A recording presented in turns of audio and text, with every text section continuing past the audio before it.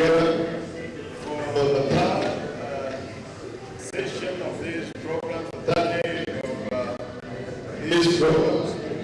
And of course, in day 2 of the 4th Annual International Multidisciplinary Conference. So this morning, I would like us to start. We'll be working hand in hand together with my colleague, Caroline.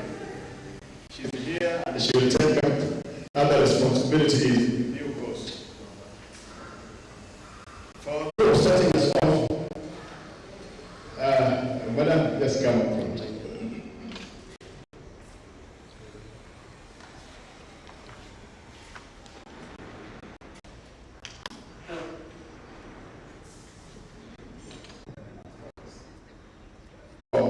The national anthem, going to sing stanza 1 all through, and then we'll sing the Eastern African anthem, stanza 1.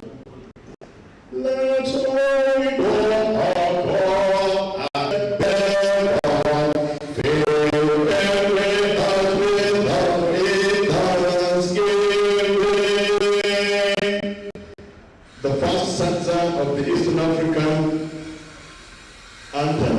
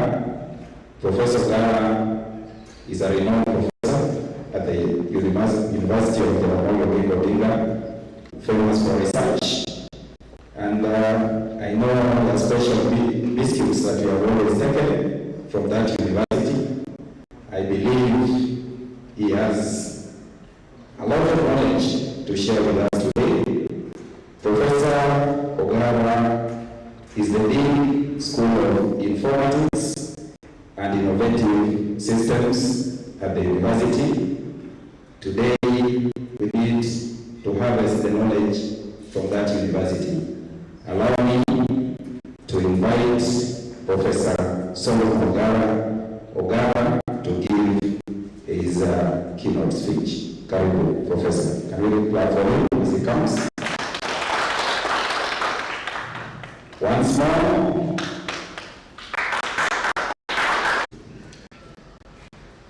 The Deputy Principal, guests that are here, all participants, I want to take this opportunity to say good morning, everybody. Good morning.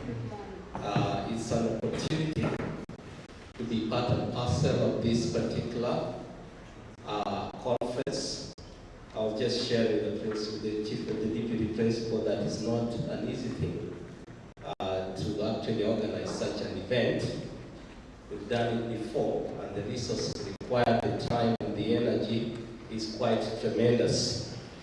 As you've been told, my name is Professor Solomon Ogara, the Dean of the School of Informatics and Innovative Systems at Jaramogi University of Science. The theme of this particular conference, it has something to do with innovation. These conferences, you kind of see a commonality in terms of the themes that are expressed in these particular conferences.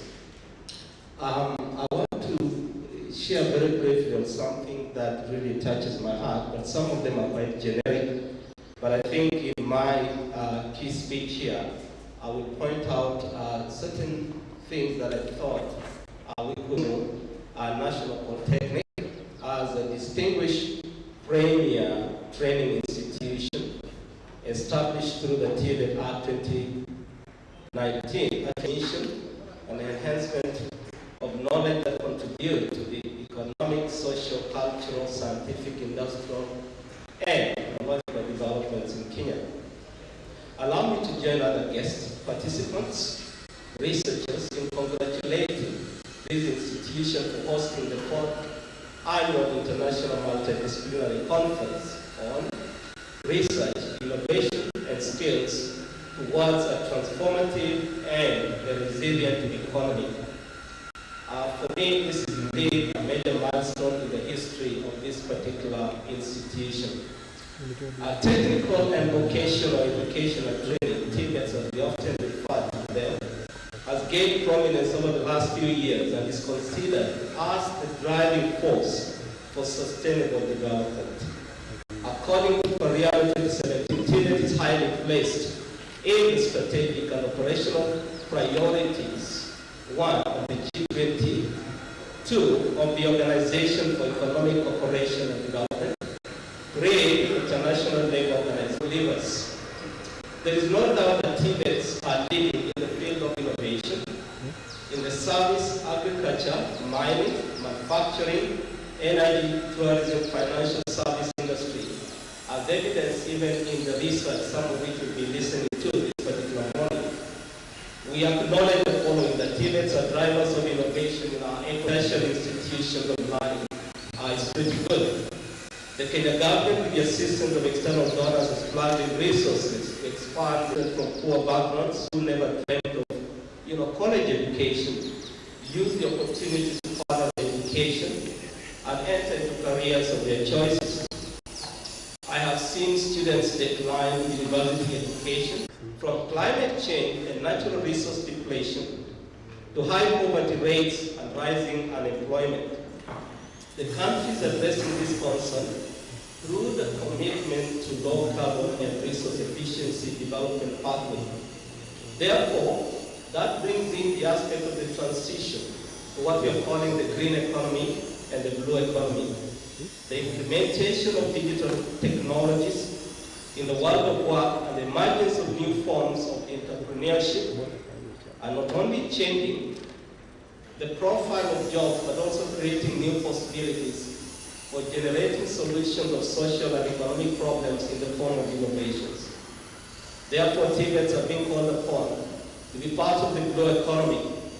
We applaud the Kenya government to partner with Africa Development Network and the African Union Commission to establish a blue economy center of excellence in this particular institution.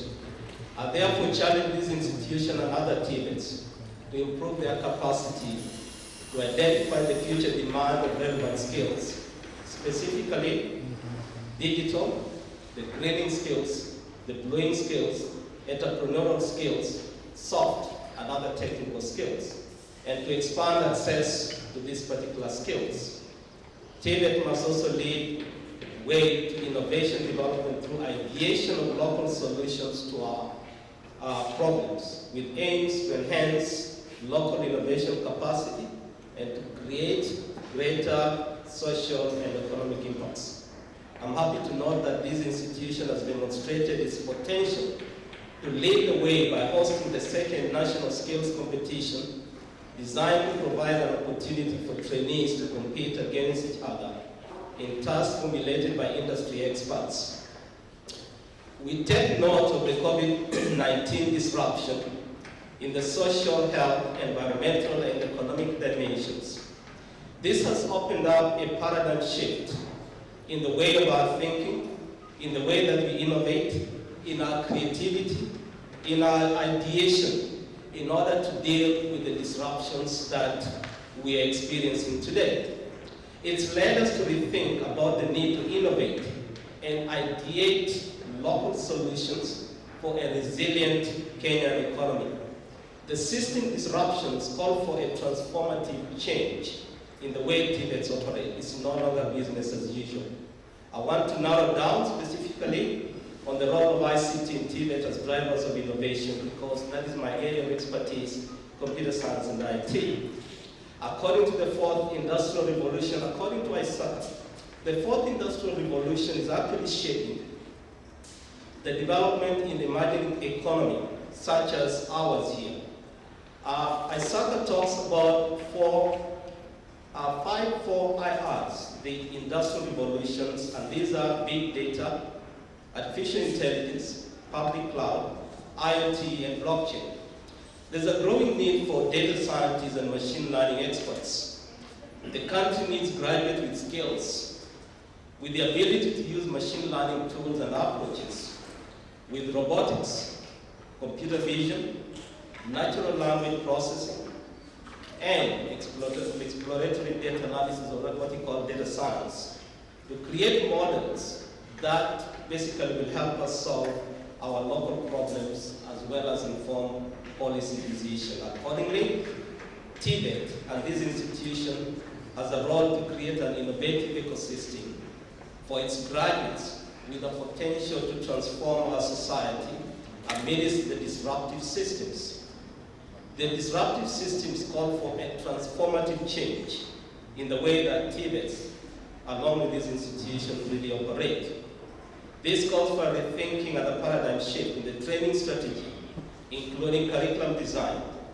Added to this, we will not forget, is a competency-based curriculum, what we call CBC. And therefore, I would like to say this, that such a time when we have more job seekers in this country than before, at such a time when employers are complaining of inadequate skill sets among graduates of our tertiary institution, I'm thinking about an employer who called me as a dean of the School of Informatics, basically, where we train students in computer science, IT, information security, and health informatics. And it was really raised questions regarding the caliber and the quality of our graduates today, and I mean the whole country. And it was very categorical that, can you get me people who are not just out to make money, but I want people who really know the skills, who have the skills, who can deliver, who can work. At such a time when we are producing this approach to skills training, that said, TVETs are facing a myriad of challenges of building a resilient institution. What then is the level of preparedness of TVETs to go global and take advantage of digital technologies to reach out to students across the globe? And here again, I just want to pose a challenge to this institution and TVETs as a whole, because we are talking about a transformation. If you look at TVETs transform their on-site physical, practical training from physical skill lab to a virtual reality based, where you use simulation as we see it in other institutions, even physical market here in this particular country. policies that encourage startup companies. I'm thinking of county-based business incubators. I believe that more should be done to assist those venturing into startup funds. The skills, last but not least, the TVET should take the lead in transforming institutional structures, formulating policies, and implementing strategies to address the requirement of both the green and the blue economy. In conclusion, TVETs must innovate in our services, teaching, skills delivery, research, and outreach. Thank you.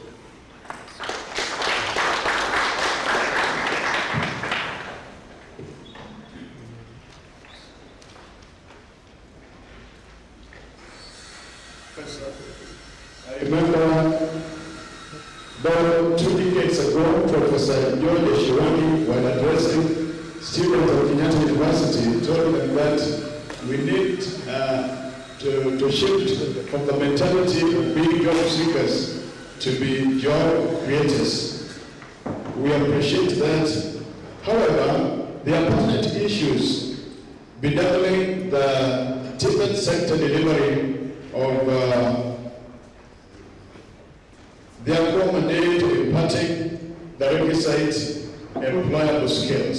One of them being the 100% transition, which does not accommodate the human resource capacity upbuilt.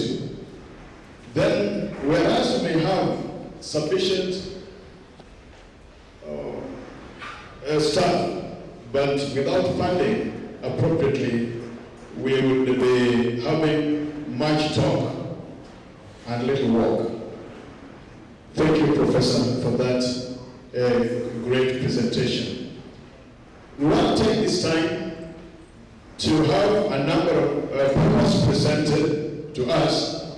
We take the first 3 in this order.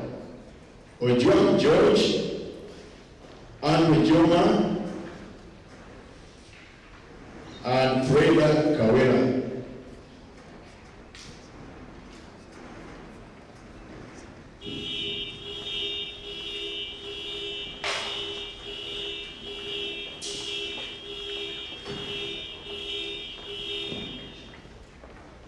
Okay, fine. I've just been reminded here that there's a question to Professor Gara, and please feel free to ask. It is on this basis that we are here. We are here not just to be reflectors of other people's thoughts and ideologies, but to keep building one another. And by some of those questions, it made even Jesus Christ tell people the time of his coming. Thank you. So, I'm requesting for our cordless mic today, so you'll bear with us. Jessica. Thank you. My question to Prof. You have made some recommendations, but I would like to know.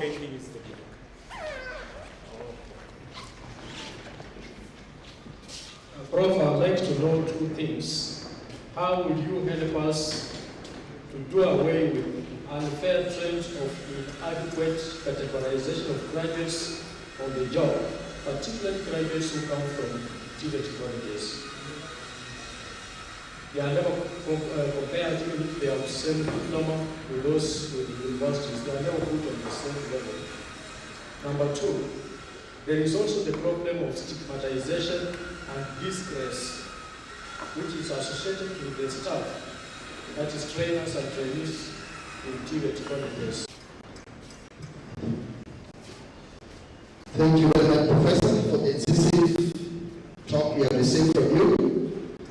My key question to you as one of the players, as a member of the players in this industrialization world, is that how is the university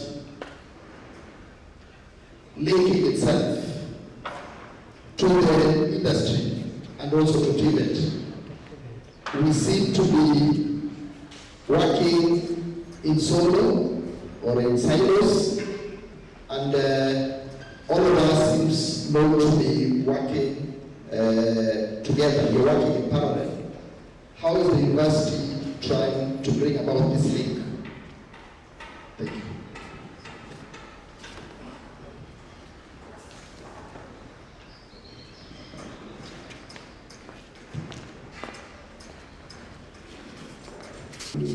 Throw a question at my professor.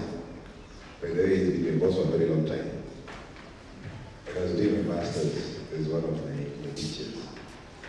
Now, I believe that partnerships and collaborations are a way to go. Not just between universities and industry, but also between universities and other universities. And of particular interest to me would be universities and TVET institutions. I don't know what's your take on this.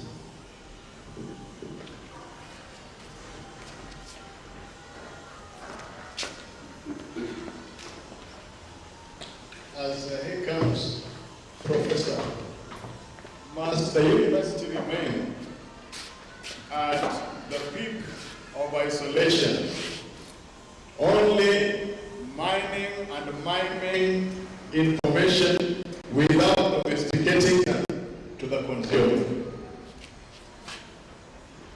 Okay, thank you.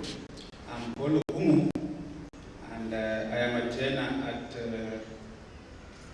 VTC, which I think is a component of TVET, because TVET takes care of VTCs, vocational training centers, and maybe technical training institutions at tertiary level. Now, the vocational training centers are evolved, and that therefore gives us a big difference, because every county has got the way it approaches its own things. There are certain counties that actually do not take much care of the VTCs. In fact, not much consideration is given to the VTCs, despite the fact that VTCs are a major component in the development of our economy. Go to the geocali sector, go to the technicians in the geocali sector, but these VTCs are poorly funded by tools and equipments, very dilapidated. Now, what advice can you give generally to the county governments, in respect to the proper establishment, even the trainers in those VTCs? Some are a lot of disparities here and there. So, what advice can you give us? Can you give the county governments in that area? Thank you. Another question, please.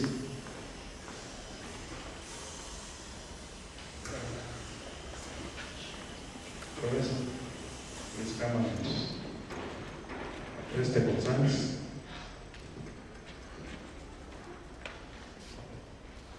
Thank you. I will try my best to address these particular questions. I may not necessarily do it to your satisfaction, but I promise to do of graduates from TVETs.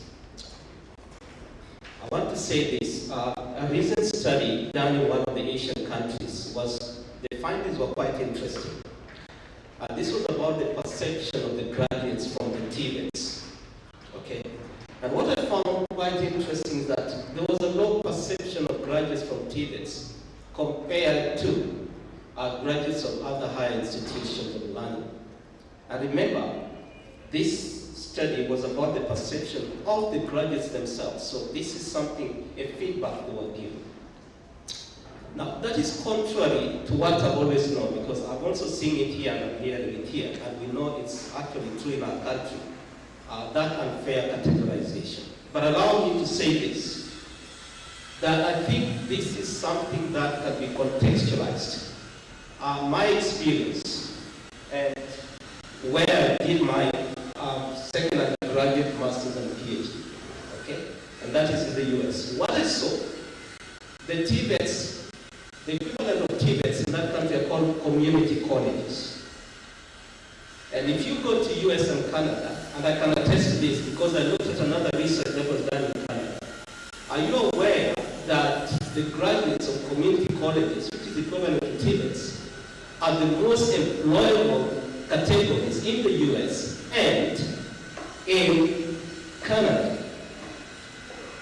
That is a fact, because research basically supports that. I think it's only that the kind of educational system we adopted, and it's taken us a while to understand. But if you look at deeply into our educational system, and I mean this is why we are moving to CBC, we've had a problem. Because of what? We are essentially producing what I call the job seeker as opposed to the job creators. But I think the Western world learned this many years ago and decided to come up with a model where they produce job creators.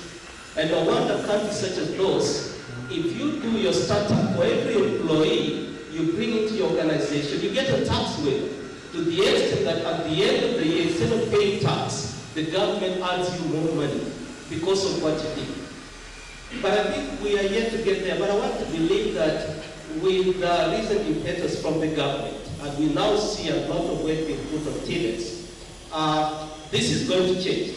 And I just gave you an example in my speech. I have seen students opt to come to TVETs in order to get practical training before they go to the university.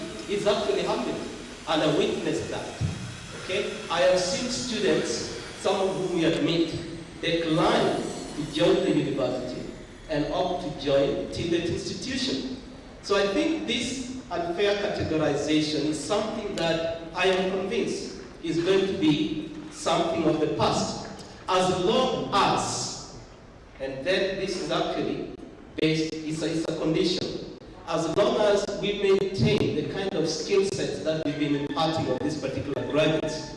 Because if we also take a downward trend, because of increased number, and in my speech I did mention, one of the challenges that TVET will have to go through in terms of the increasing number, trying to reach out to students who are remotely located, is that going to affect how you deliver your content? If that happens, then don't expect much different. But I want to believe that this is something that's going to change very soon. And in terms of stigmatization and distress of trainers and trainees, yes, I think it's a misplaced conception. And it's actually true. And again, it goes back to our educational system, which basically tends to reward based on the paperwork. That the more you climb the ladder, the more you're considered to have acquired a lot in the society. And I'm one person who tends to be very critical of that kind of a system. Because as you see it today, everybody is running to get a master's and a PhD. But the question is, do those really help us in terms of contribution to what we're calling sustainable development today? When everybody wants a PhD and a master's, is that the solution? I don't think so. And I think we really have to go back to the table because it's about skills training. The very products we're producing here, the people that we need in this country today, because they are the job creators. They're the people who will live here, not begin looking for jobs, but become job creators. So this stigmatization is actually true, but I think over time, because if you look at the law of marginal returns, as productivity increases, it reaches a point where it begins declining. And now we are seeing it even with the university. What is happening with the enrollment at the university? It started to decline. Now, what are some of the universities now doing? They are running now and trying to do what? To adopt the TVET courses. And I'm sorry to say that we are not doing as an effective job as we ought to. I'm sorry to say that, because we were not equipped essentially to train graduates of that particular caliber, because we can no longer get graduates, students today. You see campuses closing all over. So I think that this particular stigmatization we're talking about will soon be something of the past. The other one is on linking. How is the university linking to the industry?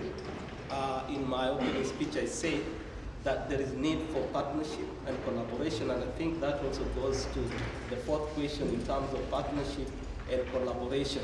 To be honest, this is where we've actually not performed well. Let's just call a spade a spade. We've not performed well.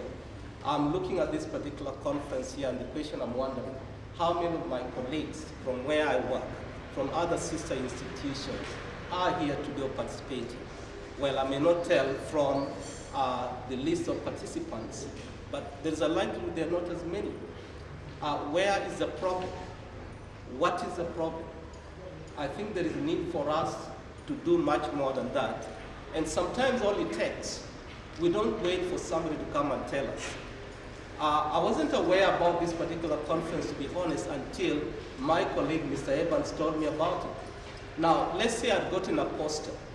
Are you telling me we would have not gotten students who would have participated in? If I'd received a poster, for example, then I would have shared with the students, told them about this particular conference to encourage them. In other words, what I'm saying, it can start at our own levels.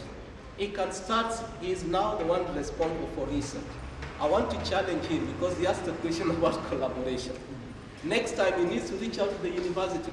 Let's get out of this idea of stigmatization that, you know what, those are universities, they organize their own conferences.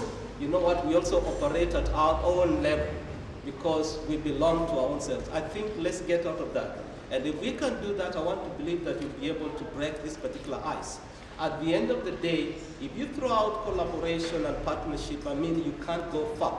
Remember, research all is about collaboration and partnership, where you have multidisciplinary, interdisciplinary type of research. And I see it actually from the list of participants there. Last but not least, from Paul Okum, I'm not sure if I'm better placed to really respond to this, but I think this is something to do with a policy question.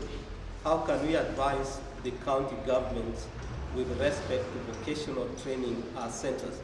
What I don't know, and allow me to borrow the example of what we call early childhood education, because there are certain sectors or services handled by the central government, or what we may call here the central or the national government.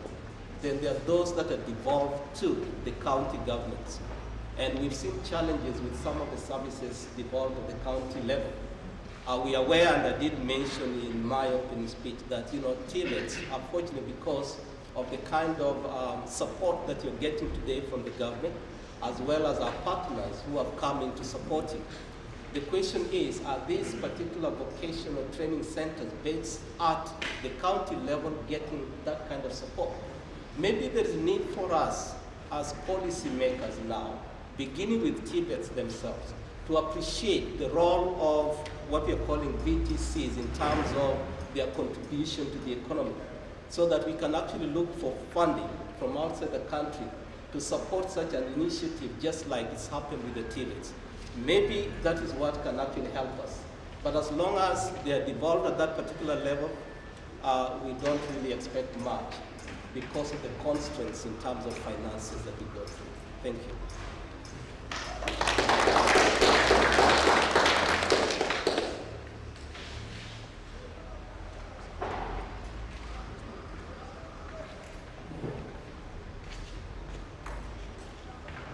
Allow me to,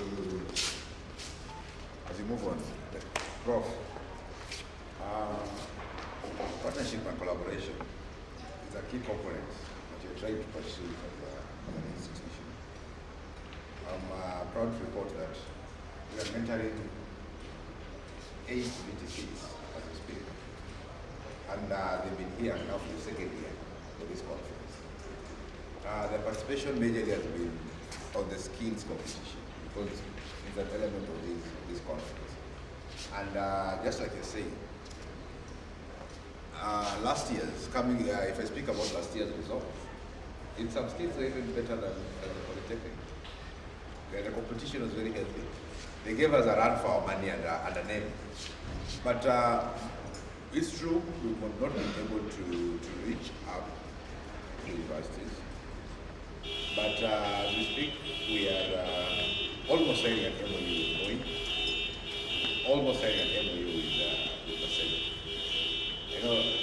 I know you'll hold my hand when I come to this pursuit of the same. Thank you. Thank you very much, Professor, for your response to the various questions. And of course, you say the satisfaction of every individual is at his or her own level. But I'm content for that response that you gave for every question. We congratulate you. We congratulate your honesty in areas that you are sure you could not go further than that. Thank you very much. It is from my utmost interest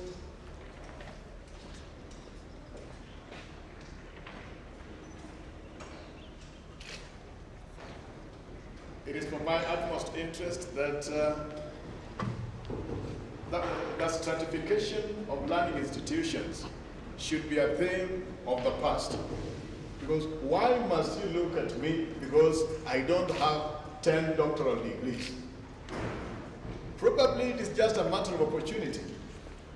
And that if we are given the same terrain that somebody else had, then probably another one could have been even far much better. So thank you for that. We congratulate your presentation and we wish you all the best in your endeavors.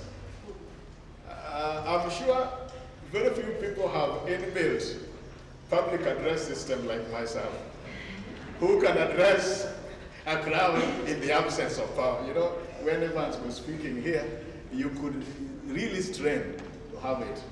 We were thinking of a modality as we wait for the power to come in, to be restored.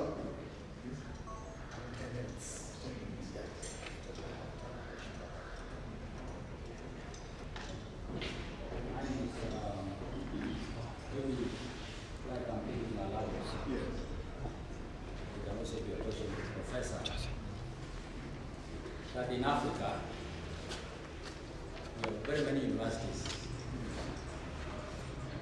but it has been documented that the contribution of research from African universities into the global arena, globally our contribution is less than 2%. Population-wise, we are like 16%. So there's a very big gap. There are many papers that are published coming from universities, but in terms of research that can be commercialized, in terms of innovations, our contribution is less than 2%. And of course, when you hear Africa, Kenya is included. And it's from these innovations that we're able to come up with products that can be sold. And I think as long as we remain a consuming continent, because you go to US, if, for example, in this age, we grow coffee, but this coffee is processed elsewhere and is brought back here. I mean, we have killed so many industries, like the cotton industry, for example. You go to Kisumu here, as much as we are producing these graduates, you know, if we don't have a strong manufacturing sector, we don't have factories, you know, because if we have factories, we will be exporting, we will be making income. Out of the factories, we'll be having a strong service sector where people can be employed. So that even the trainees that we are producing, then we'll be able to get jobs. For example, if I teach mathematics, come from Melbourne National Polytechnic. Now, I train students in the area of mathematics who come out as graduates in civil engineering. But this civil engineering cannot be supported, can only be supported if there are other streams of income to Kenyans who then will be able to build houses. There is a tracer study that we are doing, and we have sampled this area, Kisumu, students who are coming from Kisumu. And then we are looking at We're looking at students who are doing plumbing, students who are doing civil engineering. And we realized that students from this area, in terms of employment, very many of them, somebody will tell you, I'm just at home, I've not got anything, something to do. Because until there is somebody who is employed, he has got resources, and he needs a house, he needs a toilet in the house, he needs plumbing, the students will not get a job. So, Professor, maybe we need to up our game, probably, so that what is coming from Africa, our contribution, can be converted into products, so that we are not the people that are importing even toothpicks. Even toothpicks, a number of them are imported from China. So these are jobs that we are losing. You look at this, the deck at the front here, it's very nice, very beautiful. But very high chances are, this is something that can be done locally. It's not there. Finally, the areas where somebody in one of the forums attended, where Africans who can have a competitive advantage, areas like manufacturing, areas like even the making of chemicals. These are things that can be done even in Kisumu here. So we could be having factories all over. So until we're able to move to that area, I think even if we continue changing the education system, we might have a problem. Thank you for your time. So Professor, probably you can tell us. I want to react to one of the comments, and I want to use the example. In the school where I am the dean, we came up with a program, and one of the things you will agree with me is that when it comes to innovation, ideation, in terms of development, this is a multidisciplinary kind of thing. Okay, it's not just for guys in engineering, ICT, and so on and so forth.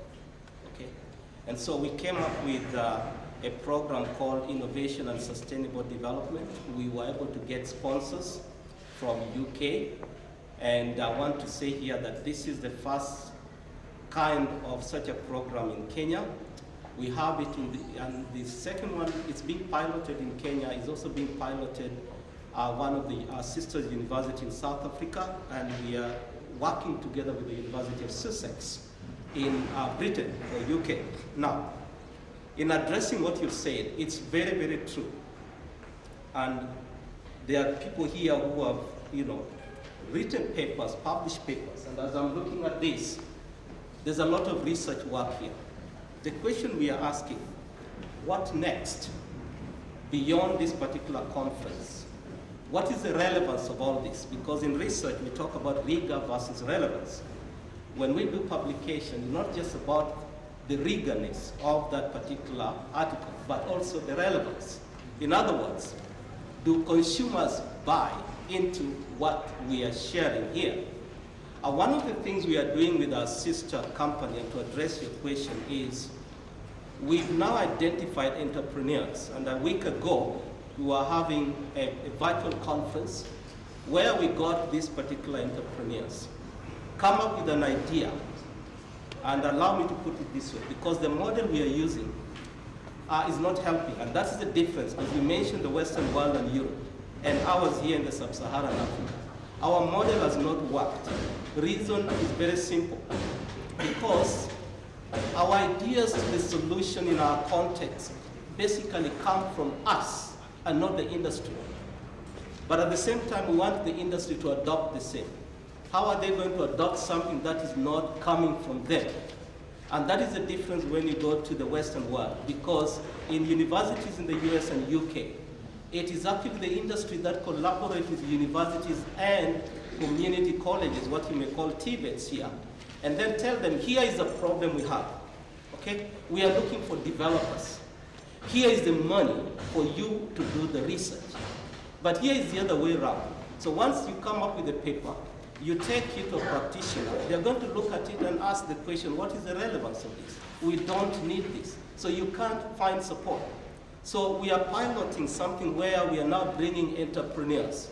And we're able to gather students from different disciplines. School of Business, a School of Engineering, there was somebody working on technology to do with producing, I think it was producing fuel from sugarcane. We had some students from ICT. Right now, we've been able to link them with the entrepreneurs. So they are going to help the entrepreneurs basically to come up with solutions to their problems, but our partners are going to support these particular students. And we are hoping that they will continue that way. You see, that kind of model will actually work here and would actually overcome the 2% that you're talking about. But as long as we maintain the status quo, I can tell you all the publications we are getting there, whether it's PhD what, well, we share them in conferences. The next thing is that they go in the lockers or they stay in our hard drives and the chapter is closed. Thank you. Thank you, Professor. I want to give this appreciation to Jaramogi Odinga University of Science and Technology. I'm a beneficiary of that collaboration through Professor Bernard Mock. The briquette manufacturing is being done. And even right now, this morning, I received some equipment from Jeffrey in the morning. So the trickle-down effect is really being felt, and I must confess, I'm a beneficiary. Only that we'll need to click the refresh button such that the activities can be much more fast-tracked. So thank you, Jaramogi Odinga, for what you've started. One thing that I must pose as a personal challenge is the research in the Western world, especially for the postgraduate level, is different from the manner in which it is being conducted here locally. In the Western world, you find an ongoing program, a specialist in some domain. So as you join in the program, then you contribute to the whirlpool of knowledge that would build an existing program. But here, you have to start from making your fantasies of how your project is going to look like. Then they are crossed every other moment. After being crossed every other moment, you are told to redo it the way it was earlier on crossed. And so this rigor of having to bulldoze people up and down is a process that is scuttling a research program. Thank you. Thanks. Prof, there is a question. Maybe you will get again. I saw the advert recently, like Ethiopia University has advertised for these TVET courses. And we are even told some universities have a department for TVET. Is it really fair, or can we say let TVETs remain TVETs and universities remain universities? I was hoping I wasn't going to be asked that question, but it's okay, because even in my university we have a directorate, and recently we had the TVET come over to the university because the university is actually interested in starting TVET courses. And I want to confess, even in my school, there are courses that have been identified. Okay, I can't lie to you. That is true, is happening. And it goes back to what I told you. You know, the trajectory at which the university started and the rate at which they were expanding, back to the economics law of marginal returns, realize we can't keep up with that particular expansion. So a survival strategy is to diversify and go into your domain. But honestly speaking, I want to confess, I don't think universities were designed to teach these courses. I'm a bit conflicted because we have already applied for it. But again, you know, this is not my initiative, this is a management initiative. But I want to confess, allow me just to be honest. Universities, the way we were designed, we were not really designed to essentially train that level of skill set, you know. And so it is something that is a challenge to the university. The question then is, what is the level of preparedness of these particular graduates at that particular level? It goes back to the stigmatization, and I think this is a problem we are having in our countries. There are those who believe that if I go do this diploma, and of course it's TVET driven, because the requirement is that we have to establish a directorate with a director there. They have to come and certify that the resources are available and everything put in place.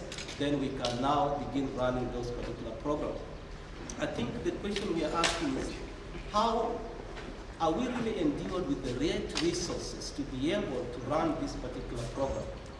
I'm not going to give you an answer, but you have an answer with you. And I think that there lies our biggest problem. But to be honest to you, TVETs are going to be fighting with the university for these particular programs. And almost every university is going to go for them, unfortunately. All the way to the certificate. The only thing I've not seen is the trade level and the other ones. But certificates, they're already applying for them. At diploma level, they already applied for them. And we see some of our universities, sister universities, I think like most, I'm actually an external examiner there, and I know that they are running those particular programs. There are others who are in the process of applying. Yes, it's true, it's happening, but is it fair? I can't give you the answer. I think it's an environment where you have to survive. All said and done, it is not a criminal. Neither will we deem it as plagiarism. We are the last one, and then we take a break. Yeah.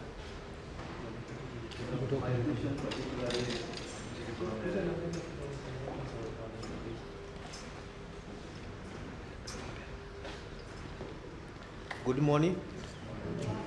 Martin, my question particularly is on policy issues, especially when it comes to accreditation of courses in TVET institutions where there are no resources.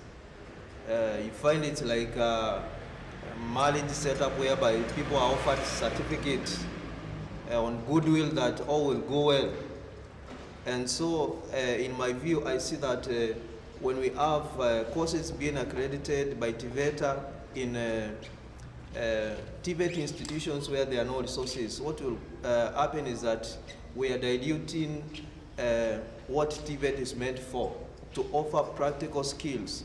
But when we have courses where there are no resources, those institutions partner with the other institutions, but the trainees are supposed to get the psychomotor skills, but they are not able to because they just go to those other institutions, just what is happening, and they're not able to get it.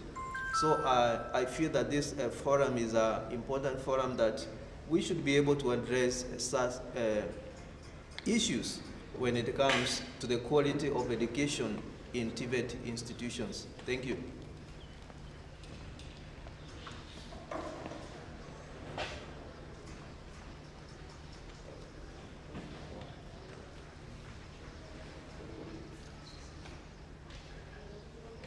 Yes, please. I don't want to hinder anybody's interest.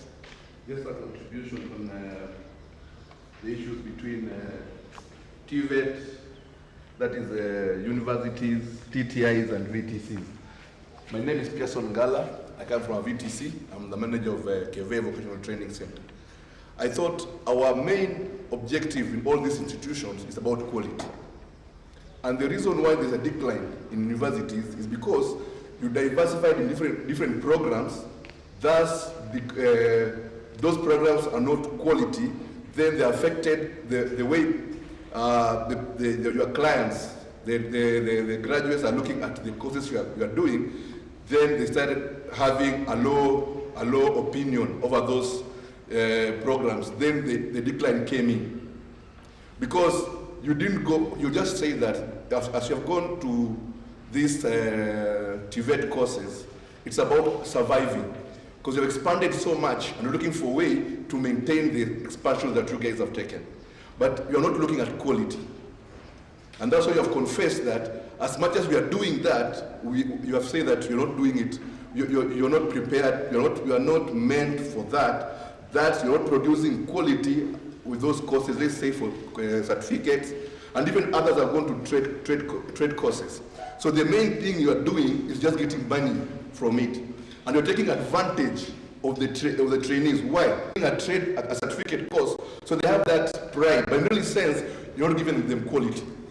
But us, we are meant to give quality. As much as we are not having the much funding, but the little we have, our main mandate is to give those courses, because we have this pyramid where universities are supposed to give us engineers, TTIs are supposed to give us technologists. Then us, we bring in craftsmen and apprentice people. So ours, we give quality. So we are working on the opinion, the negative attitude that trainees are having outside there, and we are trying to do that. And in Viga, we have managed, because right now we have about 31 VTCs. Why? We struggle to make sure we have the right trainers. Those days we are only having trade test graduates to be managers of those institutions is gone. So the minimum for you to be a manager to the TVET in a VTC in Viga, you have to have a diploma and above. You see? So now we are trying to fight those negative attitudes that the trainers in VTCs are failures. But again, we are trying to maintain the quality, because they come into our institutions called failures, but when they do craft, even right now we are offering craft. For AKV, we are offering craft in all the disciplines. In food and beverage, in electrical and electronics, in ICT, in plumbing, in which area? In DCT, we are offering craft. And we're getting distinctions. And if you look at the results we had last year, compared, I'm sorry to say using this institution, if you compare the results of craft results in electrical for our section and those who are in TTI, we are doing better. Yeah. So what am I saying? Rather than looking for survival, let us specialize in our courses.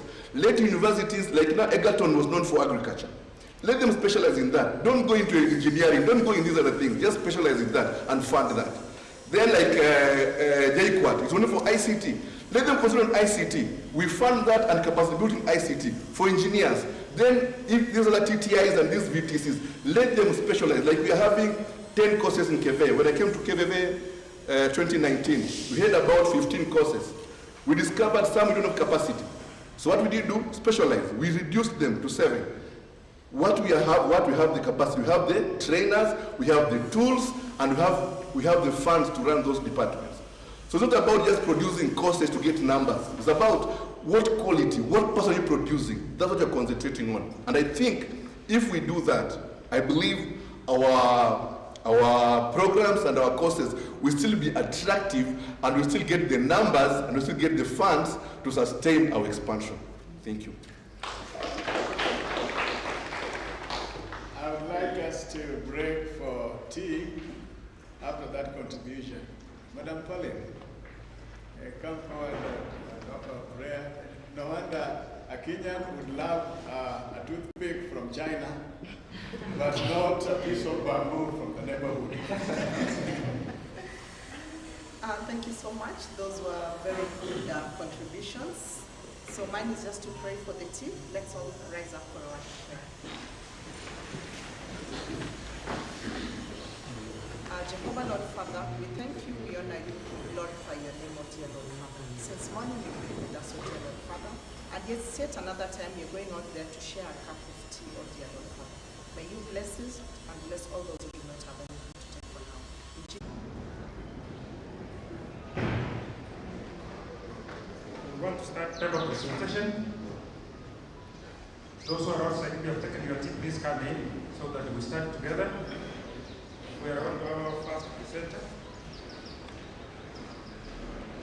Mr. George from Disciplinary. We will start the presentation this morning.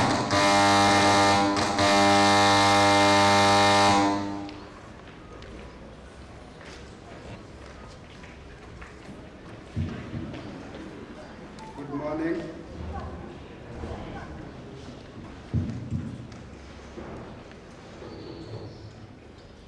Good morning. Good morning. I'm George Juan from SIA Institute of Technology. Welcome to this presentation. Let me first of all recognize Kisumu National Polytechnic for organizing such a conference. And a conference generally allows us to share our proceedings with the aim of improving on the same. Looking at the theme of this conference, which is research, innovation, and skills towards transformative and resilient economy.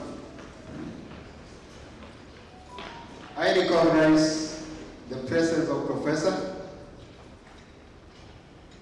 and whatever you said, Prof, I'm very, very grateful for that.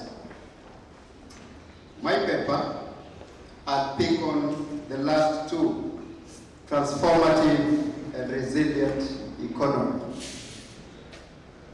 The economy is very important. My paper is based on the banking sector. And the banking sector is a major component in an economy.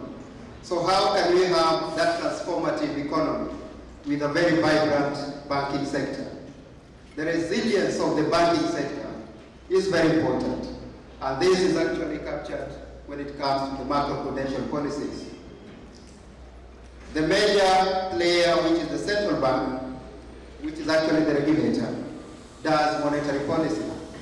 But then other organizations could also come in to capture the resilience of the banking sector. That is done through macro-prudential policies. As the professor was giving his keynote speech, he talked about Industry 4.0. Because my paper, the title is on effect of capital structure on the financial performance of Tier 1 commercial banks in Kenya. I picked on commercial banks because it captures the larger majority of the population. Now, what about this Industry 4.0? Industry 4.0 is the development of technology and how technology is permeating all sectors of the economy. Be it in the service industry, be it in production, technology is very important. The fourth industrial revolution, what is here captured under the sub-theme, TVET in Industry 4.0. This is the technology that is very smart. It allows for efficient production, very effective, industrialized and customized at reasonable costs. The major component being cost management. So what are the key natures of this Industry 4.0? I'll single out two, one of which is satisfying new needs through new products and processes. And then secondly, higher productivity thanks to innovation. This innovation is the commercialization. You actually invent, but once you innovate, then you commercialize that invention so that it adds value to life. The professor again talked about the four pillars of Industry 4.0, which is the Internet of Things, Industrial Internet of Things, cloud-based manufacturing, and smart manufacturing. Now, how does that fit into the banking sector? In the banking sector, there was banking 1.0. Now, with banking 1.0, that was the traditional banking, where certain services were being offered at certain branches at specific times. That was a long time ago. We need to transform how things are working. So that was banking 1.0. We are no longer there. Then there was banking 2.0. Now the age of the internet was at hand. We had the ATMs and we had card readers.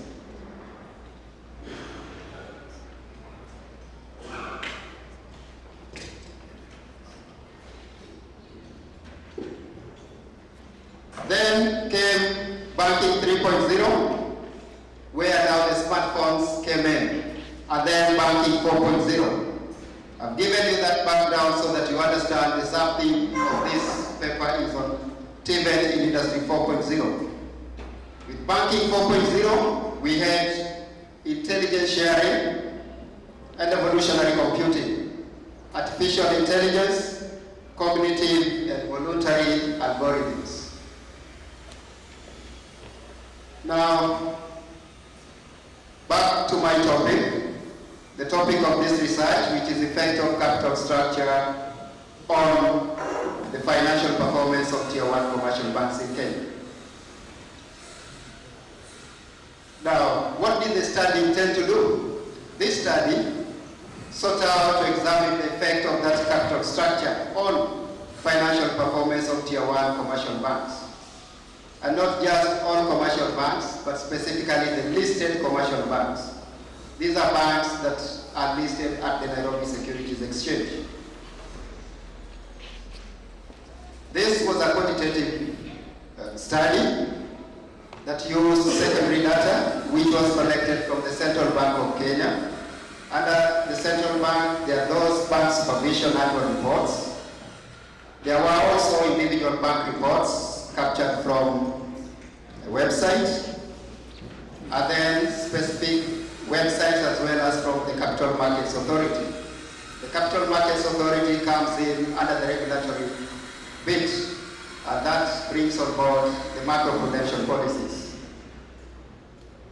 Now, results from this study, in fact, the data was analyzed using regression analysis, and the results show that there is a negative statistically significant effect of debt financing, debt being one of the components of capital structure. We have debt, we have equity, we have retained earnings. At the same time, there was a statistically significant effect of retained earnings on financial performance. In social research, once the p-value is less than 0.05, then if you are doing hypothesis testing, then you reject that, meaning that there is a significant effect. Similarly, from this study, there was a positive statistically significant effect. That means P 0.01 of equity financing on financial performance of Tier 1 commercial banks in Kenya. And then there was a fourth variable. Now, there was no mediating effect of banking regulation on the relationship between capital structure and financial performance of Tier 1 commercial banks. That banking regulation was actually captured under capital adequacy. And then this study was premised on 3 theories, the major one being the urgency theory. It is presumed, or it was presumed in this study, that the managers of these commercial banks actually have the interest of not only shareholders, but also stakeholders. And that the decisions that they are making are for the good of all the stakeholders. So the urgency theory, the managers are the agents, and then the shareholders are actually the principal. Now, what is this capital structure? Capital structure simply denotes the mode of finance that facilitates production within the bank. That capital structure could be in terms of loans, it could be in terms of equity. At the same time, there is retained earnings, which also go into capital structure. Now, what managers usually do is they try to blend between the debt financing, between equity, between retained earnings. What combination, or what is the optimal capital structure that will give the best performance, and here in terms of financial. Now, capital structure emanated from a long time ago, 1958, that is when Modigliani and Miller came up with their thesis, the irrelevance theory, that to them, whether you choose debt, whether you choose equity, whether it is retained earnings, that doesn't have a significant effect on the value of the firm. And then after that, other theories came up that actually said capital structure is important. The 1958 theory by Modigliani and Miller was that capital structure is irrelevant. But then other theories developed. We have the static trade-off theory. You are trading off between debt and equity, which is better. We have the pecking order, which one should be used first, and then in that order. Then there are also other theories that came up to determine the best mix of debt and equity. Now, why banking? A lot is changing in the banking, and as I said at the beginning, banks are very important because they are major players in how the economy is. And following on the theme of the conference, how resilient is the economy? So banks are very important. Now in Kenya, in 2019, the banking sector actually recorded a better performance compared to 2018. Now these banks, as we analyze them, we have to look at the categorization. Banks in Kenya are categorized into 3 categories called tiers. We have tier 1 banks, we have tier 2 banks, we have tier 3 banks. This specific study was based on tier 1 banks, and they were 12 in number, the period 2015 to 2019. Now, what is a tier 1 bank? This is a bank that there is a weighted composite. And this weighted composite brings on board certain variables.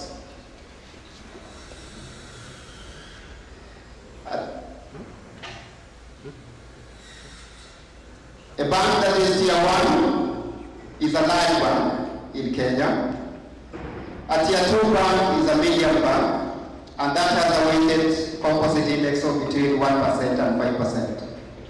Then we have tier 3 banks. Tier 3 banks are smaller banks with a weighted composite of less than 1%. For the year ended 31st December 2019, there were 12 tier 1 banks with a combined market share of 74.68%. At the same time, we had 9 tier 2 banks with a combined market share of 17.10%. And then the last category, 21 tier 3 banks with a combined market share of 8.22%. In the same year, when now we come to the statement of the problem, in 2019, the banking sector's capital and reserves increased by 7.44% from Kenya shillings 678.34 billion in 2018 to 728.82 billion in December 2019. That means that the tier 1 banks increased capital and reserves, while tier 2 banks and tier 3 banks registered a decrease. So to a researcher, that pricks the mind. Why? Why is it that to tier 1 banks, their capital is increasing, but then the other banks, the medium, that is tier 2 and tier 3, the capital is reducing? Now, the increase in capital reserves is hereby attributed to additional capital injections, and this could be in terms of debt and equity, as well as retained earnings. The retained earnings are what is not distributed out of profits. Now, in 2019, there was a registered improved performance with a pre-tax profit increasing by 4.2%. to 159.1 billion in December 2019 from 152.7 billion in December 2018.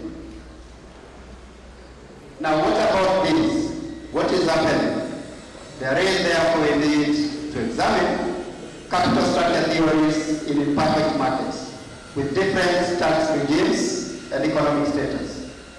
The Modigliani and Miller thesis of 1958 was about perfect markets. But we know very well that the markets are not that perfect.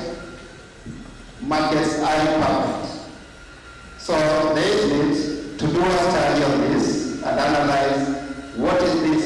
Could there be an optimal capital mix in an imperfect market? Now, researchers all over are not in consensus whether it is capital structure that influences performance, and in this regard, financial performance, or it is financial performance that actually influences capital structure.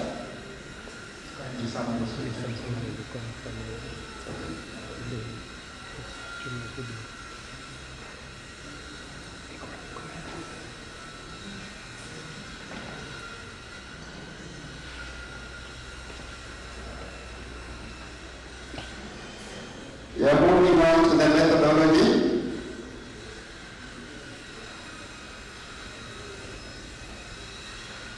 So this study was positivistic in that it used secondary data. There were no interviews. We were using secondary data already available from the Central Bank of Kenya and other sources. The target population was 12 tier 1 commercial banks listed at the Nairobi Securities Exchange between the year 2015 and 2019.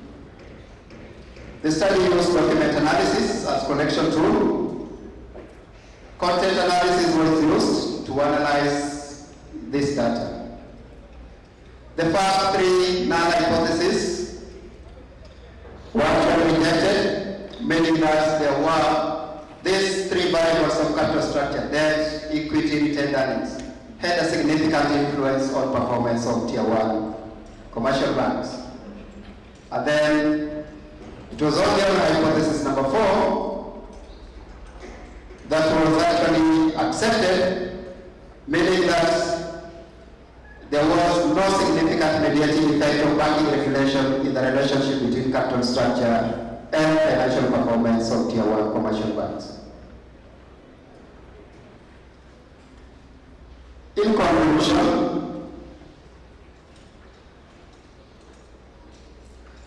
the study sought to examine the effect of capital structure and financial performance of tier 1 commercial banks at the Nairobi Securities Exchange, and then this was based on 4 testable hypotheses. Now, what we learned from this study is that yes, debt has that negative influence on performance. Why is this so? Those debt obligations, they actually eat into the profit base of commercial banks, and there is that financial distress. In case as an organization, you are not in a position to do your debt servicing, then you could go into liquidation, and that is a major worry. At the same time, what came out of this study is that retained earnings capture a very significant component in terms of capital structure. Yes, debt and equity could vary, but what is the retained capacity in terms of the retained profits? That has a significant effect on the performance of commercial banks. Thank you so much.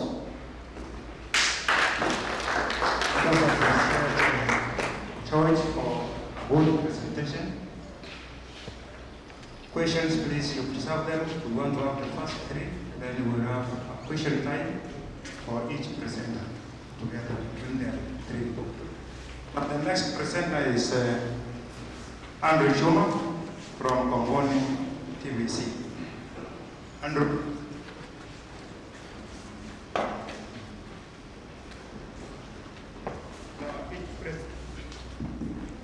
Each presenter is going to have 15 minutes. Please work within the 15 minutes. That is when you can move faster.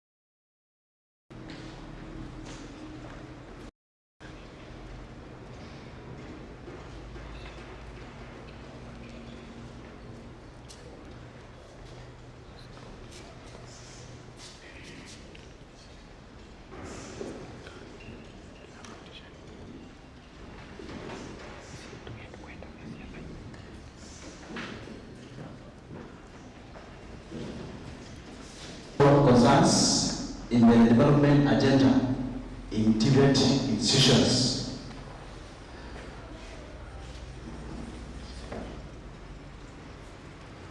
So on that topic, I was going to look about how our TVET institutions are enforcing the policies started by the government in making sure that gender equity is achieved at all levels in technical institutions.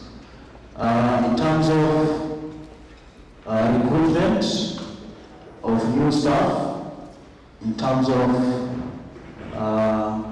enrollment of academic programs, and etc. So therefore, I targeted 3 institutions in the Western region, whereby I was to take 3 principals who should be my respondents, 3 registrars and 18 trainees, whereby 1 trainee or 1 principal per institution, 1 registrar per institution, and then at least 6 trainees, so that we gather information.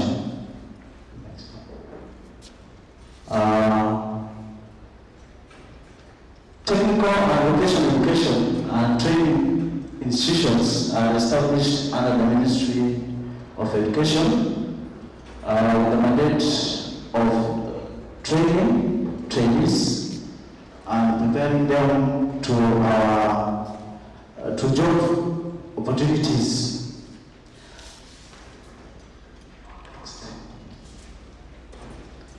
Now, the statement of the problem.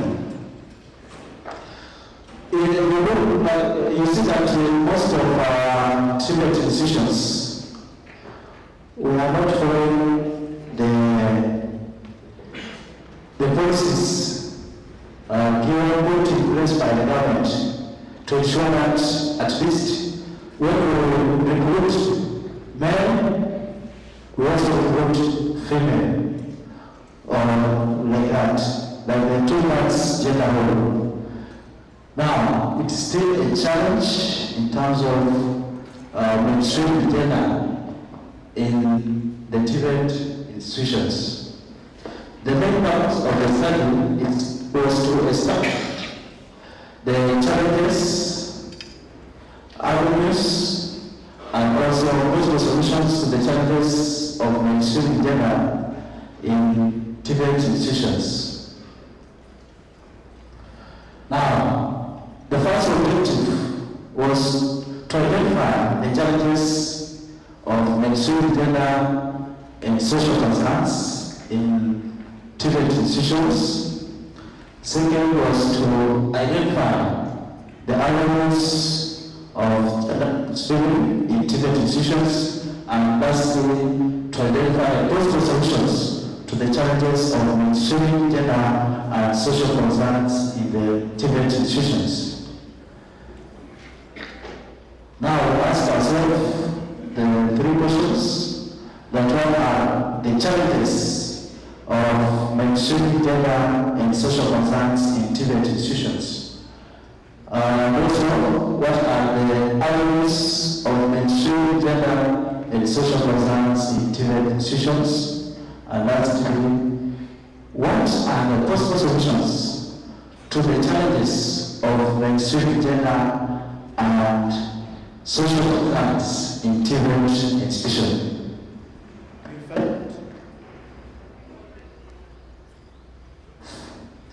You will find that in TVET institutions, there are several social concerns, like gender, then you have people with disabilities, they are sometimes harassed or misrepresented in terms of recruitment of new staff, in terms of student representation in their leadership, and also in terms of enrollment of academic programs.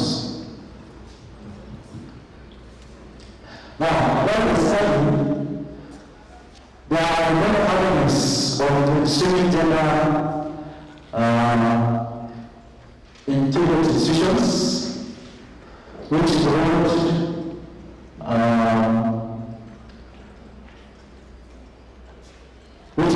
recruitment of staff, student enrollment, and also participation of students in their representation in school. Some of the studies that have been done before show that they are neglected when they are vying for positions in leadership in institutions. Most of the posts go for men as compared to female. So therefore, it was something which is serious and needs to be addressed. Now, these social and cultural norms, especially those that are biased against women, can therefore greatly determine the opportunities of access and participation in science-based curriculum or courses. You'll find that most children also fear doing these technical courses, and that has made them to be few in terms of recruitment. You'll find that very few turn out for interviews because there are few who are trained in some areas, and they are better mostly in things to do with food technology, secretarial work. For instance, you find that there are very few male secretaries in most of these institutions because women fear doing those technical works. They are mostly going to social responsibilities back at home, like cooking, taking care of men, etc. Now, this research has been done before, but just to come up with many challenges, avenues, and also solutions to those challenges. Next.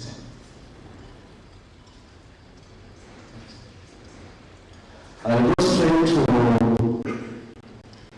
this. Gender mainstreaming is a strategy that places the goal of gender equality at the center of the organization, whose implementation covers all the levels of management and action. So it involves integration of different experiences of men and women, evaluation and also implementation, and guarantee of equitable benefits.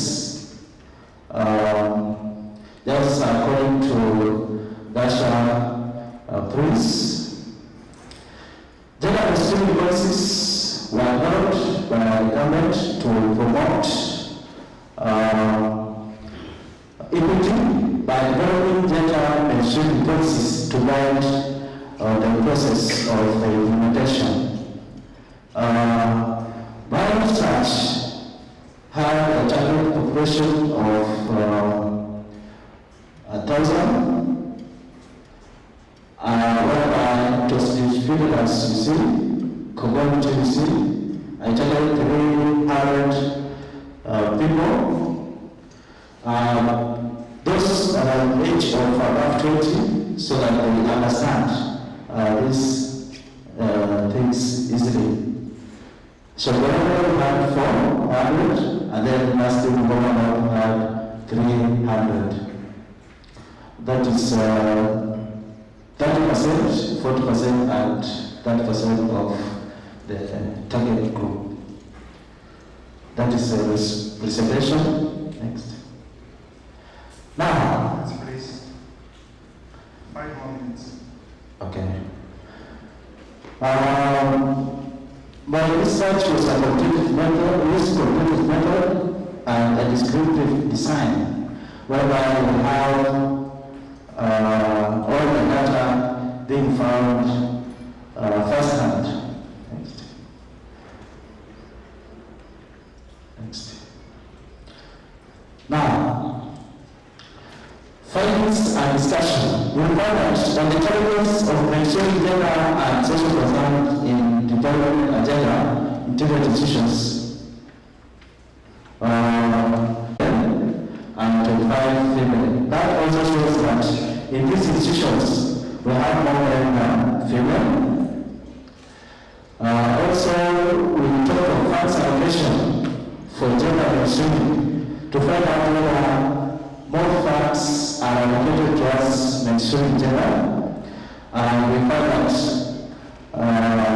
50% said there are no funds allocated. Gender mainstreaming sensitization is not done or done to a small extent as shown by 41%. Then, when we look at gender mainstreaming policy, most of them say that to 50% that the policy was available. Then, limited attention to neglected groups. You find that 84% say that there's limited attention to this group whereby people tend to neglect people with disability and gender. You find that could be male who are more or female who are more, so they are not balancing. Now, in terms of avenues for gender mainstreaming, we talk of recruitment of staff, where 92% agree that it is an avenue to mainstream gender. Then, in terms of student enrollment, 84% say that student enrollment can be an avenue for mainstream gender in terms of making at least more men and more women to balance out, not leaning on one side. Student representation is also key here, whereby most of them agreed that through this representation of students, we can enforce the mainstreaming policy.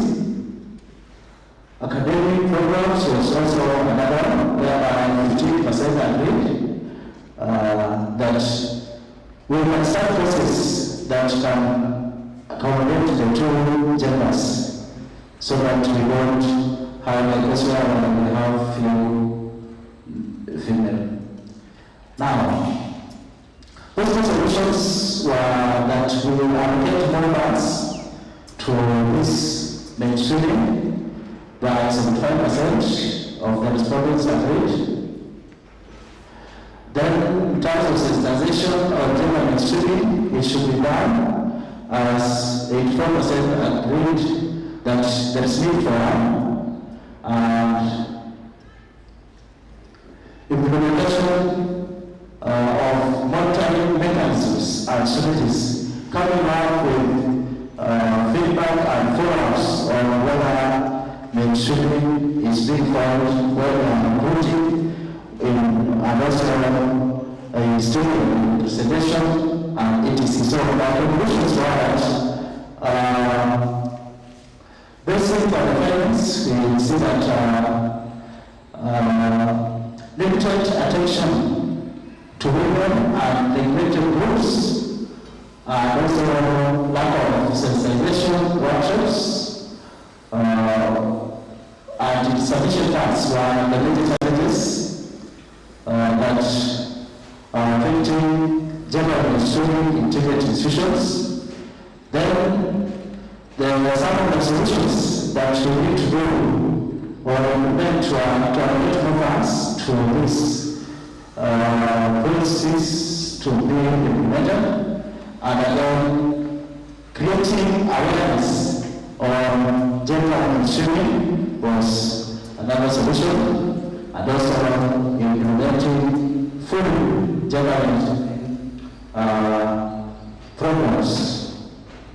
Now, I recommended that in different institutions, we need to be sensitized on gender mainstreaming, as some of the students have no idea of the same, and so gender mainstreaming should be a target in performance contracting so that we follow up achieving equity. Both trainers and trainees need to be sensitized on the best practices of promoting equity in technical institutions, and then gender-based academic programs need to be introduced so that people grow up knowing that we need to empower each other, not bias to men. The government also should put in infrastructure to make sure that it follows up the implementation of the policy, and lastly, I concluded that the government should allocate more funds on gender mainstreaming. Thank you. That is the end of the presentation. Thank you, Choma, for a good presentation. Any question for Choma? Please preserve it until the question time. The next presenter is Farida Kawira from the New National Polytechnic. Welcome.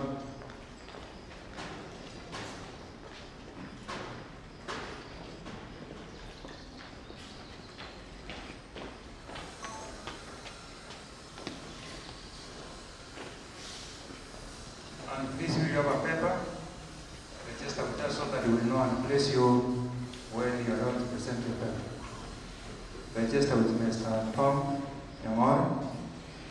You sit at the far end then. Please let us know that you are available and you have a paper to present.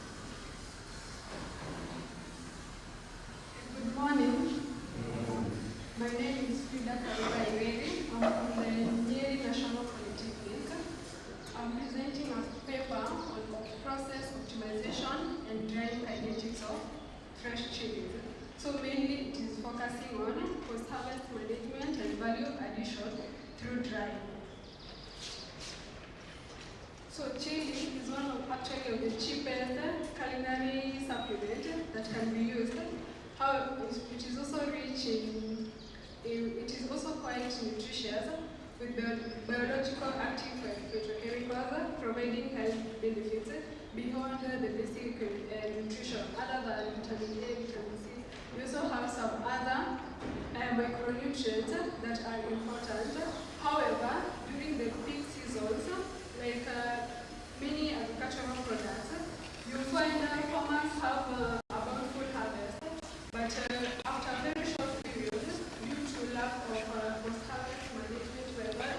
their produce is either destroyed or goes to waste.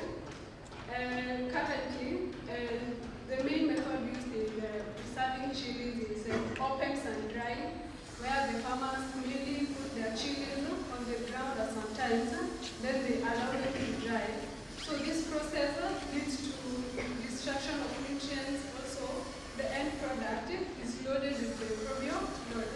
So there is a need to come up with a method of drying that will counter the effects of the direct sun drying, that is using the solar panels or the solar dryers. So like I've stated, they are also very perishable. So even when you see in the markets, if you buy some few chilies, after maybe 2 to 3 days, you can't use them. So it's better for you to dry them to make them into powder so that they can stay for over a prolonged period of time. Also, with the drying, you have more value addition and the end product will be sold at a much more better price compared to when the farmer sells them when they are fresh. Also, the farmer, the fact that they store it for a prolonged period of time, that particular produce will be available for a longer period compared to when the harvest is much.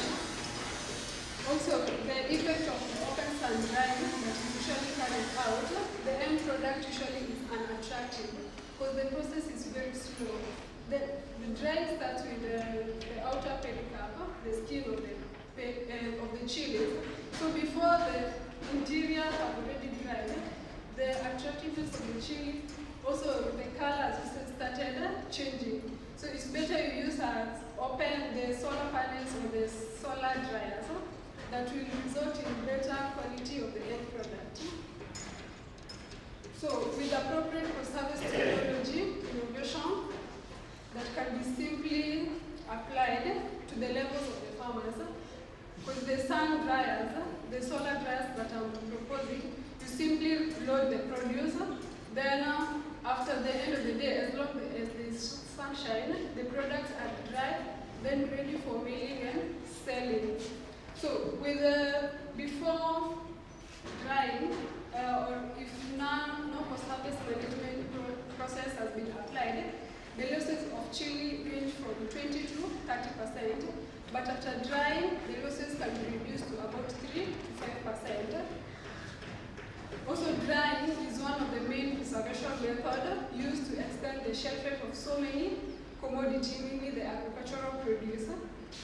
So with advancement in drying, you just don't dry directly. So you apply some few pre-treatments that will preserve the nutritional composition of your produce, and also the end product will be of better color in terms of physical and quality characteristics. Also, chilies are one of the more, chilies contain 3 times as much as vitamin C compared to oranges. They also have vitamin A, vitamin E, folic acid, potassium. So consuming them will increase the nutritional composition of the individual. So that is more on justification of the problem. Also, the use of solar drying is a much more hygienic process because the product is enclosed inside the solar dryer compared to the open sun drying where the produce can be contaminated with the wind, insects can come and take your produce. So at the end, you also have a much reduced produce. So the aim of the research was to contribute towards post-harvest loss reduction in chili value chain through value addition. So the main objective was to evaluate the quality of solar-dried chili products in Kenya. The specific objective was first to optimize the drying kinetics and process parameter for fresh chilies, then to determine the physiochemical and nutritional quality changes in dry chilies. For the physiochemical characteristics, I mainly focused on color, the nutritional composition, vitamin A and vitamin C. So for the study design was a completely randomized design. Then for the sampling, we used the exhaustive convenient sampling. For the chilies, for best performing varieties. Then the samples are collected from Voi in the coastal region of our country. So, like I said in the beginning, you just don't dry your chilies. You first have to apply some few pre-treatments so that the quality of the end product in terms of nutritional composition and also the physical appearance will be more appropriate. So the pre-treatment, I had a control. The control was basically blanching in water. Then for the pre-treatment, there was blanching in acetic acid, that is vinegar. Then chemical treatment using sodium metabolic sulfate and calcium chloride. But they were controlled in the levels that are appropriate, that will not harm the consumer when they are taking in the produce. So for the optimization, I used three temperatures, that is 50 degrees centigrade, 60 and 65. Then for the solar drying, now my main focus, after optimization, the temperatures that performed better was the one that was used for drying the chilies under the solar dryers. Then for the varieties that were collected from Voi, we had those three: Nemo variety, Walter variety, and Fanaka variety. So the drying kinetics was the process of optimization was done in a laboratory simulated solar dryer, so that now you can take your produce to the actual solar dryer. First you simulate the average values for all the three. So for vitamin A, the one that had the best average value was vitamin A, vitamin C, and color overall was the 60%, 60 degrees centigrade drying. So that one was the one that was used now to go outside and dry using the solar dryers. So like here you can see we had the minimum value for vitamin A. Then we not only considered the nutritional composition, also the pre-treatment. So we were comparing our pre-treatment values with the control that was simply blanched, with the other that was blanched with acetic acid and chemically.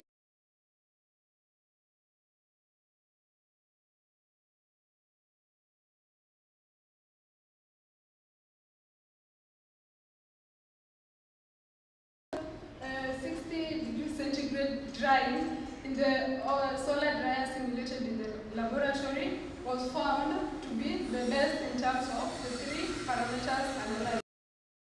Then the time required to dry from the moisture content of 237 dry moisture bases to around, we had 13, 12, and 10 for 50, 60, and 65 degrees hours.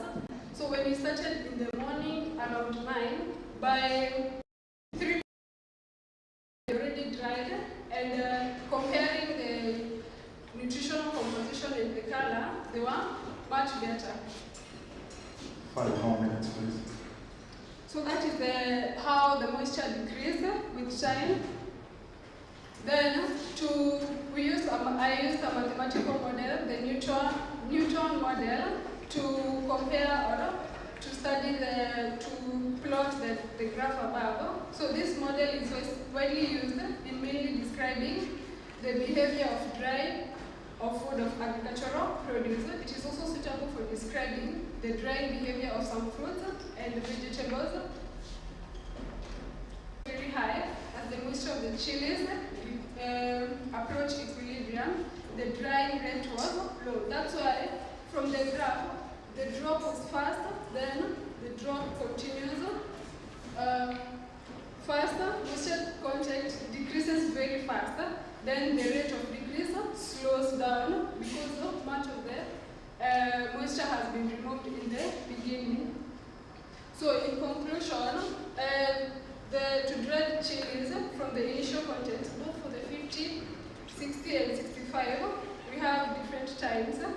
Then for all this drying temperature, the process took place at a falling rate.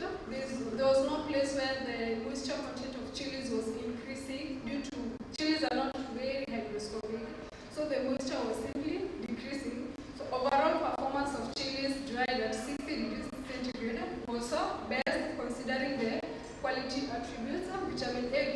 and color. Then the Newton model was the one that was used to fit, which was suitable to the drying rate data.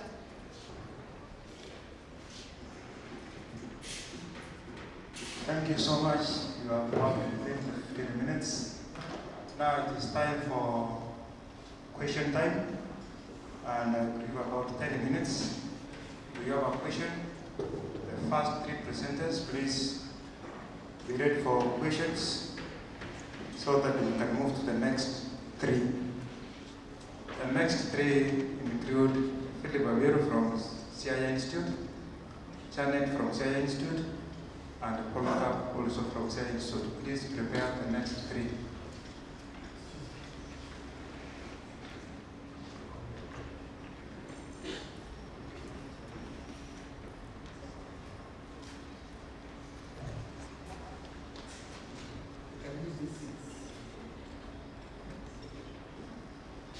The presenters, please, you go to where Mr. Thomas Lamar is. You get seated there so that you will answer questions from that end. Any question for the first three presenters? Anybody with a question for our first three presenters?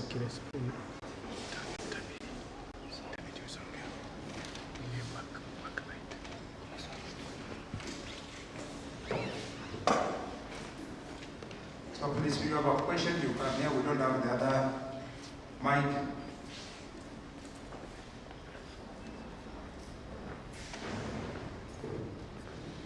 Hello, this is Sodinga from the Dutch. I have around three questions to the last presenter. Number one, you mentioned about pre-treatment where you used chemicals. And my question now is, how do you determine the control of chemicals to ensure that they do not harm the consumers? And number two, you mentioned about the color change. When you used the normal drying, the open air drying, the color was worse. How is this worse? What color to what color? And when you used now the solar dryer, what color does this chili achieve? Because maybe I do not know the color of chili. I normally see a red chili and a green one. So which chili do you use, and from what color to what color it change? So I need you to explain which is much better color stand for.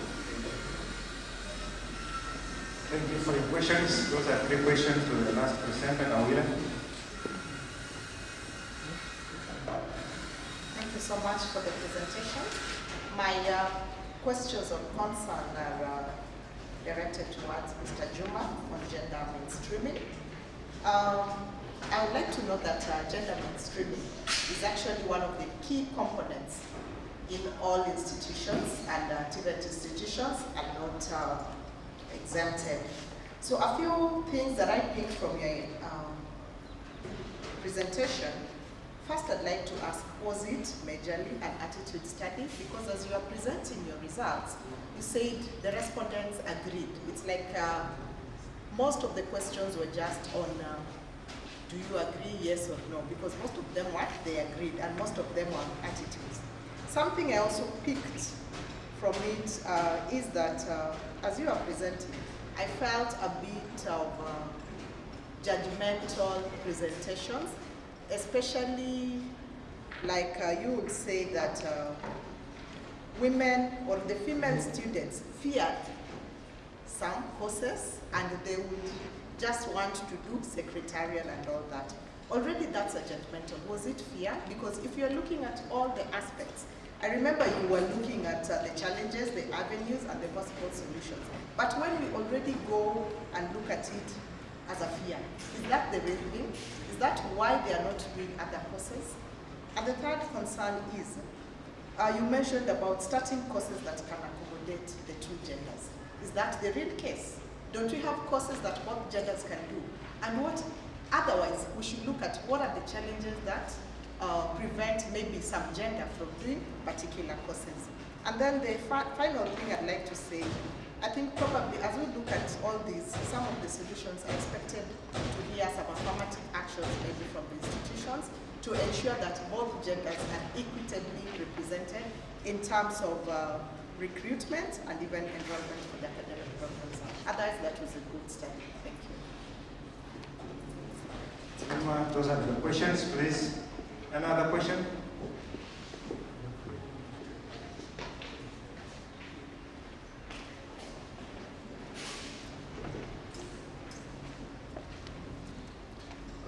Mine goes to the one who presented the issue on gender mainstreaming.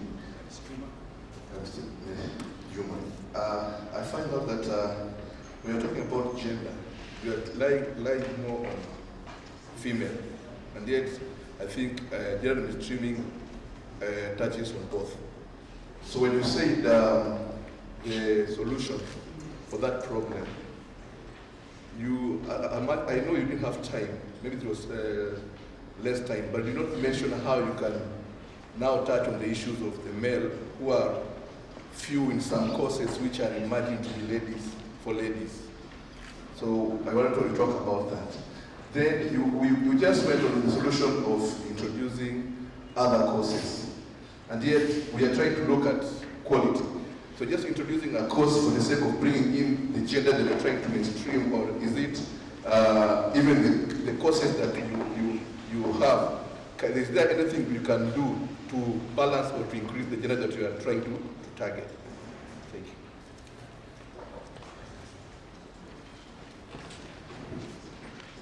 Maybe as Professor is coming. I have two questions. Yes. I think loud. Two questions. The first one goes to the first presenter. You made a statement, a general statement, about correlation is not a causality. How does that impact the outcome of the results? How does that assist in the interpretation of the results? Because that's a very strong statement. For the person who presented on gender, how really do you measure gender? Were you looking at perceptions of males versus females? Because gender is a very sensitive thing, and how you measure it really matters. You didn't really define for us. I didn't really quite understand what you mean by gender, and it raises questions about the outcome of your findings. Thank you. Thank you, Professor. My question is to the first presenter and the last. George, you told us that the one-tier bank is a very big bank. The second follows the big banks, the third like that. But you said there is a trend where your study established that there is growth in the first-tier bank. What could be the cause of the diminishing growth in small banks as opposed to the first-tier, which is growing as established by the study?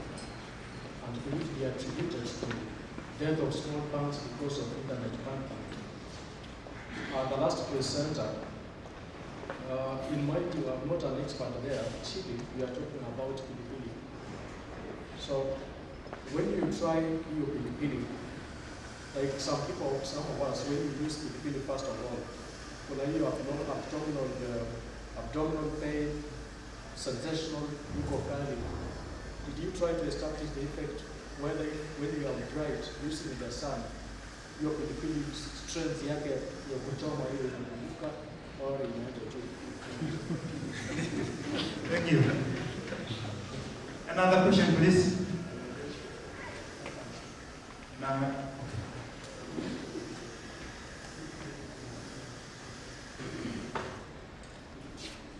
My name is Thomas. I want to ask you gender. Gender seems to be interesting. Again, just as Professor has asked, what really do you mean by gender? Specifically, did you have also the third gender in Kenya included? gender is very soon you will know the fourth gender. Now let me allow the presenters to come and give the feedback on the questions that you have asked. George, Morning. Yes, something to do with banking. Come and platform the issue. Thank you so much for the questions. I'll start with Professor. Now, there is this statement that came out from my presentation that coordination is not causality. Now, this one comes about because there is a variable and a dependent variable. When we go into this study, we are not going in with a fixed mind that it is the independent variable that has to affect or to produce the dependent variable. This thing will be, the performance will actually determine the mode of the two and not just having a causality. So, Professor, I think that is how I will answer that question. Question number 2, from my colleague letter, Tier 2 banks and Tier 3 banks. Most of the banking failures, apart from the international failures like the Lehman Brothers in 2008, which was a very significant bank. In Kenya, the bank failures we've had are from the Tier 2, Tier 3, the lower banks. And I think this could emanate from the market anomalies. How do people perceive these particular banks? You see, there is safety in numbers. And when you see the books that are coming out and how the banks are doing their records, their reporting, the Tier 1 banks are actually posting profits in terms of billions. And then, as an investor, you feel that your money is safer in the Tier 1 banks as compared to the Tier 2 banks. Thank you so much. Thank you for the response.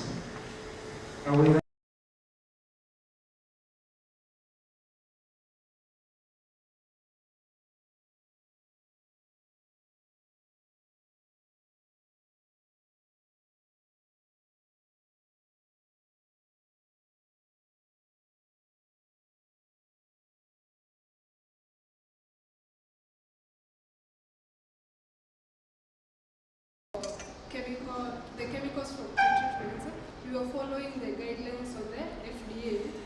Then for the color, on how worse it is when it is sun dry, when we use a colorimeter to measure the color as it changes, so it kind of fades, but you can't actually see it when you are looking with your eyes, but with time you can be able to see it.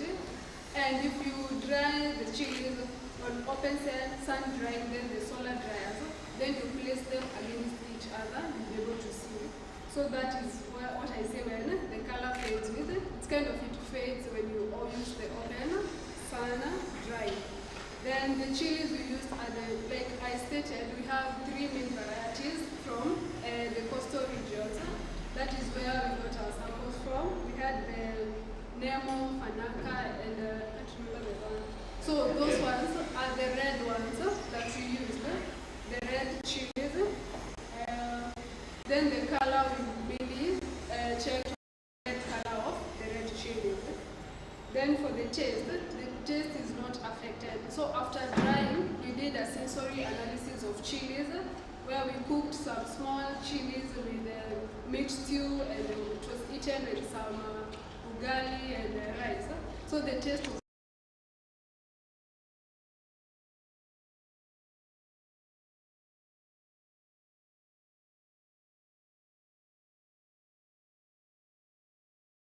one on the red one. So I'd recommend the red one because the red they are, vitamin A is from mainly red, or the most colored the fruit is or the vegetable is, the more nutritious it is. So the red is better. So your budget from the expert? Take the red one. Another question, please. Does that go with airports?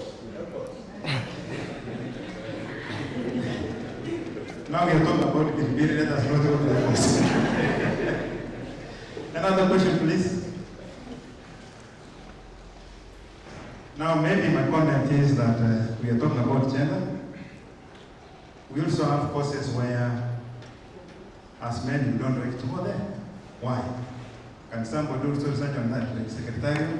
If I decide to go for secretarial, somebody will see me as the other way around. That is true. We used to have the nurse course, we used to have, it was meant for ladies, not men. But what has happened today? Men are taking off. Why? Can we also have research on that? Thank you.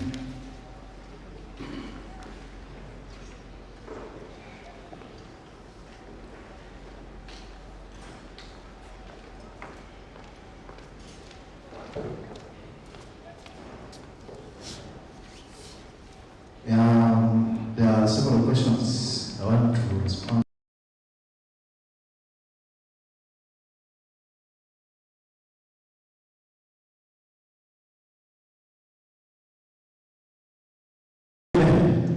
Are being sidelined in these technical institutions.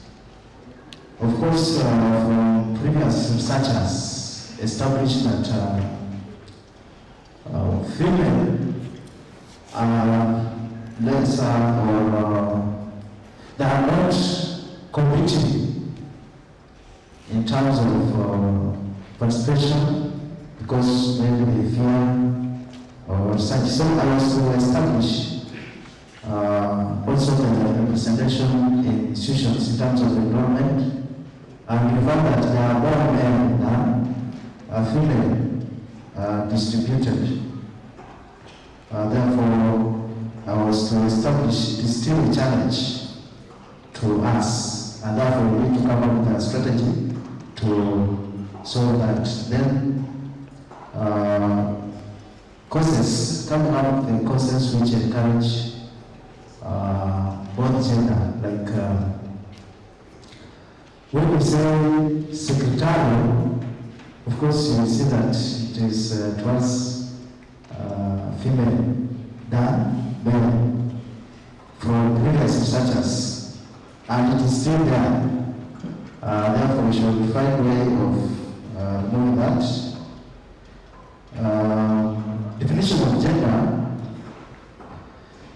Gender, mostly when we view gender in terms of men, female, and we fear talking of the other third gender.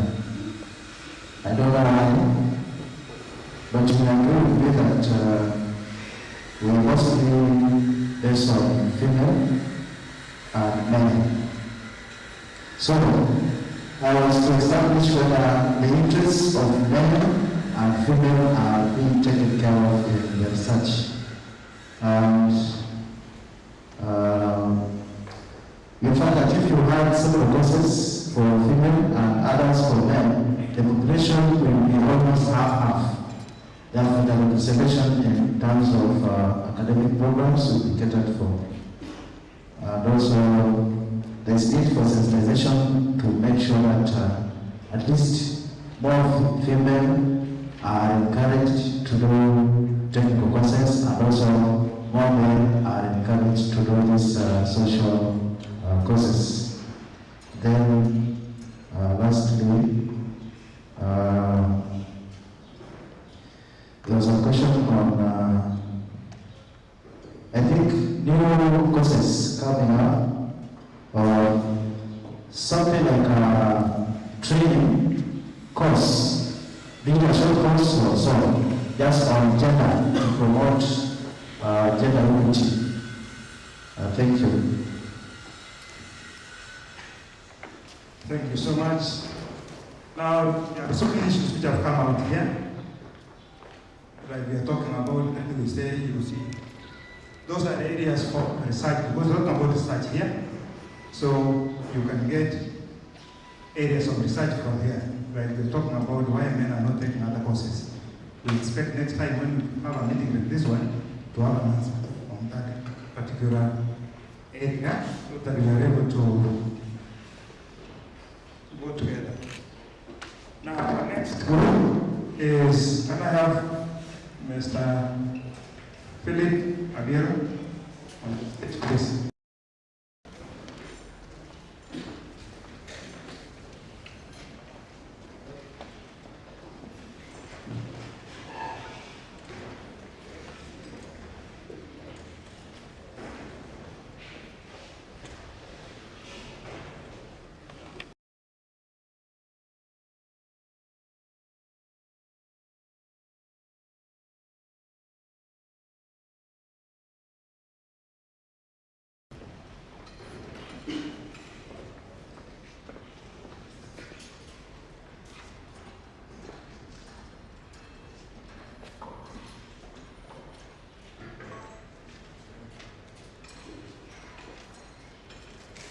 Okay, good morning.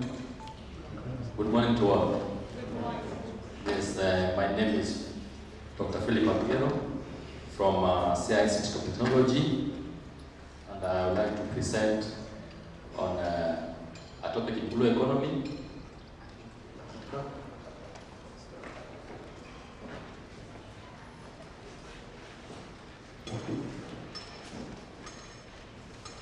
Some want to present papers, but you do not have your records. Passing by, just raise up your hand. I'll capture it.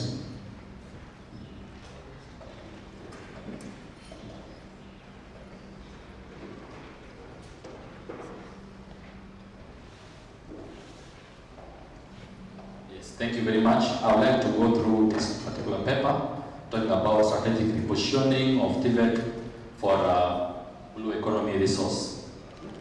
As I've said, my name is Philip Abiero from CI Institute.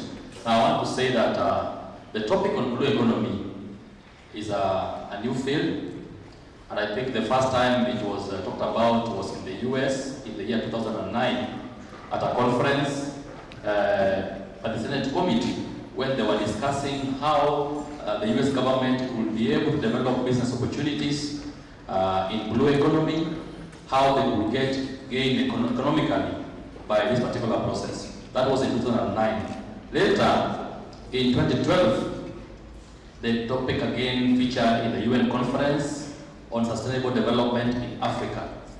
And in that particular conference, the main theme was Africa, how Africa is doing in terms of blue economy. And then now in Kenya, in 2018, there was the first conference that was talking about blue economy, which was held in Kisumu. Now, if you look at the UN conference that was done, we realized that there is around $1 trillion US that is obtained from the blue economy in Africa.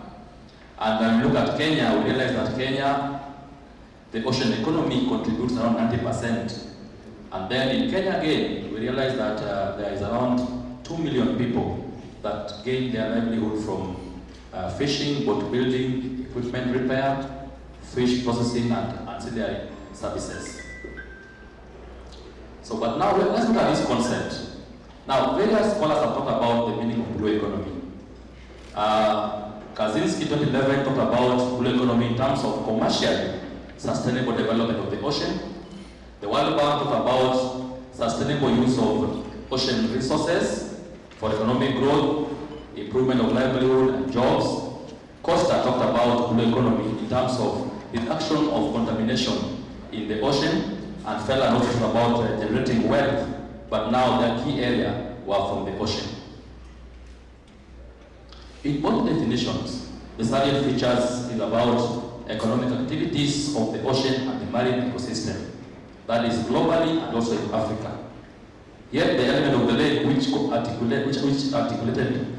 articulated, despite Kenya having 13,600 kilometers of inland water, has never been captured, or if there is information, then it is counting about the lake resource contributing in terms of the blue economy. Therefore, this study tried to concentrate on the lake as a powerful element of blue economy which needs to be exploited. Therefore, I tend to believe that blue economy should encompass sustainable exploitation of not just the ocean or the sea, but also the all water-based resources for economic and socio-cultural gain without compromising the aquatic ecosystem.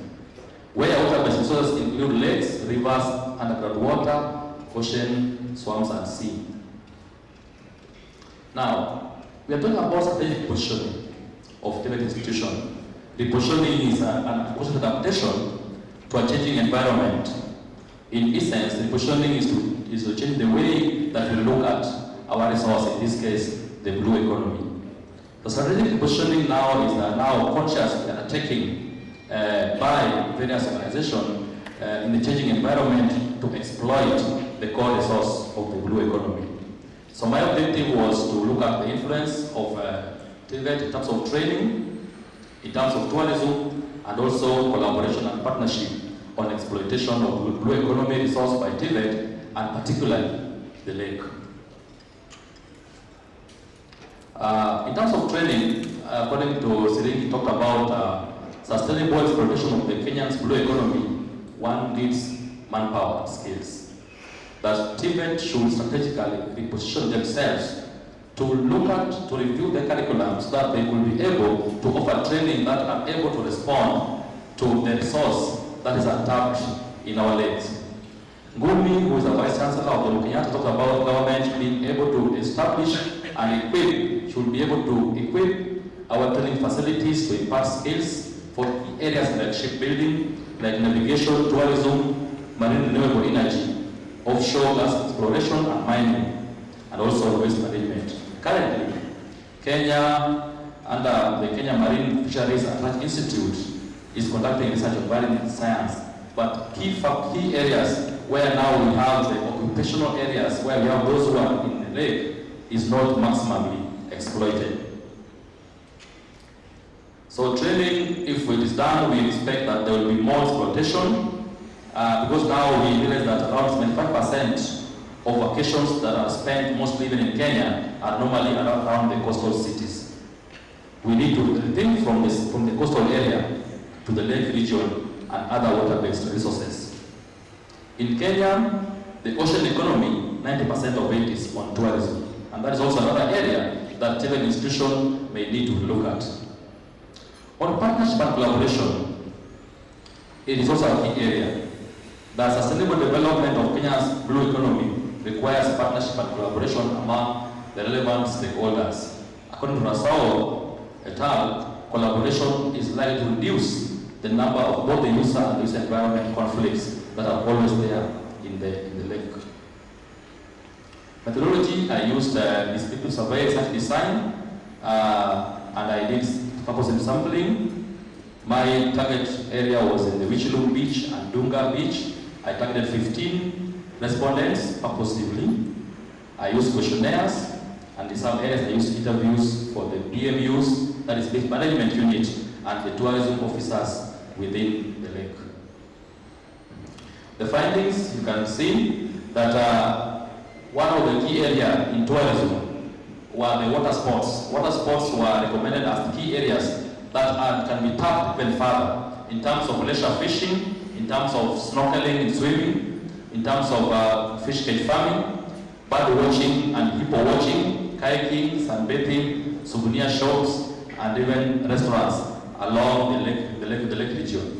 But now we look at most of the area in Wichilum Beach, the most common was boat riding and also fishing as one of the key findings. In terms of training, I realized that the finding revealed that most of the personnel or the community around the lake, most of them have secondary education. They have vocational education. Therefore, it means that most of those who have higher learning are not really involved in the lake activities, that's the blue economy.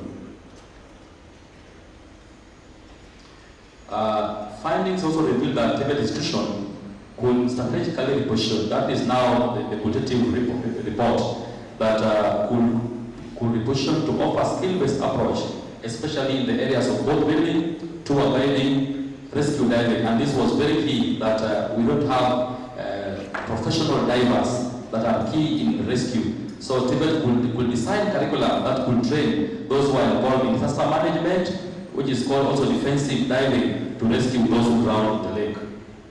Environmental conservation is also very key because there is the pollution of the blue economy resource. Value addition on the byproducts of the lake, fish cage farming as key priority areas. In terms of partnership, the findings reveal that only 50% confirmed that they were satisfied with the level of partnership, that the partnership was benefiting those around the lake region. Now, on the discussion, we can talk about that most of our respondents which participated indicated that leisure fishing and fishing was most at the lake side, but people watching, operating souvenir shop, and even micro enterprise like fish shelling, which is very common.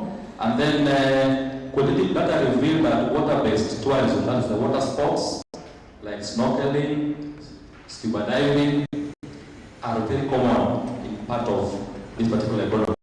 But of importance was the issue of sex tourism, which was also the element of water-based tourism will provide better escape and entertainment in terms of socio-cultural resource. On training, can conclude that different institutions should be funded and equipped to offer skill-based training that is specific to the activities that are there in this particular area, that is the lake, in terms of boat building, tour guiding, rescue diving, conservation, pollination, and fish farming. This is in agreement with Ngumi, who talked about equipping of TVET institution. On partnership, only 50% were happy, and this was mainly done by county government, beach management unit, and Joes, where our keynote speaker comes from. They have been doing a good job, especially the Dunga Beach in terms of ecotourism, to improve on that particular resource. The Kenya Marine and Fisheries Research Institute were also sent as stakeholders, but now their networking was not up to date according to the respondent. The partnership should be well structured so that they could have MOUs to minimize potential conflict.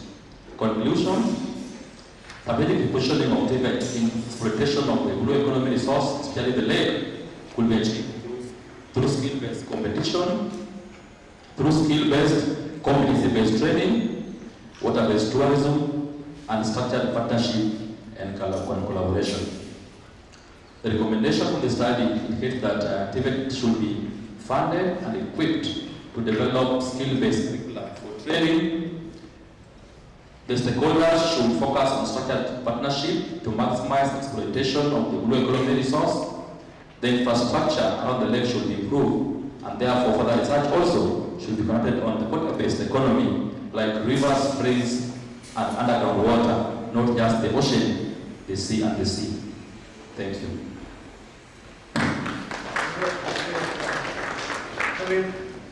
For our board presentation. Any question will be reserved until question time. Now, can we have Janet?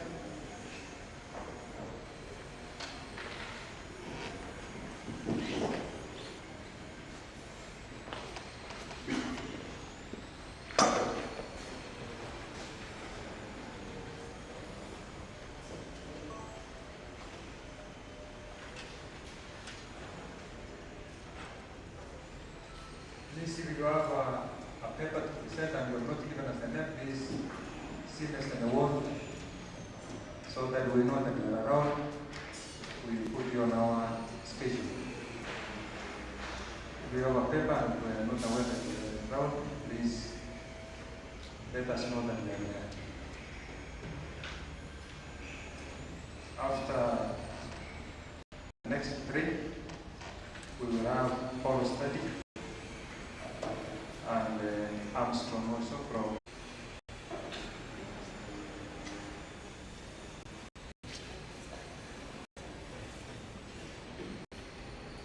Good afternoon. My name is Angela on gender equality in technical and vocational training institutions. And the data was collected within CI Institute. So, in all activities, and gender is not just about men and women, but also the youth agenda within the gender. And also, people living with this and women is almost equal. If we do not involve the women in the development agenda, then it's kind of the other gender is burdened, and realize it's now a target under performance contracting.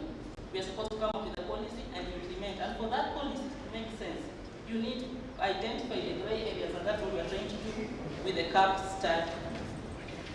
So the method used was descriptive study, descriptive method, study design, to determine staff perception towards gender equality. 162 members of staff were involved, both heads of department and administration. So the main tools that were used were the key informal interviews, focus discussion, analysis. So that was the gender representation within the workforce. As you can see, the female representation is very low.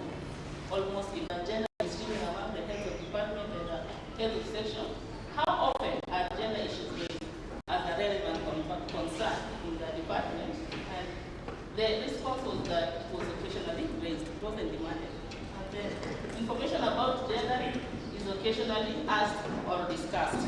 Then resource allocation for gender, the resources were adequate, but then in terms of human resource, it wasn't adequate. As we've seen in the staff representation, anytime you want to allocate tasks within, because mainstreaming gender means at all levels, in all activities. So sometimes you want to allocate tasks, but the women are not there. Or either they lack the qualification that is expected.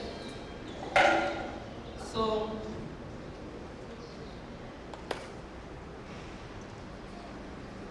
okay, when asked which areas that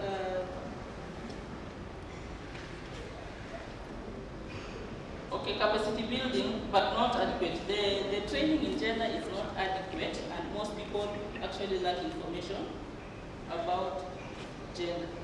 Then priority areas for gender mainstreaming, and what came out from the findings is that most people prefer to be trained on gender issues and budget.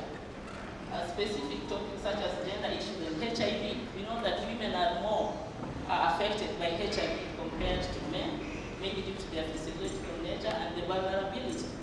And then gender equality in education. Again, in education, women are fewer. Integration, gender issues in investment and infrastructure. And also the same thing is happening in terms of people with disability. They are disadvantaged in terms of accessing education. Gender issues and reproductive health education. It has been a big debate about sex education at primary level, at secondary level, and even tertiary education. Nobody's talking about it, we are silent. But the silence is too loud, because right now we are talking about HIV prevalence of over 20%, teenage pregnancy of over 20%. Are we okay, or who will never talk about it? So these are still issues that we're supposed to discuss as far as gender is concerned. What are the main obstacles in mainstreaming gender? The main one is communication. How are gender issues being communicated? And the communication, the response was that there is poor communication on gender issues, and people have inadequate information on gender. What are the issues that we're supposed to know as far as gender is concerned? So, about the senior management, what are they already doing in terms of gender? There's a committee, there's a focal person, there's an equal opportunity culture or policy. And then we have ramps for easy access and all that, charter and everything.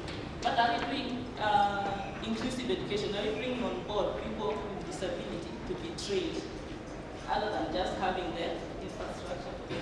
In terms of all correspondence, procurement, tendering process and appointments, and even student organization, we are considering the gender aspect. Then there's also lack of a policy to handle special needs for both men and women, no rapid response team or a mechanism to handle the gender issues. And as we said, there is also no MCH services, the maternal and child care services within an institution. This is a gender issue, because if we have a young population amongst us, we have young trainers who need these services, the antenatal and postnatal care. When female trainers need to take leave or off to go to hospital to attend their clinics, well, they could do that within the institution and make it more easier for them. We don't have what we call the safe havens. Where do we take the safe havens? Where do we take care of girls who have no place to stay, or those who get pregnant and they're sent away from home? How do we take care of such? And then the other thing that came out as an obstacle, that women and youth lack the relevant qualifications in terms of promotions, because as we know in public service, promotion is on the basis of what? Years of service. So most younger staff are just recently employed, and so when you become an HOD to someone who has been working for 30 years, it doesn't work so well. So there's that feeling that the younger people cannot live there. Then there's also that men seem to be more aggressive than female. If there's a task and that needs maybe computer knowledge, most females should share. So that is also another thing that came out. And then the notion that gender issues are bringing was there, the female made the male feel that it was not fair. Then as we know, the issue of infrastructure in our institutions, is limiting, so that we cannot provide some of these facilities like the safe harbors. And then, in conclusion, the management had a positive attitude towards gender mainstreaming, and this is very important because the political will is very important in terms of implementing a policy. However, information on gender mainstreaming and sexual and gender-based violence was inadequate. For instance, most people could not tell what is sexual and gender-based violence, and then and what is not. And then communication on gender issues was also poor.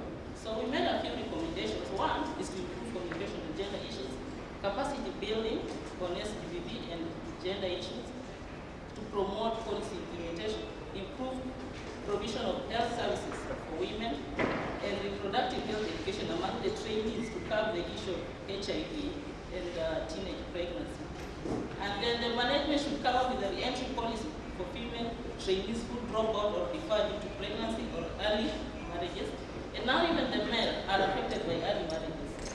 When the male trainees marry, they drop out, they already assume responsibility and they're supposed to be fending for their families. Some going to border and that's how their schooling ends. So that was my presentation. Thank you for listening. Thank you so much. Good presentation and your work right. Gender issue again. I hope we will also not bring up so many questions like the other one. The next presenter, Polka, please.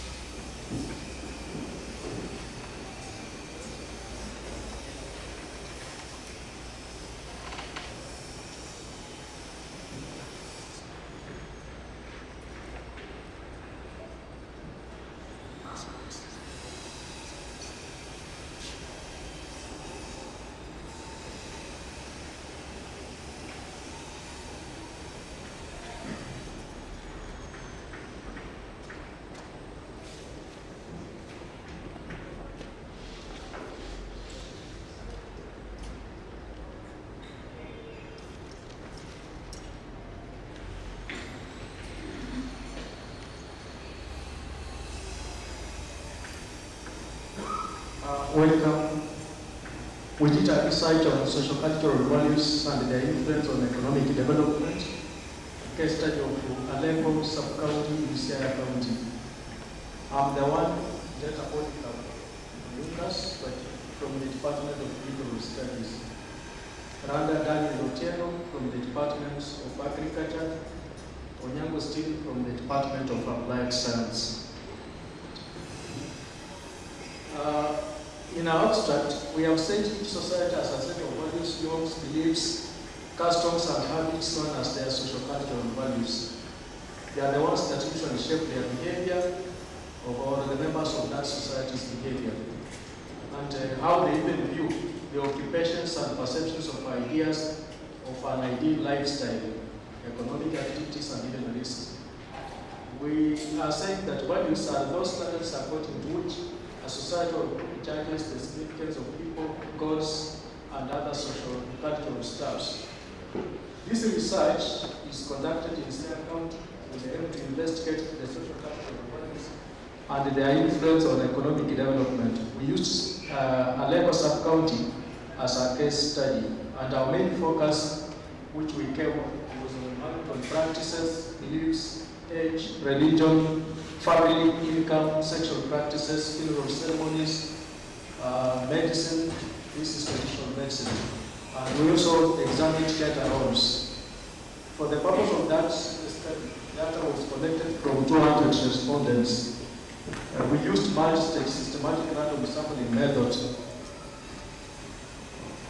We used multi-stage systematic random sampling to sample the data. The results of the study indicated that villages which are located in the most remote parts of the sub-county are more immersed in social-cultural values and are economically underdeveloped than those ones that were close to urban centers and administrative centers, possibly due to lack of awareness and lack of administrative action by the selected local leaders and organizations. Traditional values are a very strong aspect of residents' life in Aleppo, Soka. We determined that. It gives them strength and faith in what they do.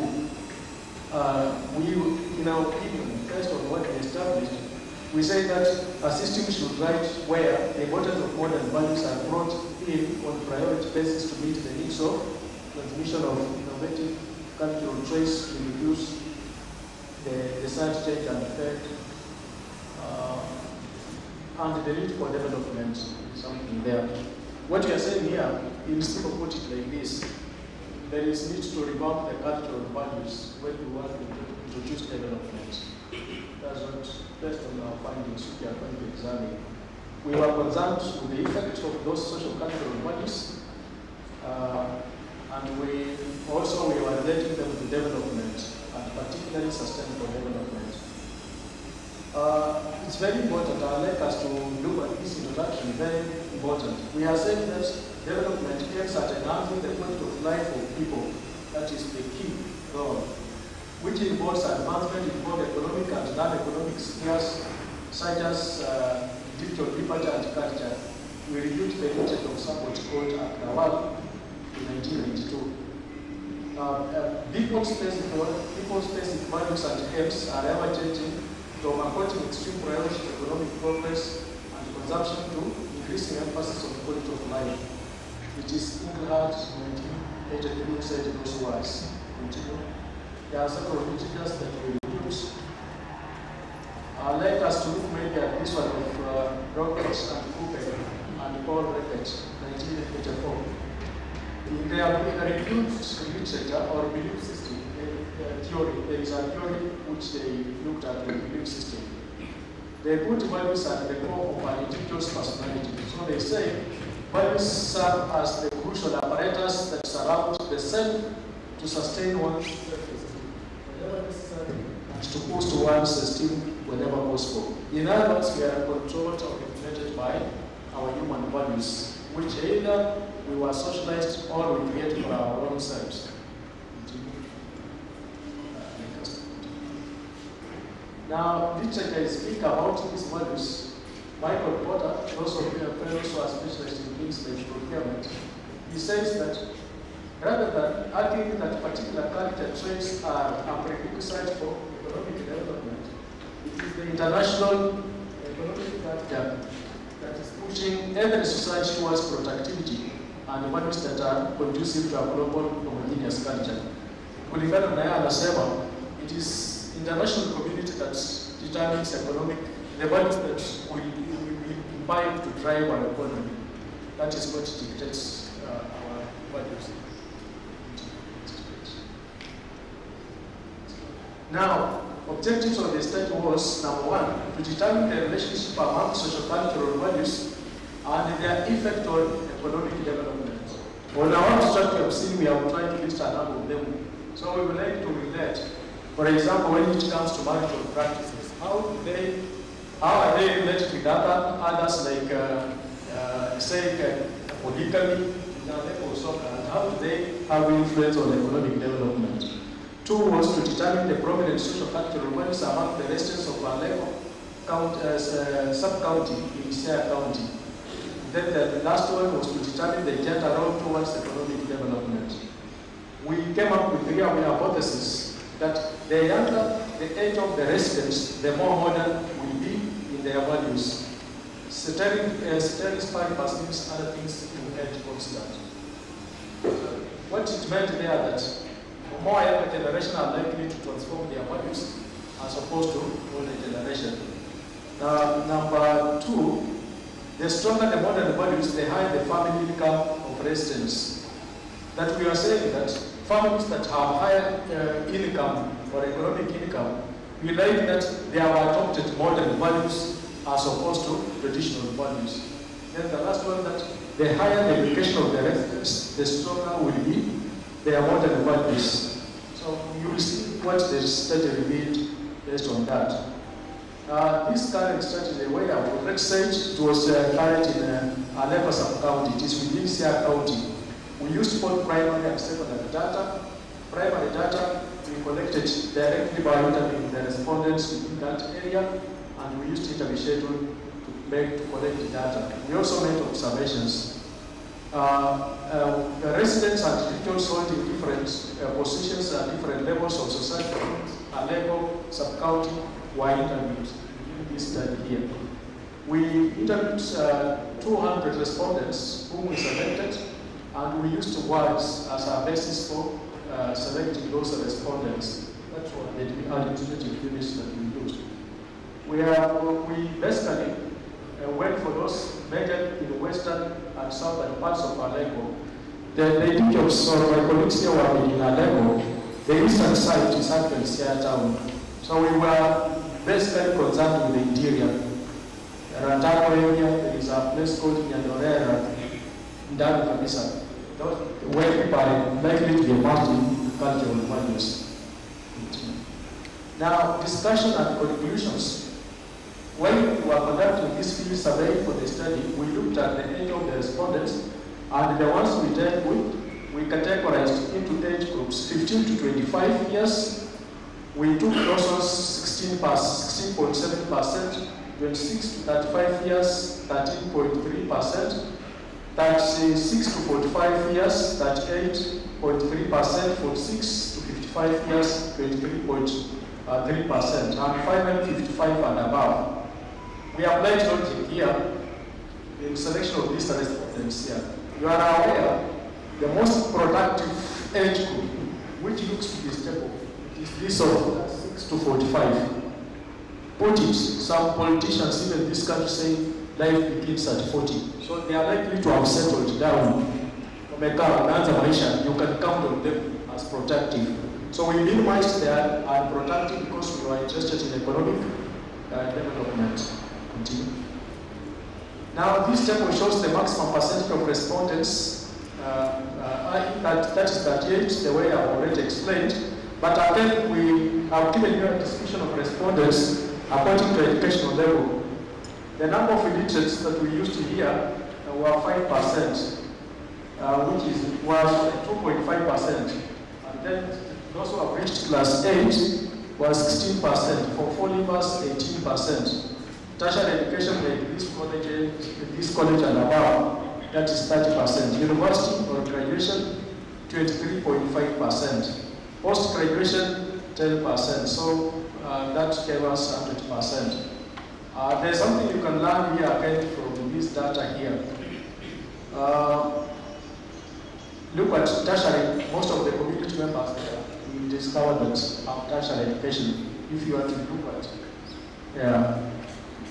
continue, and as the age increases, that level education level is falling down. So this data, which was activity data, it shows that the education level of respondents, which was the highest number, was 30%, which at tertiary education. And the minimum, which was 2.5 respondents, which were actually illiterate. Postgraduate level respondents, 10%, and graduate, 23.5. In that level, it is evident that there is increasing trend of education level with every successive level of education. To a certain level. Elimu mtu akipata kidogo anataka kuongezea. Vile daktari professor alisema, it's like some demons which inspire to get more. But here, there is something which came up again a little bit strange. Then after graduation, thereafter is found there is a sudden fall in education, drastic kabisa, reduce. Maybe you can take it to go and do some experiments, but I want to imagine it is because of the cost of that education. After graduation, postgraduate, the target either PhD will be told 2 million and above, which you might not afford. After concluding discussion of respondents in view of cultural beliefs as their strengths, while about to appear, our cultural values, norms, beliefs, there is a source of strengths. Those who answered that question says that is 61.5 agreed that cultural beliefs is their source of strength, which means it directs it's a motivational factor in what we do. Those who refuse to acknowledge 6 and those who are not sure to 12.5. Now, continue. Now, we found that there were various reasons for which residents kept faith in traditional values and norms in that area, which we did a study.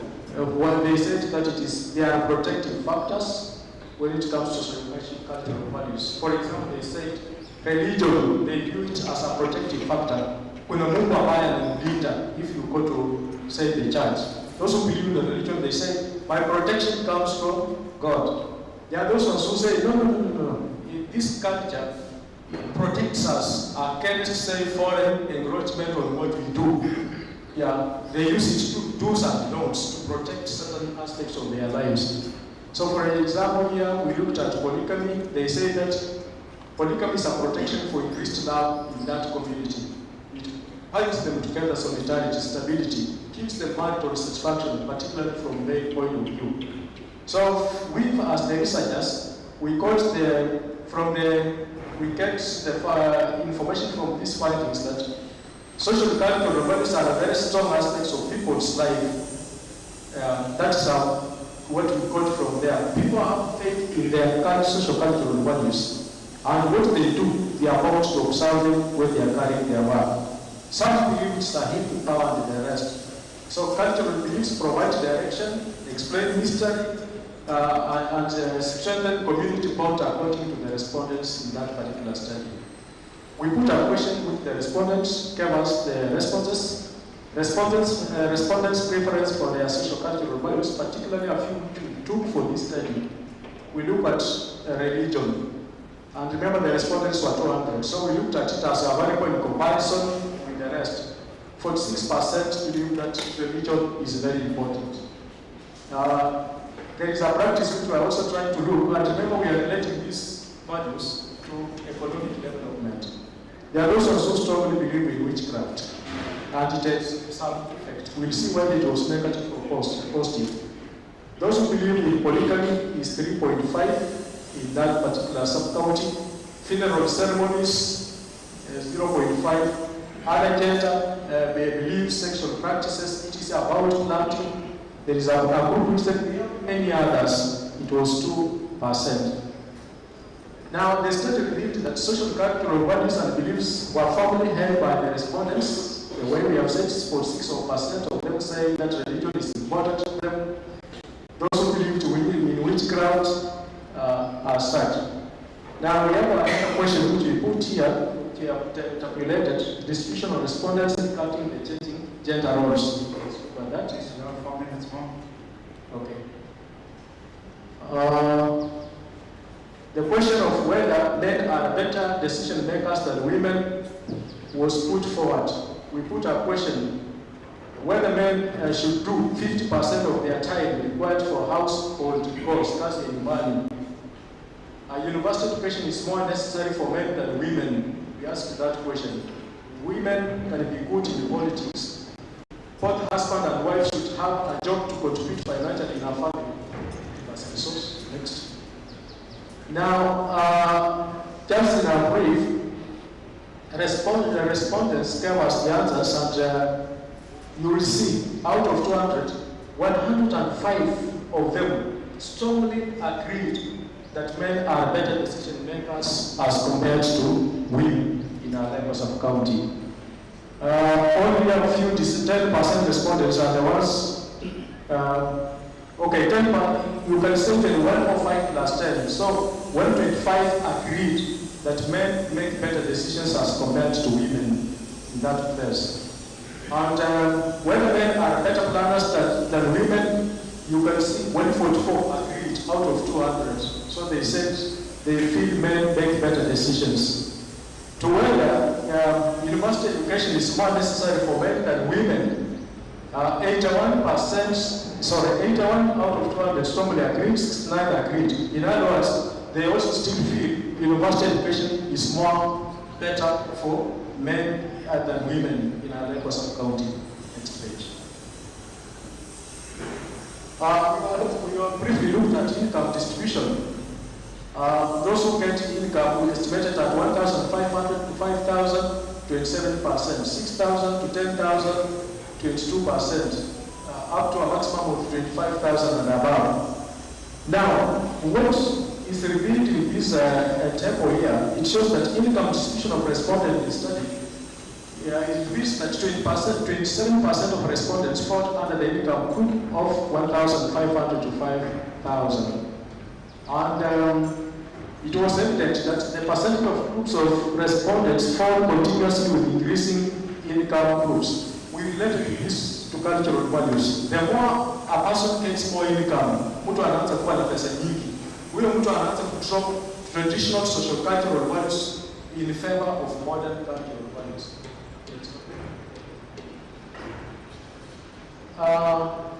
Okay, we put just a simple question to summarize whether that is social effect of social cultural values on economic development. The question was simple. Do you believe social cultural values have effect on economic development? In summary, out of 200, they said out of 200, 1/3 said yes. So the answer is yes. We go to conclusions. Now, just a minute. Take me to introduction. There is a research question which I'd like us to look at, how we put it, because it's the one we are going to answer here for introduction.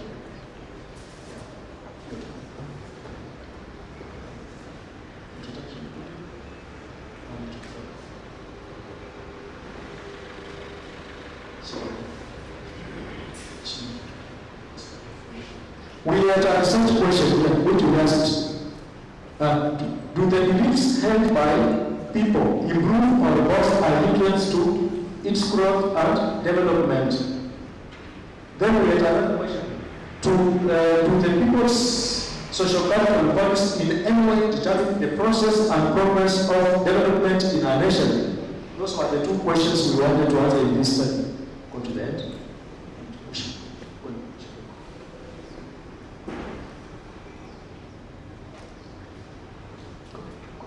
Now, we began by asking that question. One was, do the people's social cultural values in any way determine the process and progress of development in the nation? The resulting answer that we got is that social cultural values affect economic development by inspiring hard work that increases productivity. People with substantial education are likely to adopt stronger values that have a higher probability of steering economic development. To the second question, what was to the people's beliefs, do the beliefs held by the people improve or cause a hindrance to its growth and development? The conclusive answer which we got was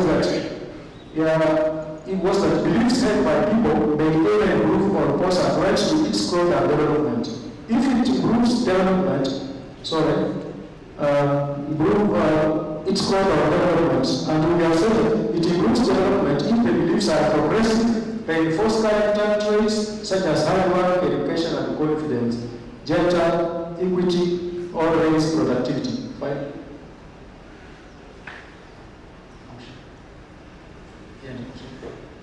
So the results of this study are very good. It shows that we are saying the results of the study should have a sobering effect on policymakers and all concerned with issues of equity and social transformation in economic development.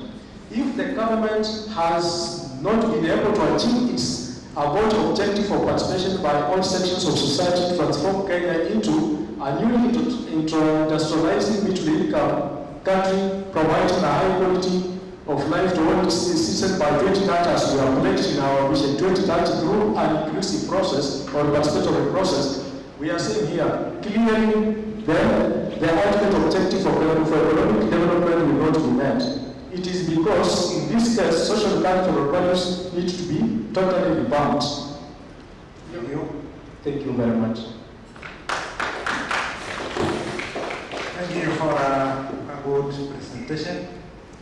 Now, I've had the second three, that is Philip, Charlotte, and Holka presenting. It's now time for question. We have about 30 minutes. Anybody with a question for the three presenters, please? come up and ask your question. Any question?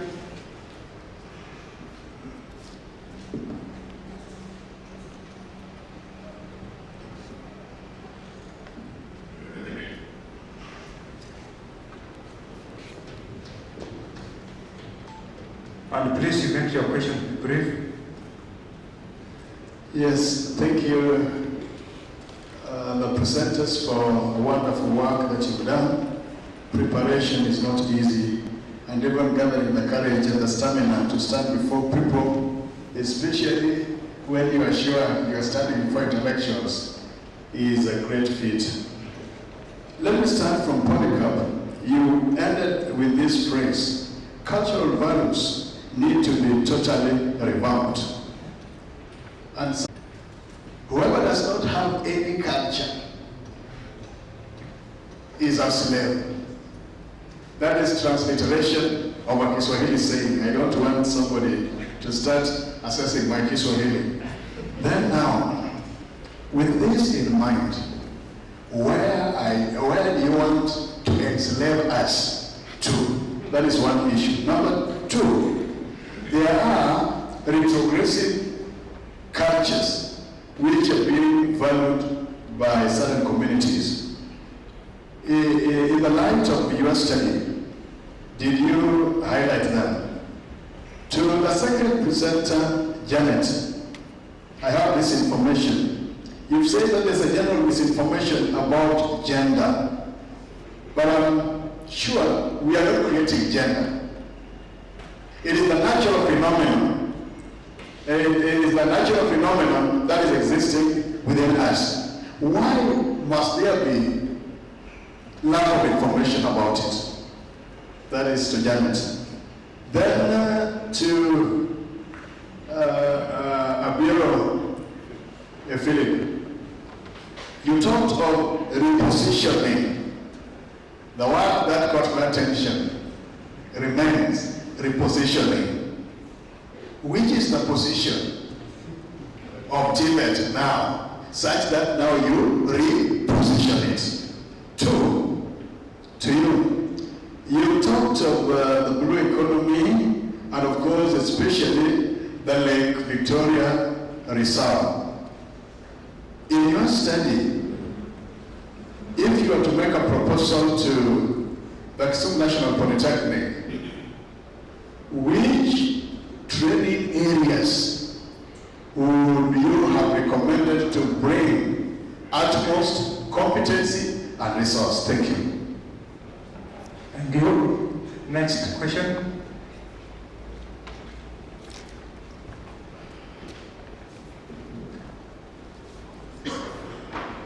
Thank you, thank you. I have two questions. One to Dr. Philip Abiero, and then the next to Wanaleta. So to Wanaleta first, based on your study, how prevalent is levirate marriage in Siaya County, whereby it is the duty of the brother of the deceased to remarry the widow? Then the second one to Dr. Philip Abiero. In terms of repositioning Tibet institutions with regards to the blue economy, do you foresee blockchain technology being a factor? Thank you. Next question. Presenters, I hope that you take those questions. My question goes to Dr. Philip Abiero. In terms of strategic repositioning of Tibet institutions, you mentioned sex tourism, albeit on a light note, but is it really one of the things we want to promote, especially in our Tibet institutions? Even though you say that maybe we could be about teaching them the safe sex, but I mean, what would be the curriculum? We have NGOs who deal with such things, but is that one of our main activities that we would bring in as the Tibet institution to reposition on? Thank you. Thank you so much. Also, very clarification on the same. Was this a finding or is something that you had put in your study, please?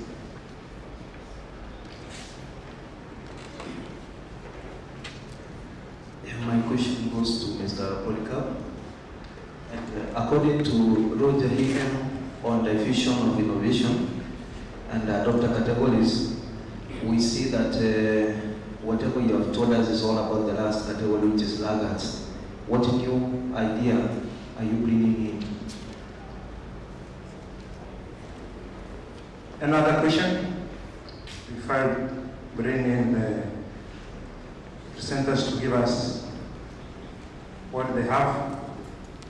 Thank you. I have a question to the one who presented on gender equality in education. I think we all want to consider about the pastoralists in consideration to informal and formal education. That's my question is, what does the pastoralists and the nomadics, girls and boys, need from the formal education, which mostly denies or ignores their indigenous knowledge? Thank you. Thank you so much. Now I also have some concern, just a minute. I have some concern concerning the figures which were given. I think it's from Polycarp. In your study, you have a frequency of, you have grouped your population into 6 groups, where you have 33, 27, 76, 60, 47, and 20. What informed you of these groupings? Because you're talking about representation in research. Is it fair? Don't you think some groups complain that we are fewer than the others? Don't you think they can influence your outcome? Now, another one was we talked about gender equality. We know there's this common thing we normally say, what a man can do, a woman can do better. When you talk about gender equality, do you think we will ever get gender equality? Because if what I can do, a woman can do it better. Don't you think again inequality that's coming? Let us think about it. Present us please. I have a question. We have a question? Oh. Dr. Obero, you did mention something about pharmaceutical products which are marine-based or biochemical.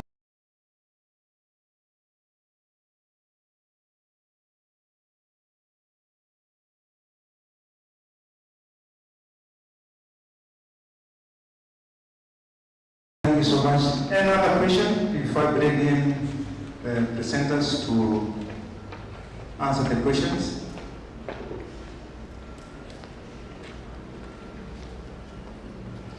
Thanks for the presentations. I'll go specific to that must be Madam Janet on gender mainstream. You talked of something on knowledge, attitude, and something.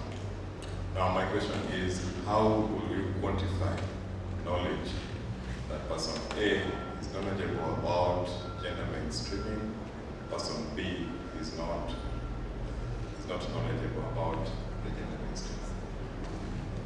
Thank you so much. I hope that is the last question. Philip, please. You have questions. You have a chance to respond to the questions.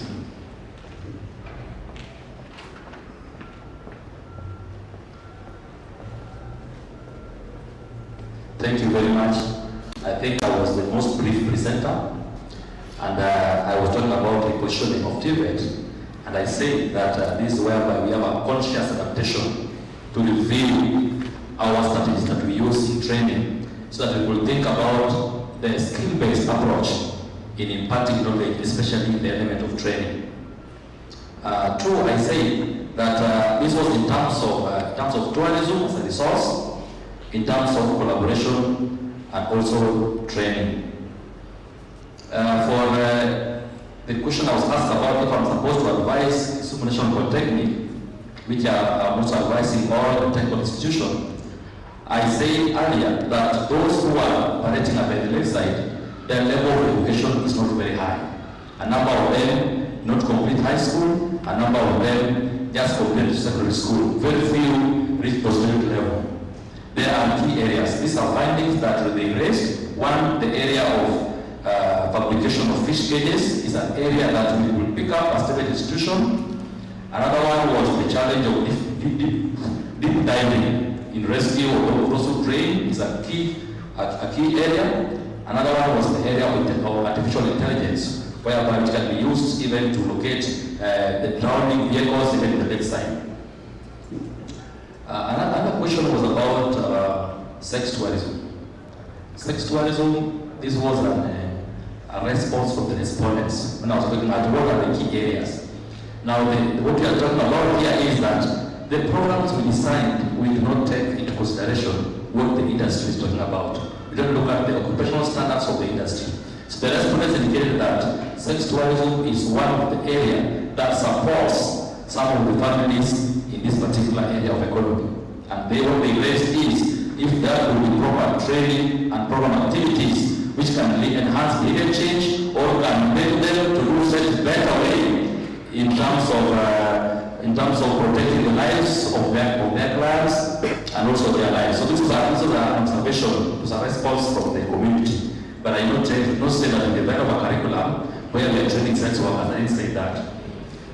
Lastly is the issue of pharmaceutical products in the marine environment. Remember I said I was keen on, I did my study on the lake because the blue economy studies that are there are talking more of the ocean and of the sea. Thank you very much. Thank you for your responses. We are in a changing community. You can hear now what the respondents are giving when they are given questions. Next presenter, please.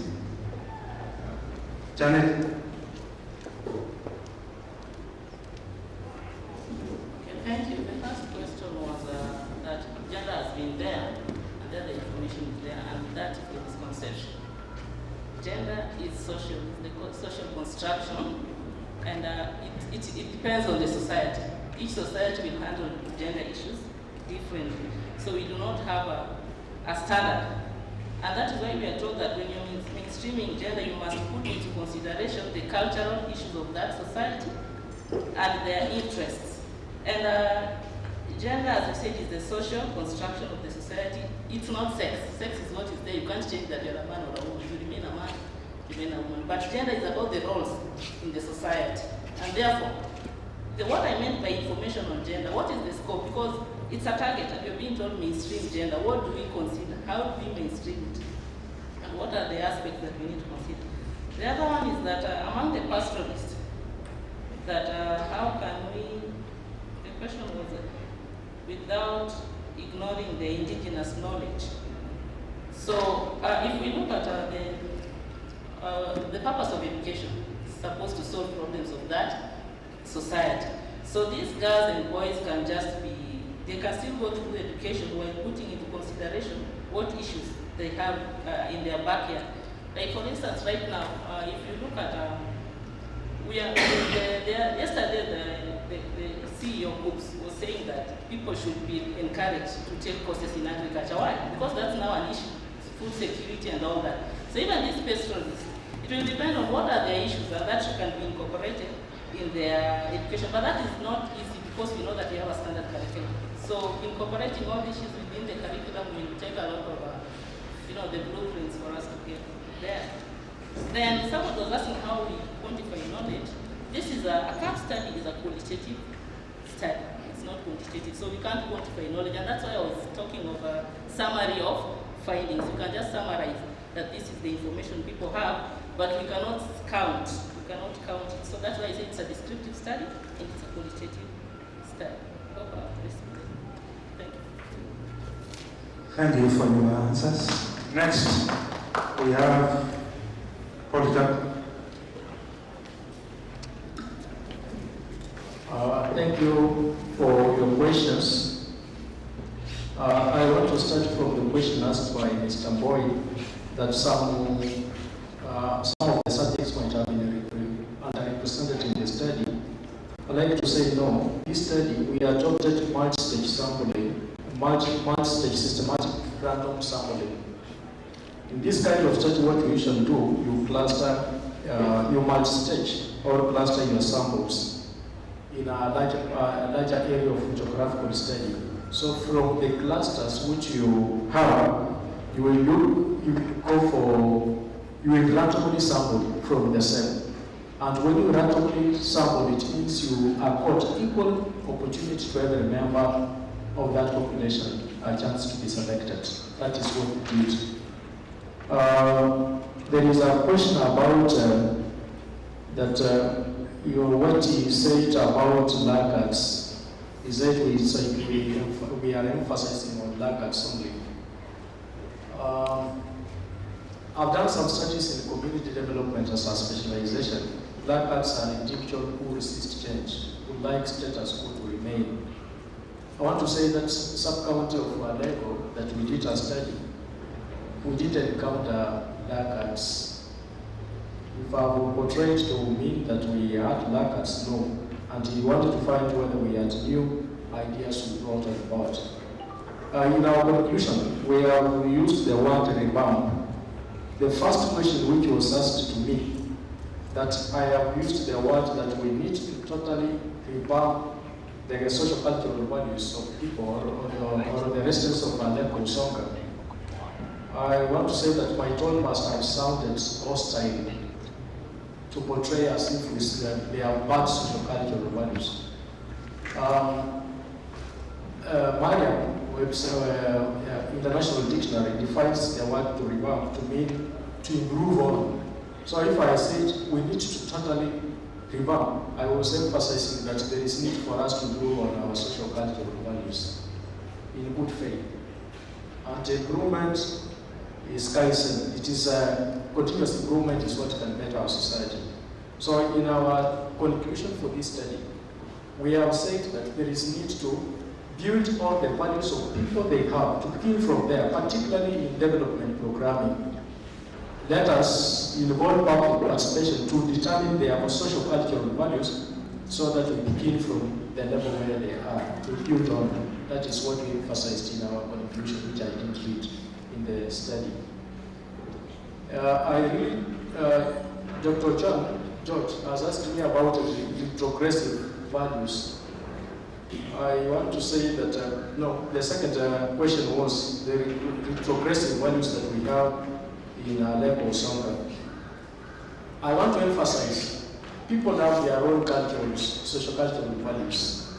They were inherited, some of them, through socialization process. They were transmitted to them.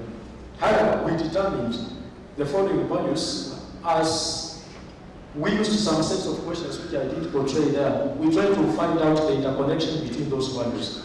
We determined polygamy to be a value, a social cultural value in Aleko, which is of concern. But the percentage of the respondents who were about 3.5 who still value polygamy in Aleko sub-county. The wife inheritance came out as a practice which is still in existence. We had, related to that was wife cleansing. Before somebody is inherited, another man has to have sex with that woman before she is inherited. We discovered that there is a practice of witchcraft, and tremendously, or on a big, large scale, we try to find out, because we found the belief in witchcraft has made some of the residents of Aleko sub-county who have gone to school, wamesoma vizuri, went kununua mashamba tu, within Luo Nyanza, but anasema, I'll be safe if I go to buy a piece of land in Ponto, Rarieta, like that. It is because of fear of witchcraft. So we determined the count has about, it was around either 477 PhD holders within Nyanza. It contributes to the total Nyanza for 477 PhD holders, which we got through Dr. Google by internet. That county, most of the PhD holders and professors are bought land outside that Aleko sub-county. Why? Because of fear of witchcraft, which has a negative impact on economic development. So I want to say that is among the other negatives we determined. The study was extremely objective. I work there, but I come from Trans-Nzoia sub-county, so I have nothing I could say I favored the study as objective. Thank you so much. We are having good ideas from our studies. That is the beauty of having a conference. We can understand ourselves at the end of the day. We are able to talk about our culture and say this is good and this is bad. That is how we can change the society. So we encourage that we have more of this conference so that we are able to interact on different areas. Our next group on stage, I will have Paul study, and then there is Armstrong, there is Mary, and there is James Otieno, all from Kisumu National Polytechnic. Can I start with the study?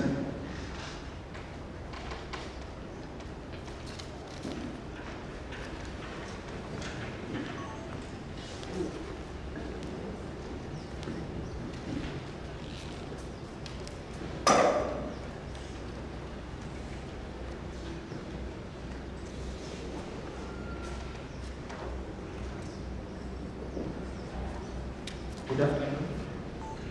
I am Paul from the Polytechnic here.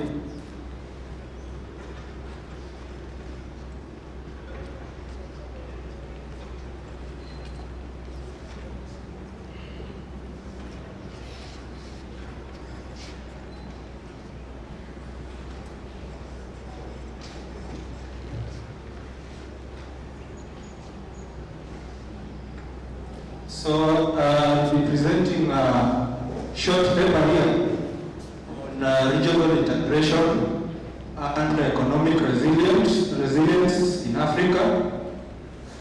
So basically my paper is based on the current events which we have experienced from COVID-19, and currently we are facing the effects of the Russian invasion in Ukraine, which has impacted our food value chains. We are experiencing high cost of different commodities in the country, and it is not only limited to Kenya, but across most of our African countries. So essentially, I'll aim at looking at the challenges of regional integration in Africa and what we can improve on so that we can improve intra-regional trade, which will enable Africa as a region to be self-reliant so that we don't have to end up depending on the outside world on our supply of basic commodities.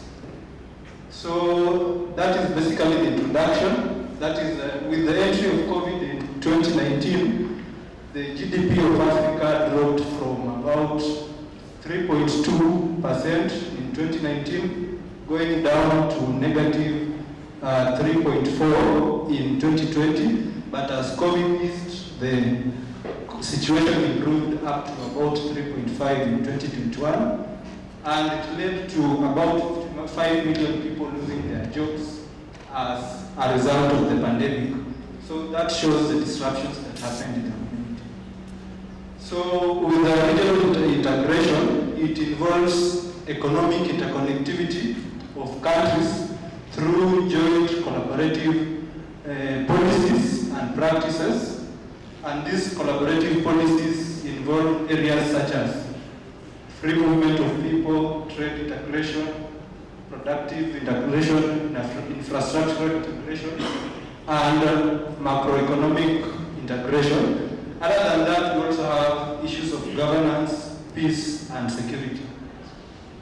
So those are the current regional economic communities in Africa which are striving to improve the level of integration in Africa or the level of collaboration in Africa. So what is economic resilience? So Cardiff University tells us that regional integration is the ability of farms and households to resist and survive economic disruptions in distribution systems, while another researcher called Pretorius from South Africa tells us that it is the ability of an economy to resist impacts of external disruption, readjust and adapt to regain production and output.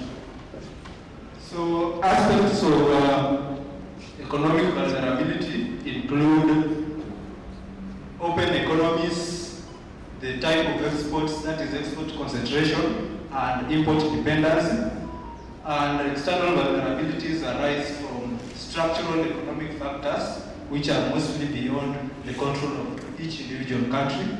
Then external shocks affect countries which depend on a narrow range of exports, and then these same countries have a huge dependence on vital imports such as oil and capital goods, and then these same countries also might be depending on foreign direct investment, which in fact, if they stop, they create chaos in the economies of those countries.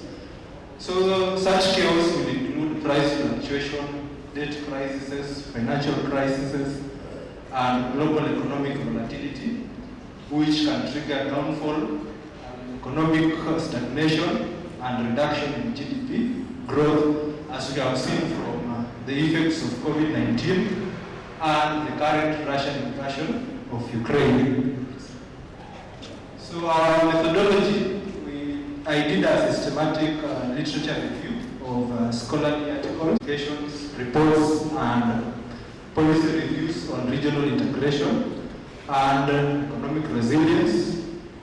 And we were limited to articles and publications between 2010 and 2022. That is between after the global financial crisis of 2008 and currently when we are within the COVID-19 situation and the Russian invasion of Ukraine. So from our methodology, we sampled 20 articles and publications, but I narrowed down to 6 articles.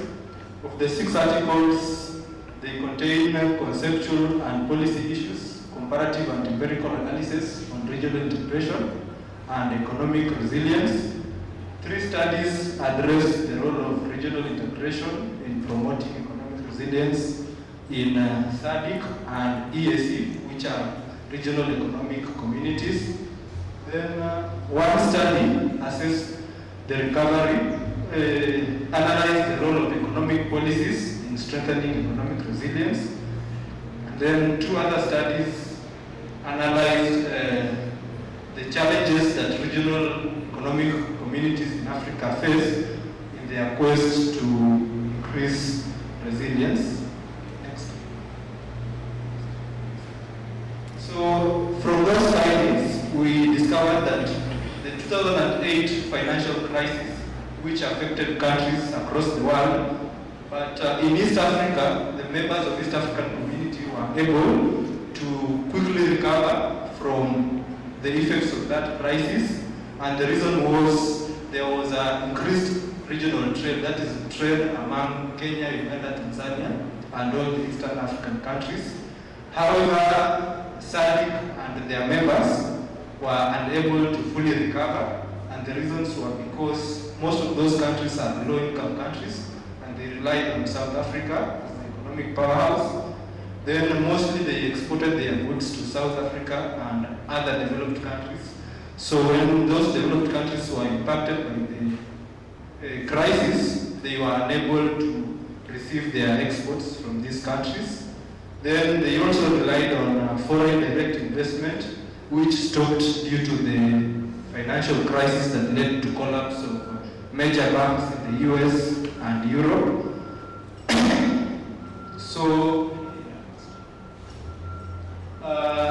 So from those studies, we are told that economies should explore policies that promote growth, but at the same time have mechanisms that can help create resilience in the economy.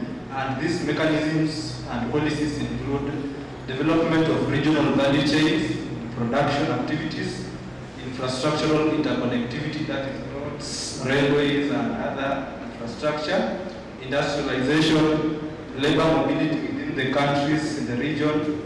Then operationalization of supranational institutions, such as if you can have a central bank for East Africa, the way you have the East African Court of Justice. Diversifying in our exports, that is, we don't have to be limited in exporting agricultural products or manufactured goods or minerals in raw form. Then opening up our markets for access to other goods. Then critical elements for resilient economies from this discussion include having an efficient public finance system that can help manage demand and address human economic well-being. The challenges, as we have highlighted, low per capita income, economic disparity, tariff issues, overlapping of the membership in different organizations. Then the future prospects for regional integration in Africa is that with the introduction of the African Continental Free Trade Area in 2018, it will seek to harmonize Africa into one huge market which will be able to collect or integrate all African economies into one market so that we can enjoy the economies of scale as one region.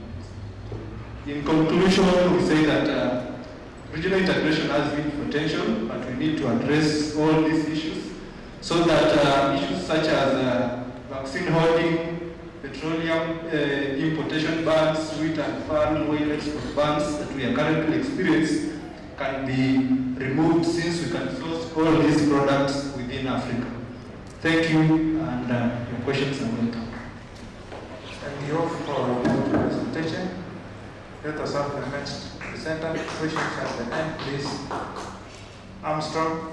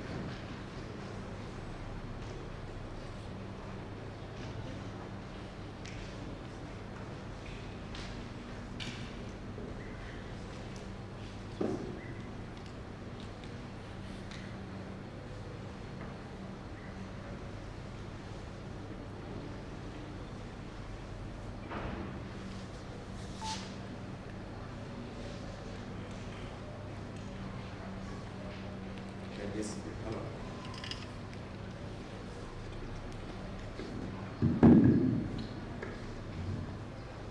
Ladies and gentlemen, good afternoon.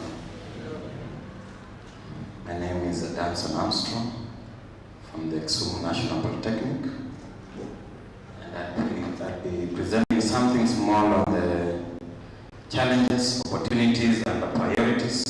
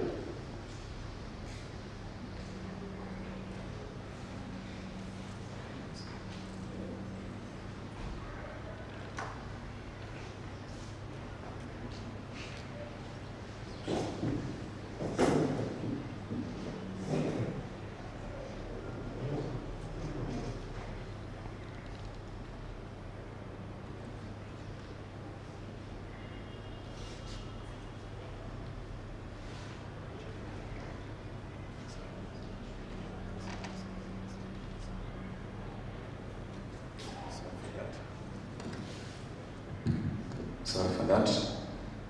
As I said, my name is Danson Armstrong from the Kisumu National Polytechnic, and I'm presenting a paper on the challenges, opportunities, and priorities in the blue economy.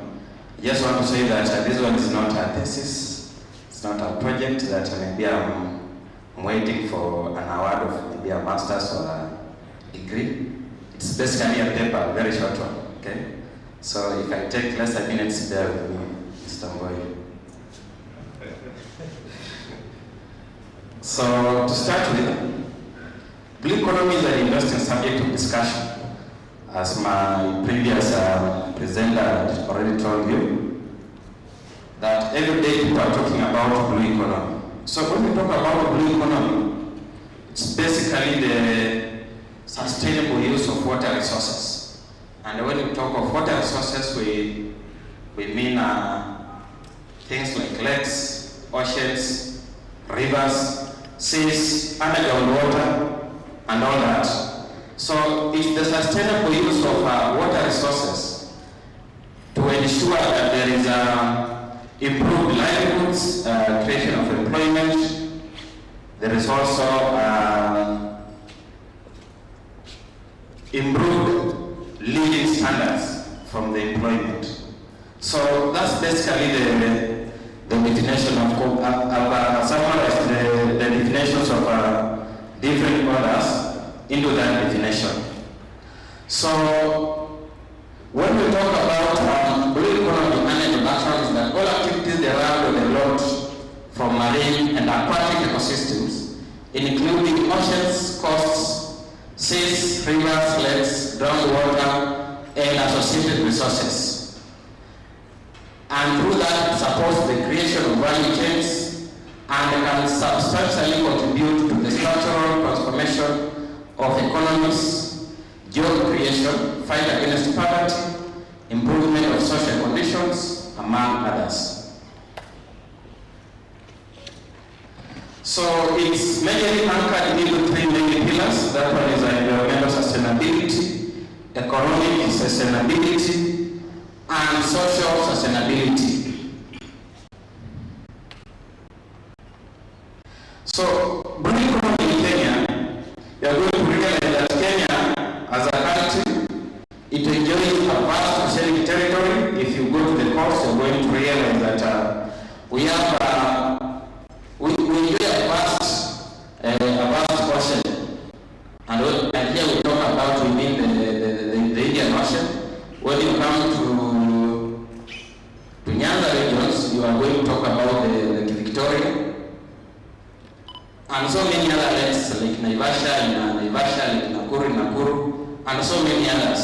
So blue economy consists of fisheries, maritime transport, tourism, offshore oil, gas, and renewable energy, coastal agriculture, coastal and marine forestry, and offshore coastal mining. So it encompasses so many other components when you talk about blue economy.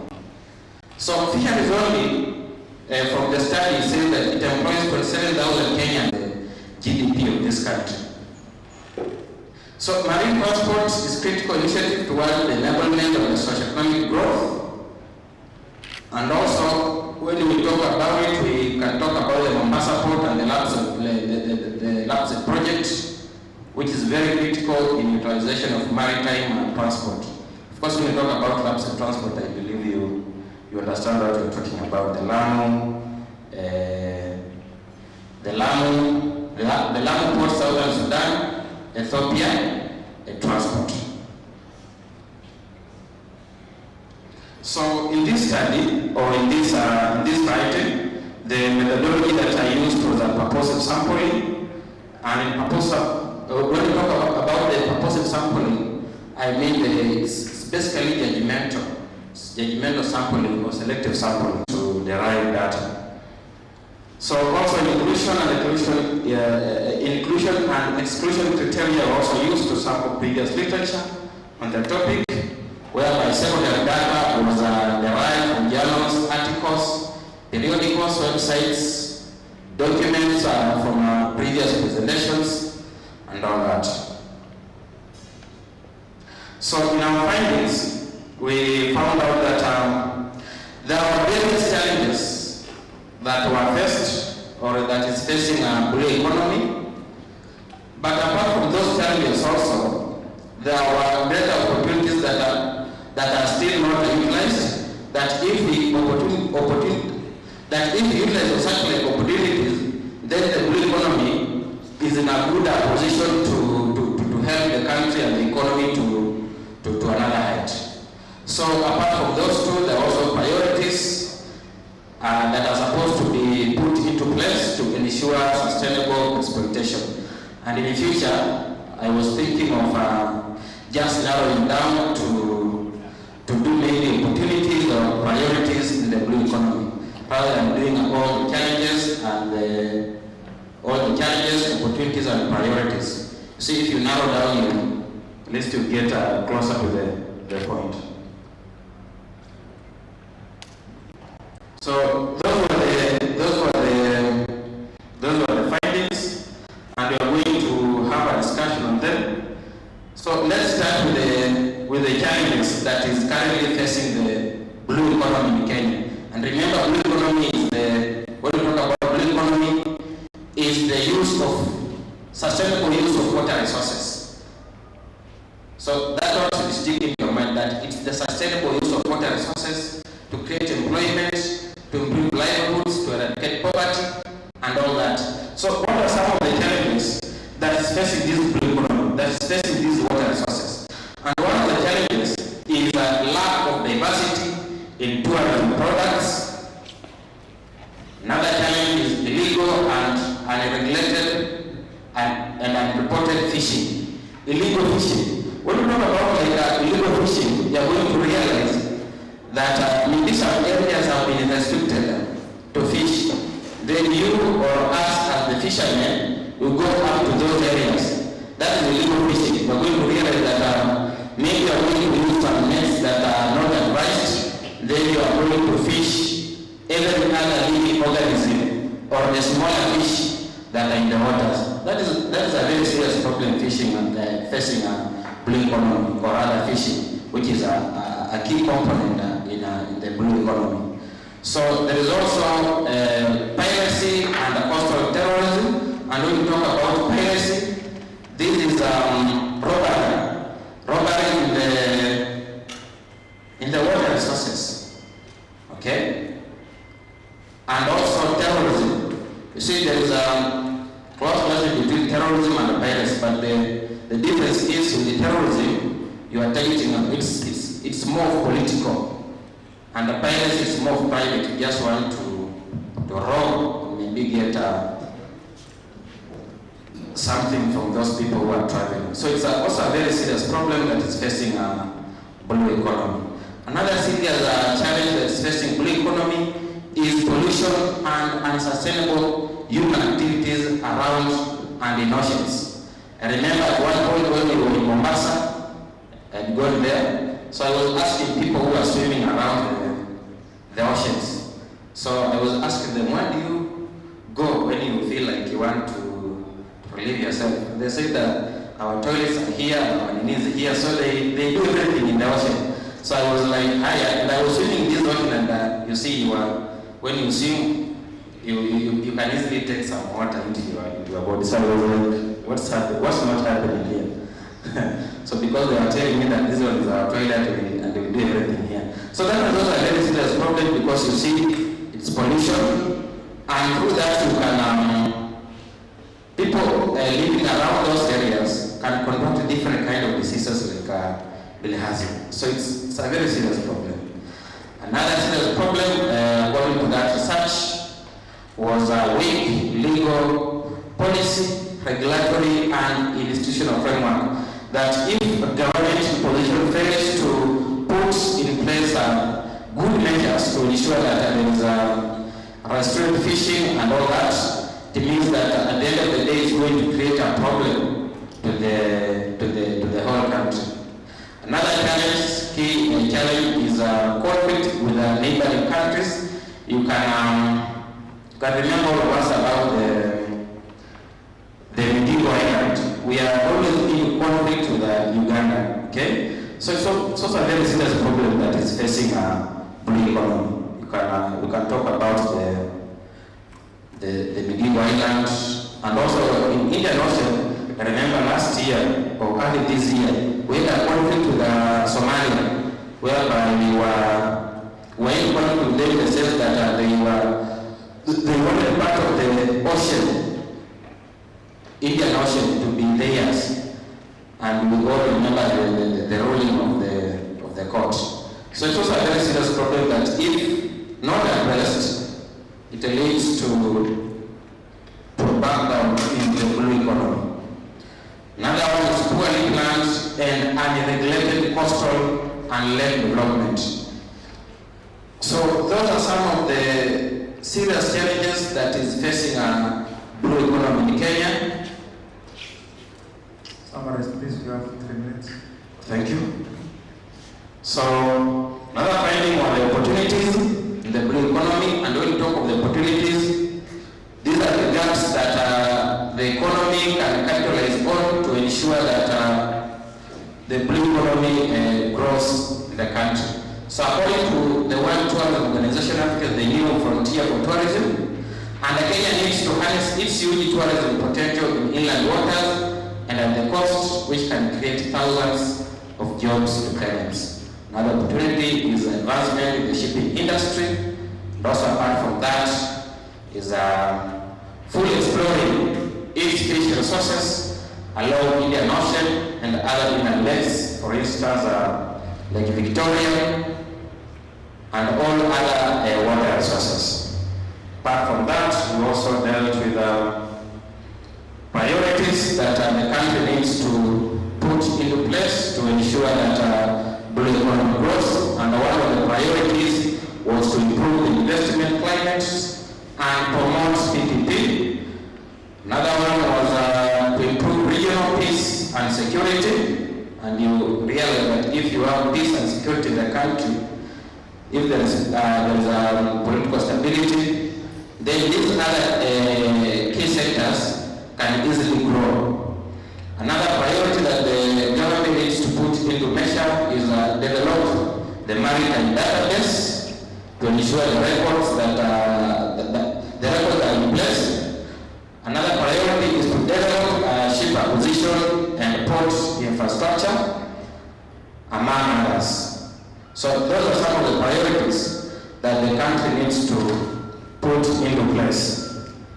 And in conclusion, therefore, we want to say that despite all the challenges that the blue economy is facing, Kenya stands at a good position to ensure that it utilizes the opportunities that are around to ensure that we have both economic, social, and environmental inclusivity, which will lead to exploitation of the blue economy. And also, the blue economy, it can help Kenya to solve issues of gender inclusivity, eradication of poverty, provision of food security, and the living standards among the citizens of this country. Lastly, the blue economy is very vital in achieving the Vision 2030 and the Sustainable Development Goals 2063 by the UN. Thank you very much for that presentation. I welcome questions after the session. Thank you so much. Questions will be after the next presenter. Thank you for that good presentation. Can we appreciate him, please? Next, we have Mary.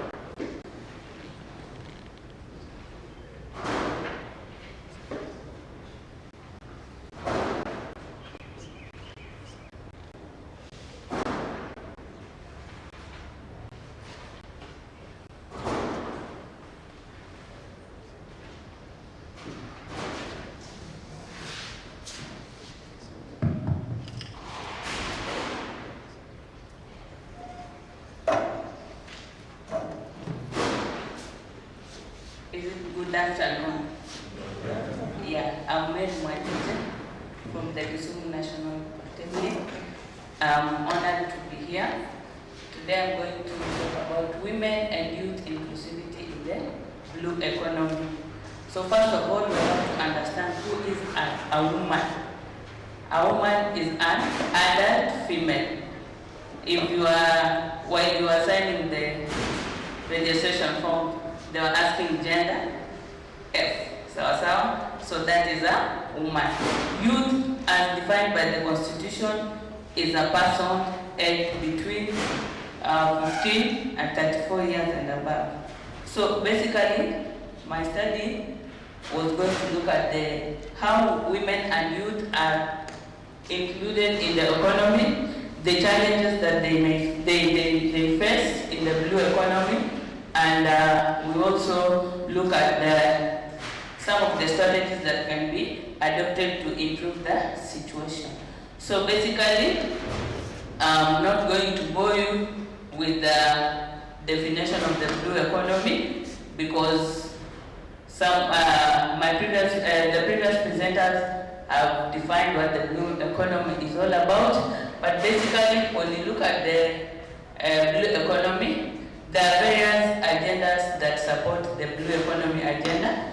We have the SDG, Social Development Agenda. We have the Government Task Force and the Agenda 2063. Basically, SDG agenda focuses on matters to do with equality, quality education, provision of quality education to youth, to women. And then the Government Task Force also talks about representation of youth and women in decision making regarding blue economy. And then also you have Agenda 2063, which talks about the Africa we want in the year 2063, what should be happening. And when you look at those agendas, the SDG agenda and the Agenda 2063, you'll find that there are some similarities. So basically, they have said that the Kenyan maritime resources include the oceans, lakes, and rivers. I know how you know examples of ocean, lakes, and rivers. And under the blue economy, we have various activities that take place. That is fisheries, tourism, maritime transport, and offshore mining. Under mining, they can do mining of some minerals like diamond.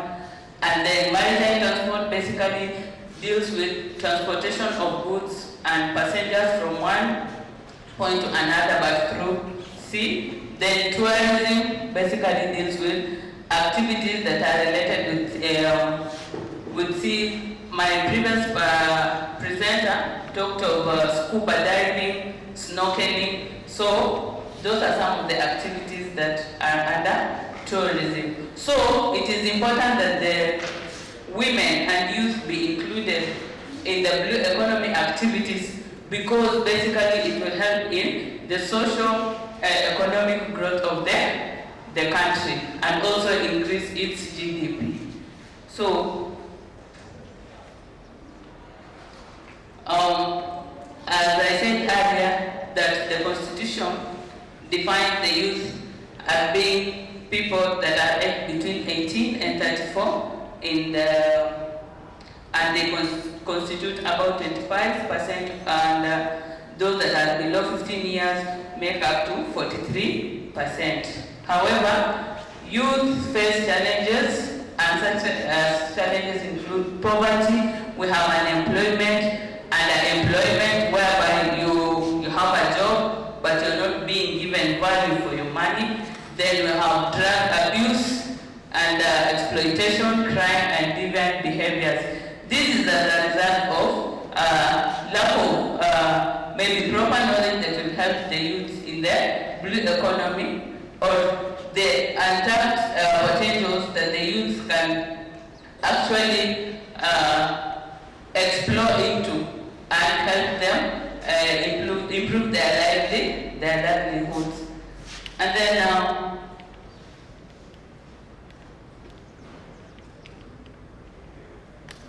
so apart from these youth, the women also, despite their being the sustainable development goals of, as given an example, gender equality, poverty, quality education, decent work and economic growth, reduce inequalities, still women are facing challenges in the blue economy.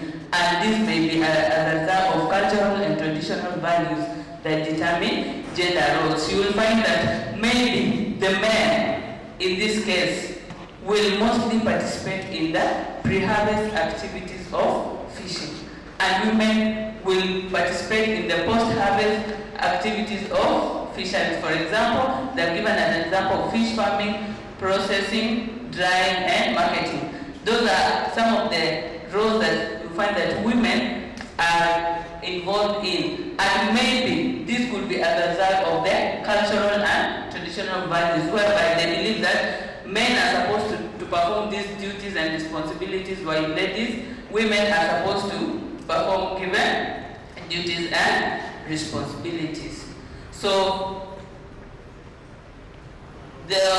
during the research, I did this desktop research review of secondary data, and utilized the content analysis technique to analyze the data, and a number of UN reports and articles and related studies of policy and strategies, and the Presidential Task Force for Blue Economy also was assessed, as well as information of website of middle-level colleges, institutes, and universities and journals were also used to develop the discussion.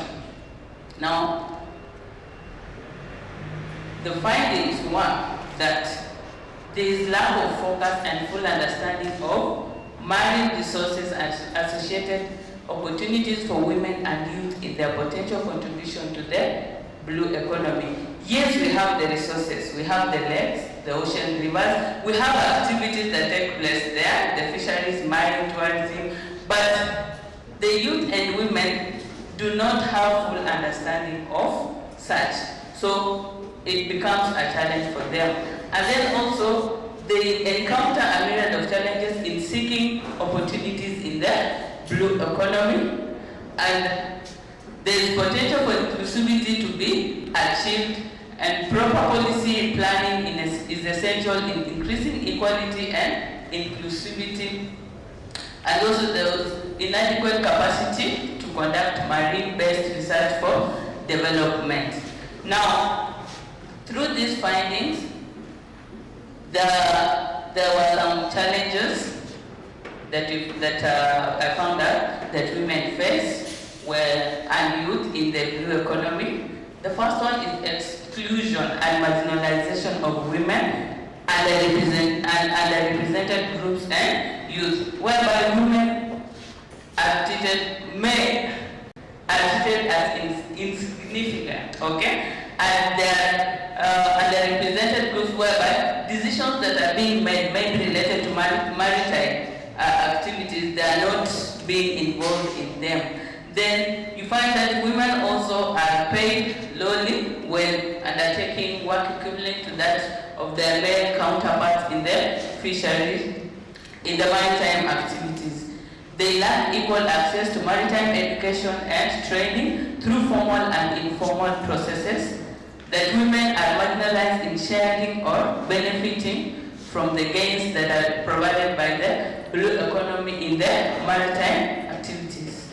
Then there's subsidies, equipment or logistics support, tax relief, training and financial support likely, the target fishers, vessel owners and the management who are predominantly male. So basically the pre-harvest activities are predominantly taken by the male population, and that is where the support is more, and like the post-harvest activities that are undertaken by the females.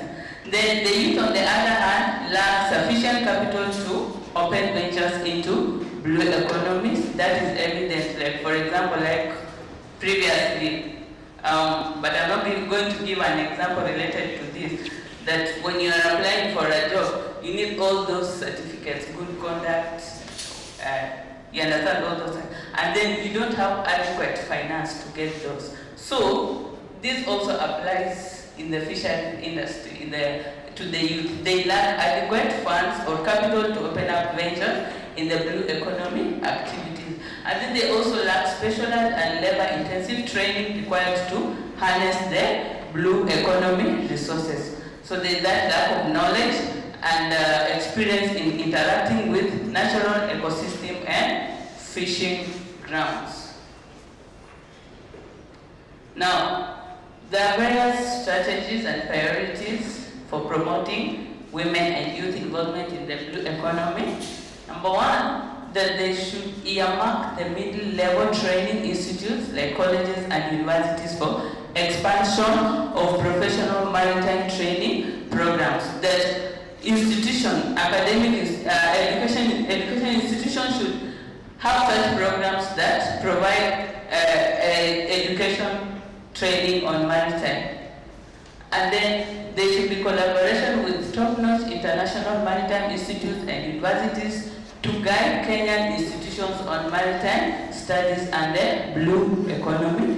Then they should formulate innovative strategies of institutionalizing absorption of the youth and women in the blue economy activities at both national and county level. And then also promotion of intersector research exchanges and impact analysis for better leveraging of the ocean's potential. Then the youth, there should be sensitization of the public, youth and women on their untapped potential and opportunities in the blue economy. They should carry out exhibitions and fairs for players in the blue economy so that the youth and women are able to understand what is really what should really take place in the blue economy, or what areas should they explore when they are engaged in the field of the maritime. At the same time, they should be sustaining the ocean resources. Now, there should be capacity building initiatives to build the fishing and maritime conservation skills. Then the conclusion that youth should be engaged in policy and budget reviews that are critical in youth empowerment programs through publication and participation. Also, the youth and women should be granted opportunities for representation on consultative committees that touch on marine-related activities. The decision should not just be made at the top management level, but also in engagement of the youth and women. Then there should be awareness creation of strengthening of marine institutions to be adequately supported and efficiently coordinated. So they should create awareness of marine institutions to both youth and women so that they can also venture in that field. And also they should design appropriate government policy framework for the blue economy that targets inclusivity of the women and youth engagement. Thank you. Thank you for Thank you so much. The next presenter, James Otieno, please. Can you be on stage?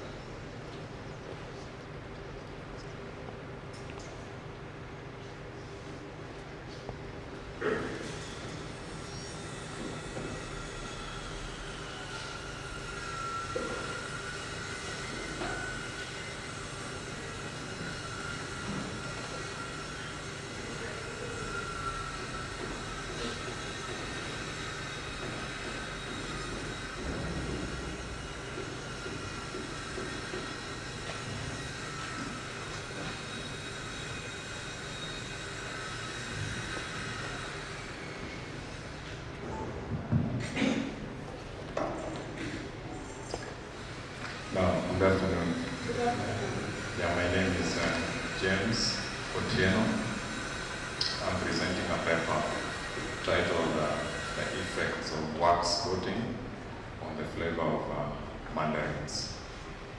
So this is a topic that is presented under post-harvest, that is under agriculture and food security. So just to begin with, to drive some few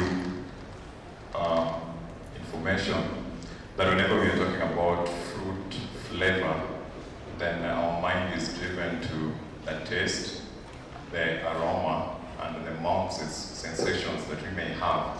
And this is perceived, especially when we are eating.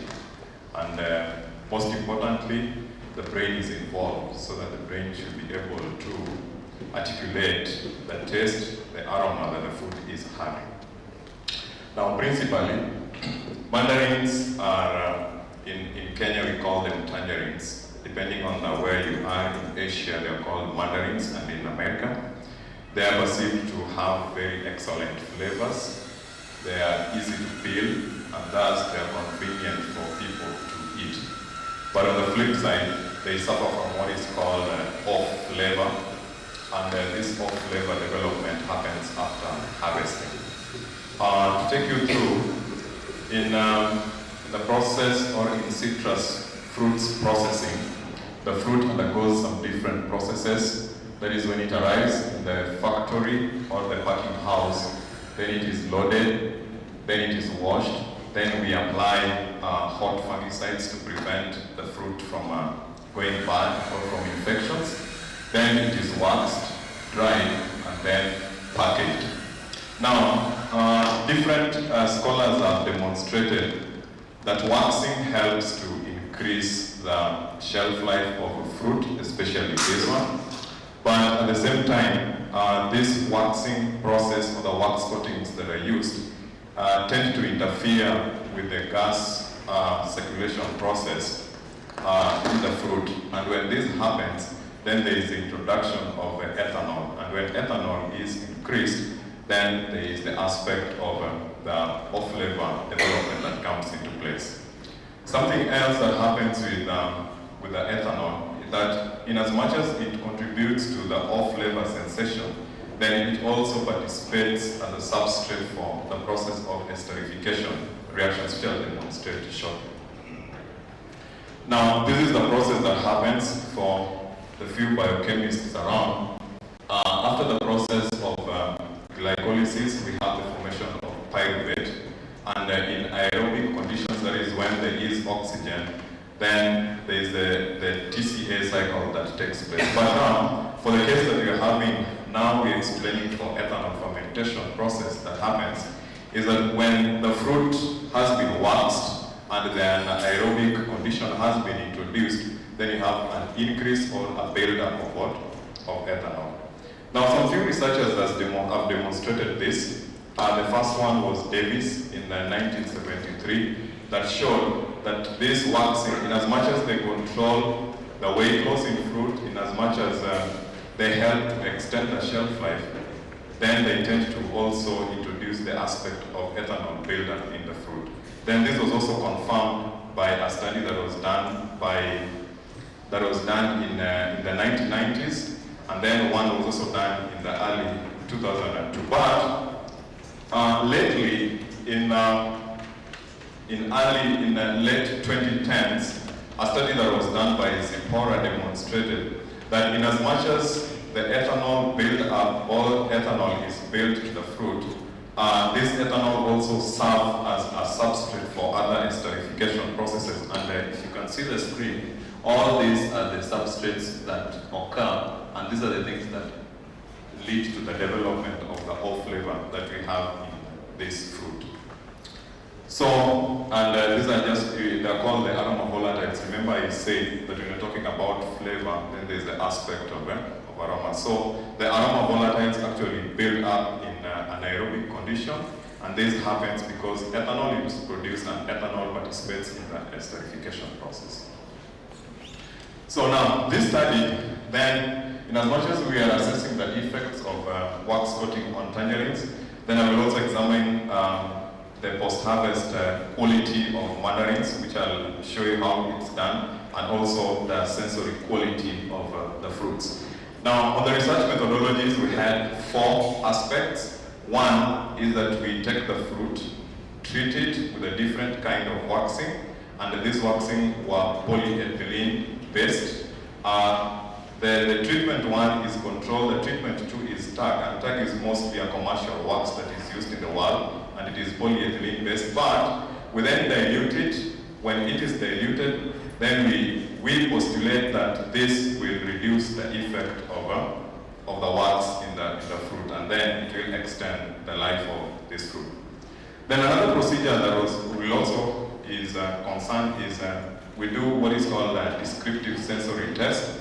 And in descriptive sensory test is you have a panel of 8 to 10 who are trained to detect some few things in a fruit or in food.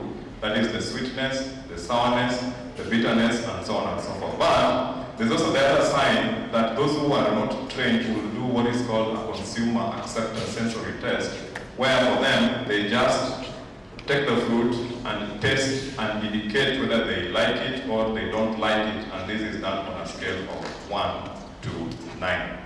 Then the last one is a post-harvest quality evaluation. The first gadget that is used is called a digital refractometer that tests what is called TSS. TSS in full is total soluble solids, and it's a marker for the quantity of sugar that is present in the food or fruit. Then we also test for acidity using an automatic titrator, and this tests on whether the fruit is sour or whether the fruit is bitter. Then remember I mentioned that when you apply wax coatings, then you are also introducing the aspect of ethanol. So for you to be able to quantify the amount of alcohol in the fruit, then you use what is called gas chromatography to test this. Then of course we check the weight, we do visual inspection of the shine, and then we assess for the decay and the peel damage of the fruit, and all these are done on a scale of 1 to 9. So I'll get to the conclusion. And the conclusion that we are having is wax coating are good. Using wax coating will help to extend the shelf life of food. But at the same time, it increases the accumulation of ethanol. And when you have ethanol, then that is the time we talk of food being bad of taste, and it's commonly called the off-flavor development. And this will occur either in mandarins or in any other fruit that you have. Then the next thing is that waxing is so important, and this I would like to encourage, that it helps to impart shine in fruit. That means that if you go to the market to purchase food as a food scientist, most of us will go for the ones that are shiny. So we use wax coating in this, and this also helps to reduce the weight gain. But on the other side is that depending on the time for storage that you use the fruit, wax coating are demonstrated from different literature that the fruit can take as long as 2 months. That means that you can be able to do the wax, you can apply the wax coating today, but you'll be able to eat the fruit either at the end of July or even in the month of August. So in our food security aspect that you're looking at, then we are extending the life, the shelf life. But on the flip side, it's postulated that when wax coatings are used, then the scores for the fruit acceptability tend to increase, and this is because the fruit grows all over time. And then the last thing that we also get from this is that waxing is good, but it tends to harm the fruit flavor. So by that I want to end by saying that wax coatings are good, but caution needs to be applied, especially when we are using this for exports and so on and so forth. Thank you for listening. Thank you so much, Chris, for that good presentation. I think it is good for us as human beings because those are the things we consume. Now let us have a session for questions. We have had 4 presenters. If there is any question, please raise up your hand so that, and the question should be directed to a particular presenter.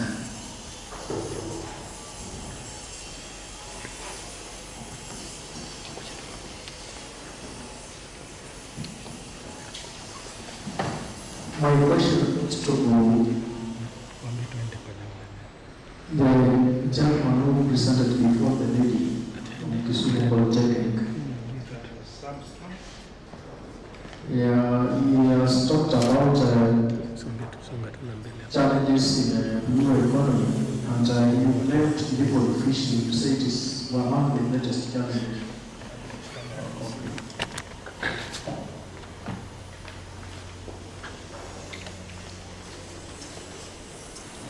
You've left fishing as one of the greatest challenges that we have. But I'd like to draw you to the attention. Yesterday, Professor Josephat Mwasegi, when he was presenting on the eco-innovation life cycle approach at circularity, he said Kenyans, if they have to achieve sustainability, have to deal with the problem of human-animal conflict. So I wanted you to borrow this concept, and I ask you, when you say there is illegal fishing, in your own opinion, is it fair for the government to restrict our local people to fish in the neighboring lake in the name of their preserving fish or water resources? Don't you feel the government, if it uses that approach, is causing a conflict between the residents of those areas and the law and the residents of those areas when they are refused to fish in the lake region? Then finally, to the lady who was presented, you did capture challenges. You have talked about the challenges the youth are encountering when it comes to blue economy. What about serious challenges caused by nature, such as hyacinths around Lake Victoria, tides, currents, animals, pirates, pollution of the lake? Thank you. Thank you for the questions. Another question, please.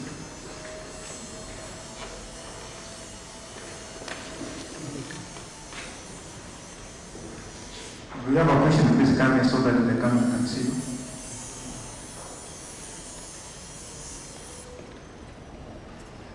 I have one question to James on the effects of wax coating, the coatings on the flavor of tangerines. You started from the esterification process. That, of course, gives both the aroma and the flavor. But my concern is about the ethanol. In ADA, all those who graduate into great addicts start step by step, and then it is a gradual progression to total addiction. How is the application of coatings in tangerine safeguarding alcoholic addiction? Thank you. Another question?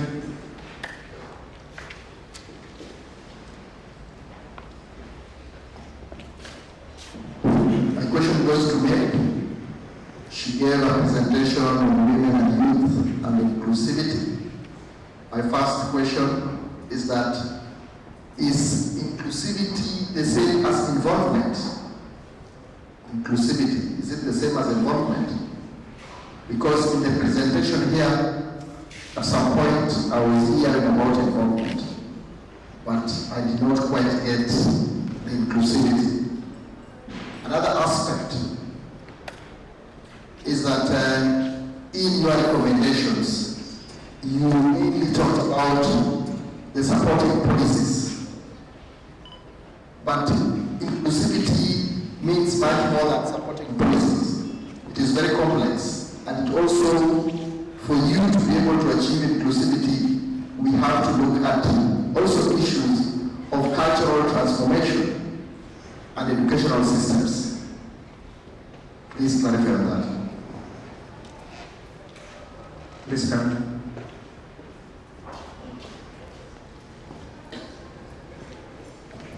My question goes to Paul.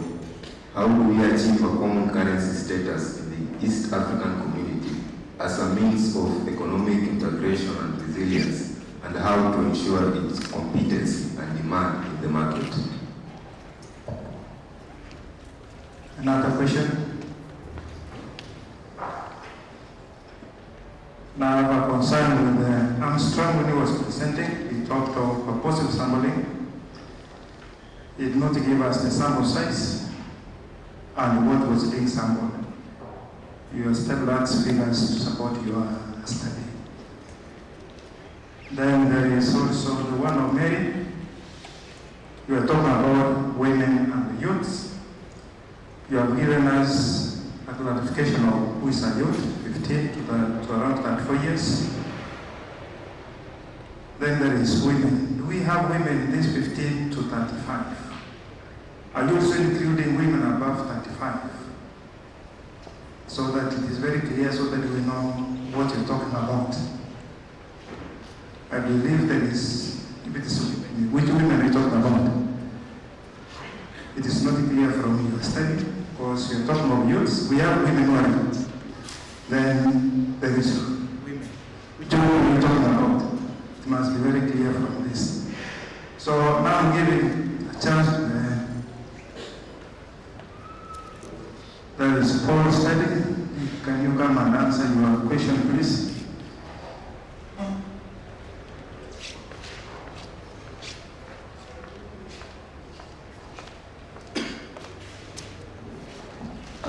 So I'll be answering the gentleman there who has asked about the issue of common currency, how we can achieve common currency in the East African community.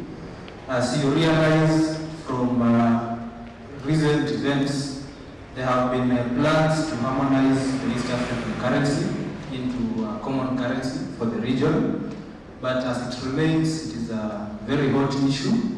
That is, different countries, I believe there is no country which is willing to relinquish their currency so that we can adopt a common currency.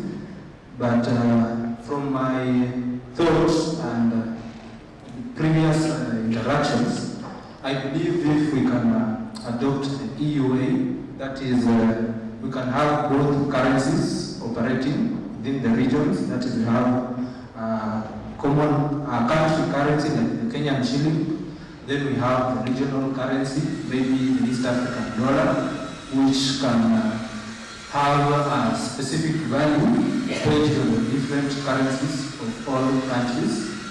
And as I said in my discussion about the future prospects of integration in Africa, I also talked about the formation and the formation and development of the African continental free trade area, which began in 2018. A few countries have signed and ratified the charter. So the African Union intends that by the year 2063, it will be able to have harmonized all African countries into one huge economy with one African currency, which can be used across the region, so that we can be able to be fully efficient as a continent. That is, if a country like Egypt produces wheat, then there is no reason for Kenya to buy wheat from either Ukraine or India, which currently have issues and can't get the same products into the country. That is why the price of flour is high. Petroleum products can be bought within Africa. You can buy ours from South Sudan instead of depending on Russia and Iran. Then issues like palm oil can also be bought from DRC, Nigeria and other countries instead of importing from Indonesia. And that can only be possible if African leaders can sit down and agree and resolve their ego issues. Because the main problem of Africans and African leaders is that most of them are not willing to relinquish their power over control of the country's economies to regional partners, so that we can all enjoy the benefits of having an integrated economy. I hope I have answered. Thank you. Thank you for your answer. Armstrong?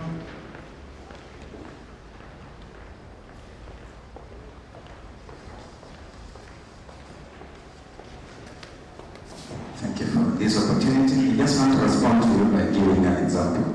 If you have a pond in your household, if you have a pond in your household, maybe you've started that business, agribusiness. You've reared fish, then you have children. Then, at one point you allow all your children to go and fish all the living organisms in that pond. So, will that be legal or regulated? Will you allow your neighbors or your children to go and fish everything in your business in that pond of yours? So, the same way you won't allow your children to go and fish everything. It's the same way the government cannot allow the fishermen to go and have unregulated fishing. Say, for example, in the Victoria, they fish everything there. What about tomorrow and the days to come? So I hope I've answered your question. Then about Mr. Ngoy here, colleague of mine, I said I used purposive sampling. Purposive sampling is more of a judgmental or selective or subjective sample. So just to answer you, usually it was more of a sensitization and presentation rather than a research presentation.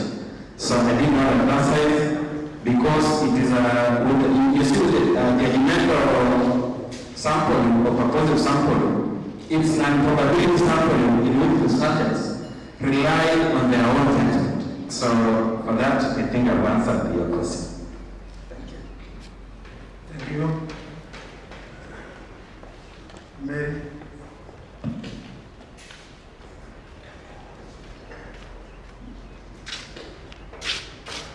Thank you again. So I'm going to answer Madam's question about if inclusivity and involvement is the same. Okay, when you look at the definition of inclusivity, they're saying that it is a work environment where all people are truly welcomed and valued and respected. So when we talk about people being valued, welcomed and respected, it means that their opinions matter and they're being involved in whatever decisions that are being made. So therefore, inclusivity, I can say, is the mother of involvement. So they are more of the same. And then to Mr. Mboy, you asked about who is a woman, who are youth, are women youth. So a youth, like I said, the Constitution defines a youth to be any person who is between 18 and 35 years old. So youth represent both men and female. And a woman in this case, in this scenario, we are talking about anyone who is above age 35. Thank you. Thank you. Janice, please come. And as we are coming, I'm also adding your question. We normally go to the supermarkets. We see these fruits. We normally take the ones which look very beautiful, but I use the word beautiful. But when you leave the house, or you want to consume the same, you get disappointed. Is it because of these ones or something else? Thank you. I'll respond to the two questions. One, when you are producing alcohol or ethanol, if you're being keen, it's not produced from oranges or these mandarins that I was talking about. That means all the threshold for ethanol in fruits, especially in the mandarins, are low. That's why they're not used in the production of ethanol. Now, two, the application of wax coatings in fruits. There's a difference between a wax coat and there is the use of what is called ethylene. So most of the time you find this has been combined. When ethylene is used, then you are increasing the process of ripening, and then that makes the fruit also be appealing to the eye, but at the same time it spends a very short time for it. The shelf life is actually reduced, that's why they go bad. So I'll answer by saying that when you're choosing fruits, it's not only you're not only guided by their appearance, but also with other factors.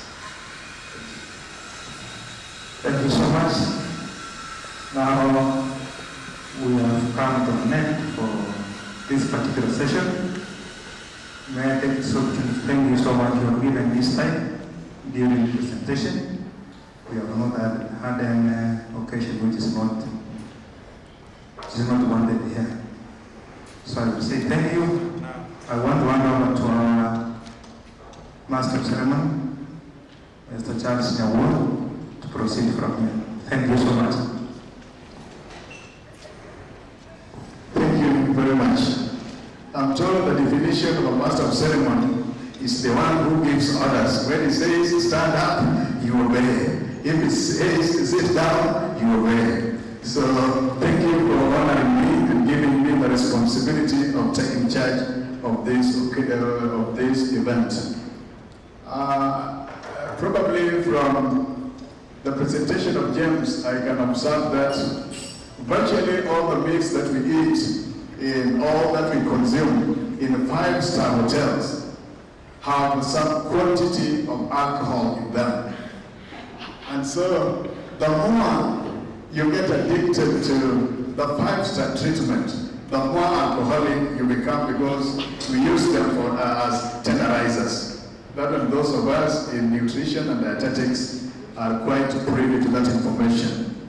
Then I wanted to make a suggestion, especially to my brother Philip, that in the postulations of the recommendations, especially in the trade areas, there could have been aspects that would have been more emphatically delved into, such as if you were to do the boat making, for example, in the marine sector, how much would an institution gain from it, and what would be the employment flexibility if such area was delved into. I want to thank all of us for investing our intellectual resources, either as presenters or consumers of the presentations. Please, I would like to invite you in our next session. For this time, and at this point in time, I want us to have a health break, which will be healthy for us. We've ended up at a point where James told us about the appetites, and so James, can you come and offer a word of prayer for our lunch, because that will help us much more. I hope James is around, or has he just gone out? Robert, God, are you around? If not, Madam Pauline, it is your day. Come, we are breaking for lunch for 30 minutes, and we'll resume here for the subsequent events. Thank you for obeying that. Thank you so much. James told us about the mandarins, which we call the tangerines here, and they're very good appetizers. Madame from Dairy also told us about the chilies. Chilies are also very good for our digestions. Although you ask that sometimes you feel a tummy ache. Yes. It is the juices that are working in our tummies. And I know right now our juices are very active. So without taking so much of your time, let's stand up for a word of prayer so that we go and make the juices rest. Our Father in heaven, we thank you for this day. We thank you for this far we've come, oh dear Lord Father. Father, it's yet another time we are taking a break, oh dear Lord Father. In Jesus' name, we pray. Amen. So the venue for our meals has not been, but make the next move. Thomas, come.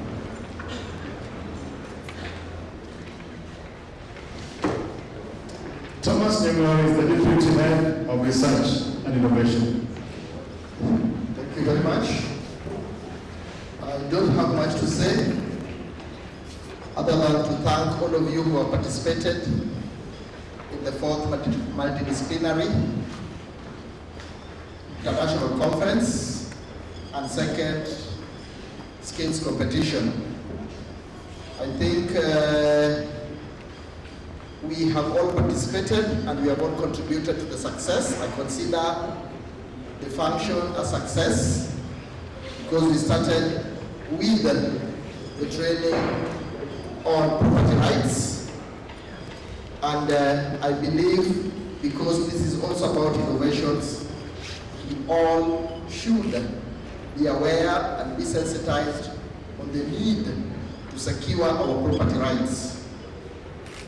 Where the world is going, we no longer just depend on tangible properties, tangible and physical properties, the structure of capital, which may include debentures.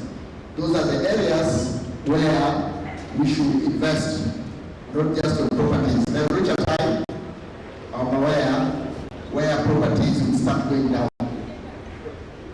So I'd like to thank all those who participated in the awareness function led by Keeping for making that event possible. For those who presented their papers, I think let's carry on. But my challenge is that whatever papers we present, let us follow them through. Let us see what is changing and where it is possible. Like those who are presenting papers, like I remember one of the papers on, was it Mandarin or Tangerine? Please ensure that we follow them up and where possible commercialize. That is where we should go.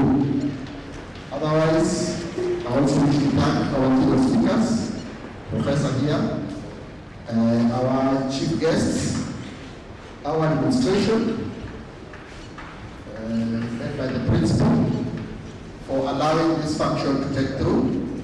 Our students are also here. Our colleagues from various institutions, we are all very happy that you are with us here.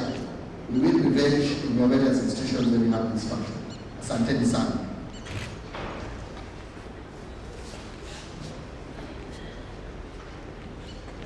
We invite Evans. Thank you. According to our program, I want us to go back to Mr. Charles Boy. Thereafter, followed by Mr. Pearson, who will be speaking on behalf of the collaborators they are working with. Thank you so much. Now, let me take this opportunity to say thank you for presenting your papers. We have good award presentation, and this is what I want to comment on the papers. The papers were so good. You know, research is about what we know, and we are moving to what we don't know. At least the paper brought out something new which we didn't know, and that is what research is. And those who prepared papers and presented here, plus those who are absent, we encourage you to want to grow on them and publish the papers. From these papers is when we can discover what is missing and where we can get it.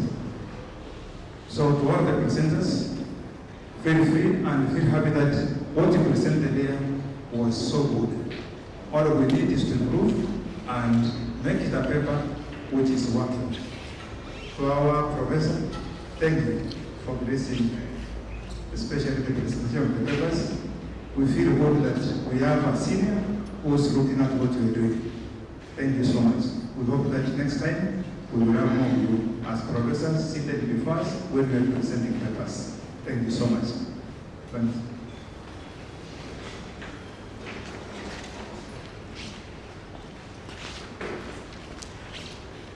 Thank you, sir. Now, we had mentioned that as Kisumu National Polytechnic, we are working in collaboration with a number of TVET institutions. And we have 8 institutions currently that you're working with. From the TVET, most of them are professional training institutions. We believe that as the Big Brothers, we can mentor them and bring them up. But we also believe that there's a lot to learn from them. Actually, it has been a learning process. These are the guys, as we've always had, who were behind the skills competition. Most of them brought their best for the competition, and they've made the skills competition what it is. Allow me to invite a representative of these great people to say a word or two.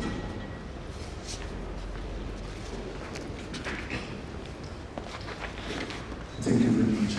My name is Pearson Galloke, and I'm the manager of KV Vocational Training Center. And on behalf of all VTCs, I know the Kisumu Poly invited about 6 and other TTIs, and for us we are grateful. We say that you are our big brothers and we are young brothers. So what we are praying for is you continue holding our hands and lifting us and showing us the way. We talk about this 4th annual multi-purpose disciplinary conference. I'll go through the training we had, the keep training. It has been an eye-opener to us. And when we go back, there are the skills competition that we are involved in. This is the second one. It has given us a catalyst so that even us, we are replicating the same in our institutions and in our counties. And we learned that some small things which look unique and we neglect them.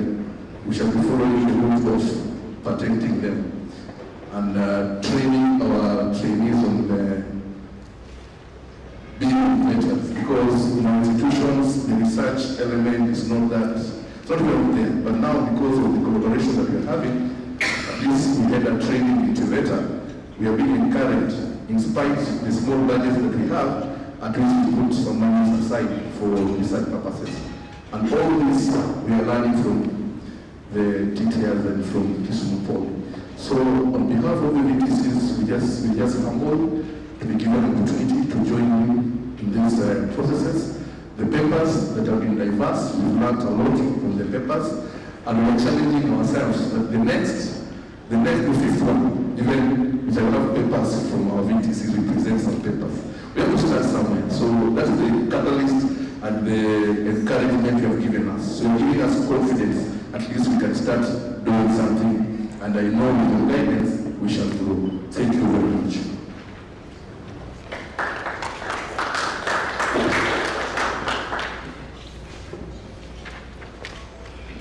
Thank you so much.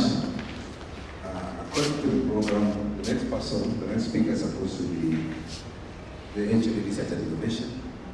So allow me to invite myself to give a speech.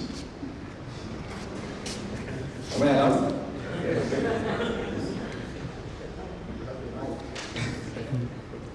No, thank you so much. Actually, I'm humbled that you people honored our invitation and came for the competition that we've had.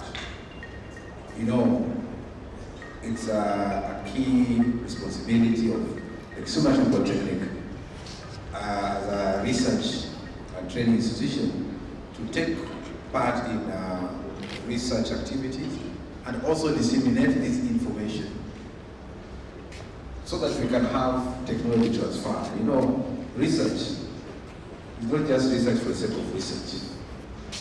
From where we see it, research ought to be applied.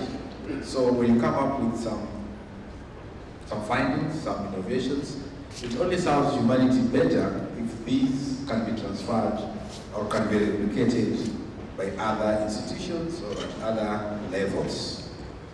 And to this end, we've had a great challenge with the commercialization of our innovations. We have very nice innovations, but commercialization has been a challenge.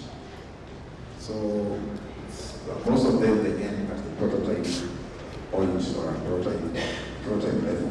This is the reason why, in collaboration with KIBI, we're coming up with what you're calling Technology Innovation Support Center. That will be a center that will hold the hand of our innovators from the point where an idea is, from a point where somebody comes up with an idea, up to a point where we commercialize. KIBI has been great to us. I wish to express my gratitude for the training, the MD had called to come, but some urgent official duties could not make it back. The representatives that he sent were very able. And they took us through a lot. I believe most of us have learned. And one thing that I realized, we took a team to Meru just the other day. And the results are coming in. But one thing that we realized is that before you take your innovation for any competition, you must patent. Even if it is a temporary patent, you must ensure that it is protected because it's an intellectual property of somebody. So that is a lesson that you take home. No matter how small it is, as you suffer as an institution, there are innovations that are originated from this place, but when you go for these competitions, there are scouts whose work is only to identify good innovations, come close enough, ask questions, take photos, and they take it back to the big companies. After some few years or months, then you meet the same innovation in the market costing millions. It has happened to us a time back, so we are moving away from that, and we believe that the Technology Innovation Support Center that will be up and running during our next conference is going to help us in that direction. On paper presentations, we had a number of papers, and those papers, before the acceptance were given, they were reviewed by very qualified and credible reviewers. So for all those who were invited to present, those papers were standard and above average papers. And we're happy because it means that we're generating a lot of research from our institutions. And not just research, but quality research. So I wish that we continue that way. We have a number of opportunities to present our papers. They are both national and international. There is a TUPA, or encouragers. For those who have not participated, take those papers.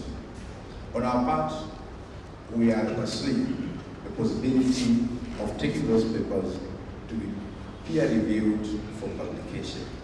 Tibet Authority has a journal, and we are soon engaging them to see if those papers that are presented here, which we believe are quality, can be published. So for all those who presented, if you do not give us your full paper, I want to encourage us that kindly send us the full paper if you're interested in publications. As scholars, and I repeat, you don't just do research for the sake of research.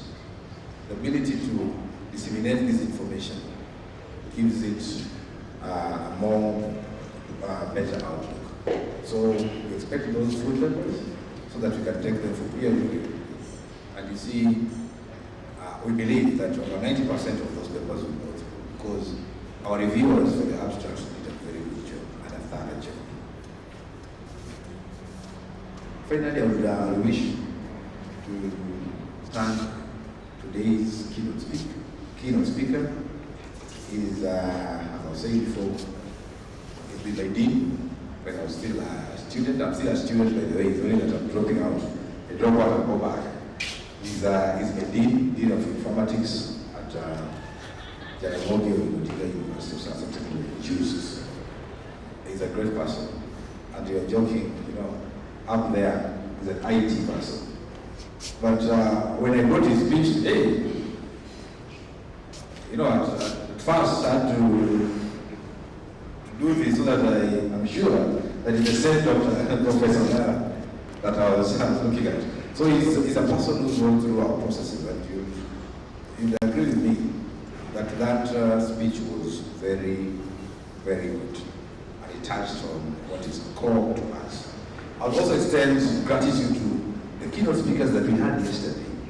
We had the keynote speech from Kipi, and we also had a keynote speaker from Poly University. So allow me to also express my gratitude for all that.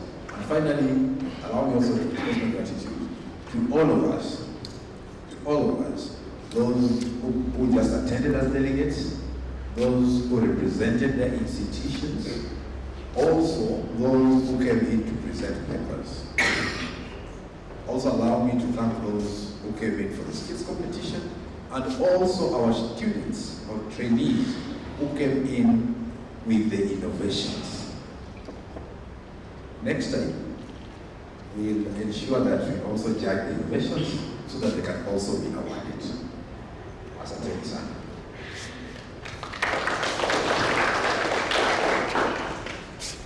Now, allow me to invite the Deputy Principal of Academics.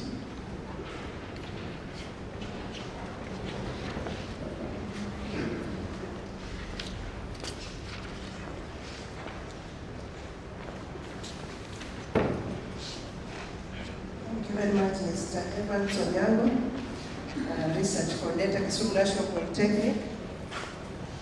I equally want to thank everybody who has made this conference a success, especially our key speakers, exhibitors, paper presenters, the audience, my colleague trainers and trainees.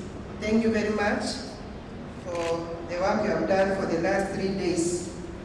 It has been a good experience, especially for the Kisumu National Polytechnic, being joined by other sister institutions, that is TVET institution, and also the universities, and also the technical vocational training centers, to mark the 4th International Conference.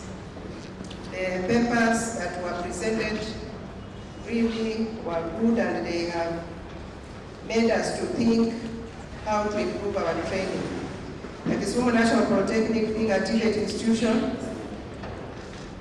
training in matters of skills, we have been challenged and we are ready to wake up and move on. The research in itself is a time-consuming exercise, and we want to thank those paper presenters who put information together and presented a meaningful thing that can change our societies. I can also not forget the projects our students undertake, especially during the examination. If you are to engage in a project or a research without having the outcome in mind, how it's going to help the society, then we'll be doing nothing. So we know we are a developing country, but we should try. We should have a starting point. I'm told by one of our seniors that in developed countries you can get like a junior high school producing a transistor radio. And yet here we train up to diploma, higher national diploma, and we are not able to produce anything related to technology. So it's a challenge. It's only about how we design these things and how we construct and how we package. So it's a high time that as trainers, let us see what our trainees can produce, so that if they are not able to meet the market standards, they can partner with other organizations so that they can produce and commercialize. Let's not just do the training for the sake of training. So I wish to say that research and innovation is the way to go, and it applies all the fields. So it's not only in engineering or in technological courses, it also starts even in our homes, whatever little things we do. In the day-to-day life, we usually interact with the technology. We also do our normal life, and we need things that can simplify how we do things in our life. So don't just imagine of the exhibition that has been put there, like the engineering exhibition. So like yesterday we were told of an innovation that was done by a lady who never went to school. I was impressed by that, and it's a high time that we should also start engaging in matters of innovations. So we are up to the task as a training institution, and I know we can make it. Thank you very much for being around.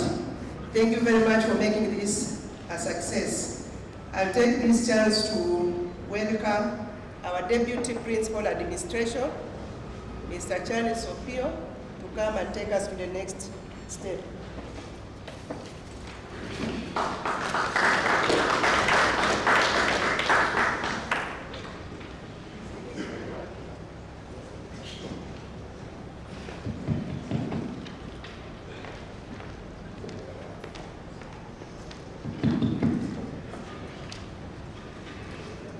Good evening.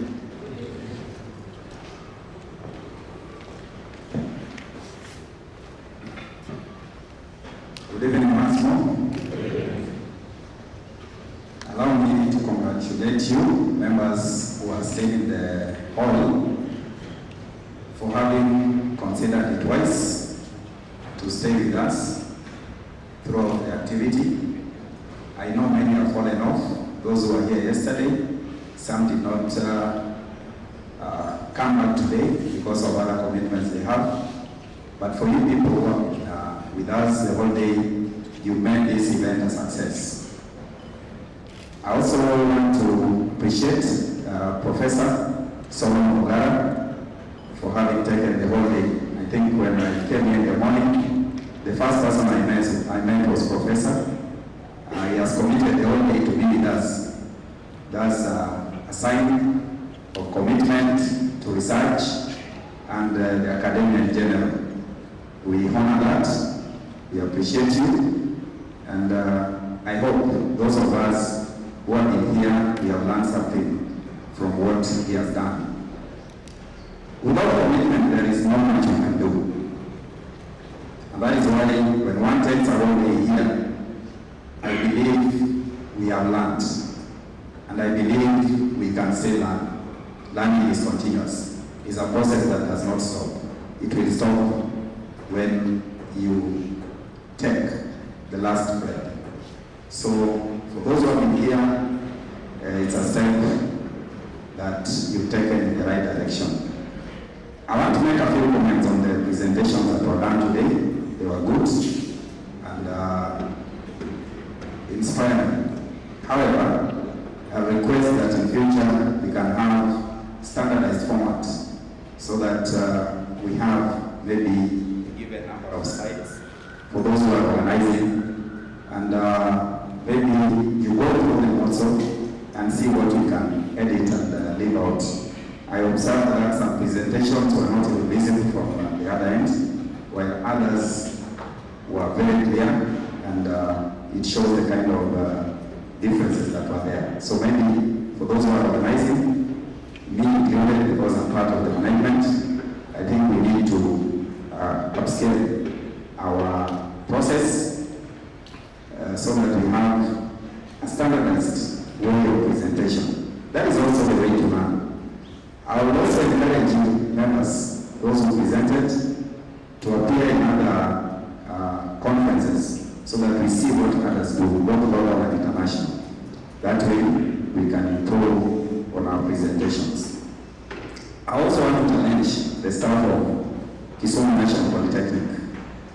For those who are here, maybe I see by show of hands. Thank you so much. We are 400, but I can see 30 of you, 20 of you are here. That tells you the percentage that is here. It is our conference. Let us own it.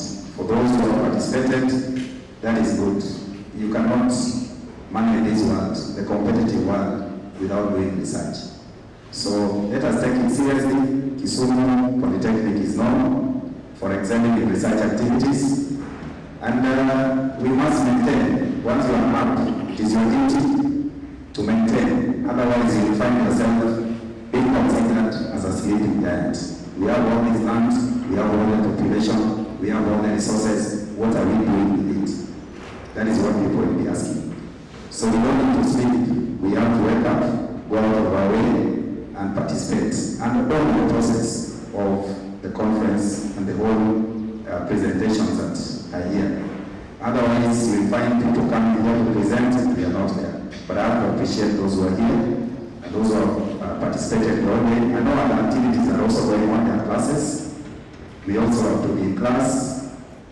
But when you don't have a class, you can step in. I challenge those who did not make it to find time to come I also want to appreciate the young trainers. I've never known them, but I've seen them. Maybe if you're there, that's good. You're seeing them for the first time, and when you're presenting a paper. I'm strong, that is okay.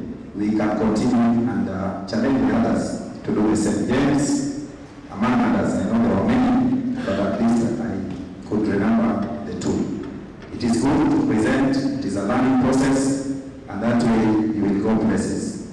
I remember those early days when I was here, we used to be told, if you present a paper, you'll be going to South Africa. People used to write. We used to write and compete. If you present a paper and it is cleared, we'll take you to Nigeria. Those are the promises you were being given. And people used to write until it reached a point where you could find 20 trainers have their papers approved for Kappa conference. Now, of course, the name has changed. Until now, we could not manage the budget. Let us continue in the spirit. It is our history, we should not forget it. The TVET institutions that participated, without you, this conference cannot be a success. It is important that we continue working together as a team, and that way we will build one another. Build one another in the research work, and also we can use it to compare notes and see where we are excelling and where we can also improve. As individual institutions, let us interact closely. We appreciate you. Without you, we would have not done what we have done. Collaborating institutions, that is the VTCs.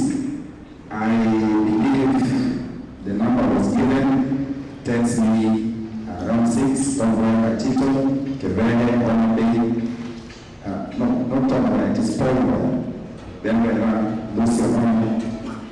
You've made us proud because one cannot compete without a competitor. You made the skills competition wonderful, and I believe we'll reflect that at the end of the exercise. That is good for us, and we continue to work together as a team. Keep leading for the training they gave us on the first day, and the knowledge we acquired from there is good for us. And I'll also challenge all of us to ensure that the intellectual property is registered so that nobody takes your rights, utilizes it, and you lose what you have struggled to earn as an individual. There is no academic institution that can prosper without research. That is the truth. There is no company that has ever excelled without doing research. Because the world is evolving. The world is dynamic. As such, we should encourage all of us to continue exploring all that is there and use the findings to help the society solve its problems. A lot of problems are solved because of research.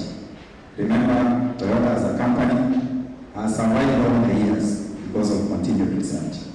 There is nothing that can be done without research. Even our life. If you remember the time we told to stay, it was because of COVID. If somebody did not go out of his way to undertake research, we will still be hiding against a virus that we will not even see. The imaginary enemy, but a real enemy that was. I also want to take this opportunity to challenge other TVET institutions. Those who are here, I remember Sierra was represented. Daktari, thank you. I remember seeing Sierra, Migori, and when we were doing the first introduction, so many of the institutions were there in the first day. Talk to your managers, the principals, and convince them to organize at least conferences, even if it is not at international level, but to make some attempt of organizing such conferences so that we interact. It is the only way that we can share knowledge. It is the only way that we can can share our findings. And that way, we will solve the problems in this society. I want to leave it there, and I want to appreciate you once more, members who are here, for having taken care of this day. The press, I know Citizen Ticket is here, represented well, and of course, they gave us a lot of materials to read. They are also giving us coverage. We will continue partnering towards the success with all such events. Thank you so much. Let me take this opportunity to invite Professor Solomon Mugara to give us a short speech as we wind up the whole exercise. Karibu, Prof.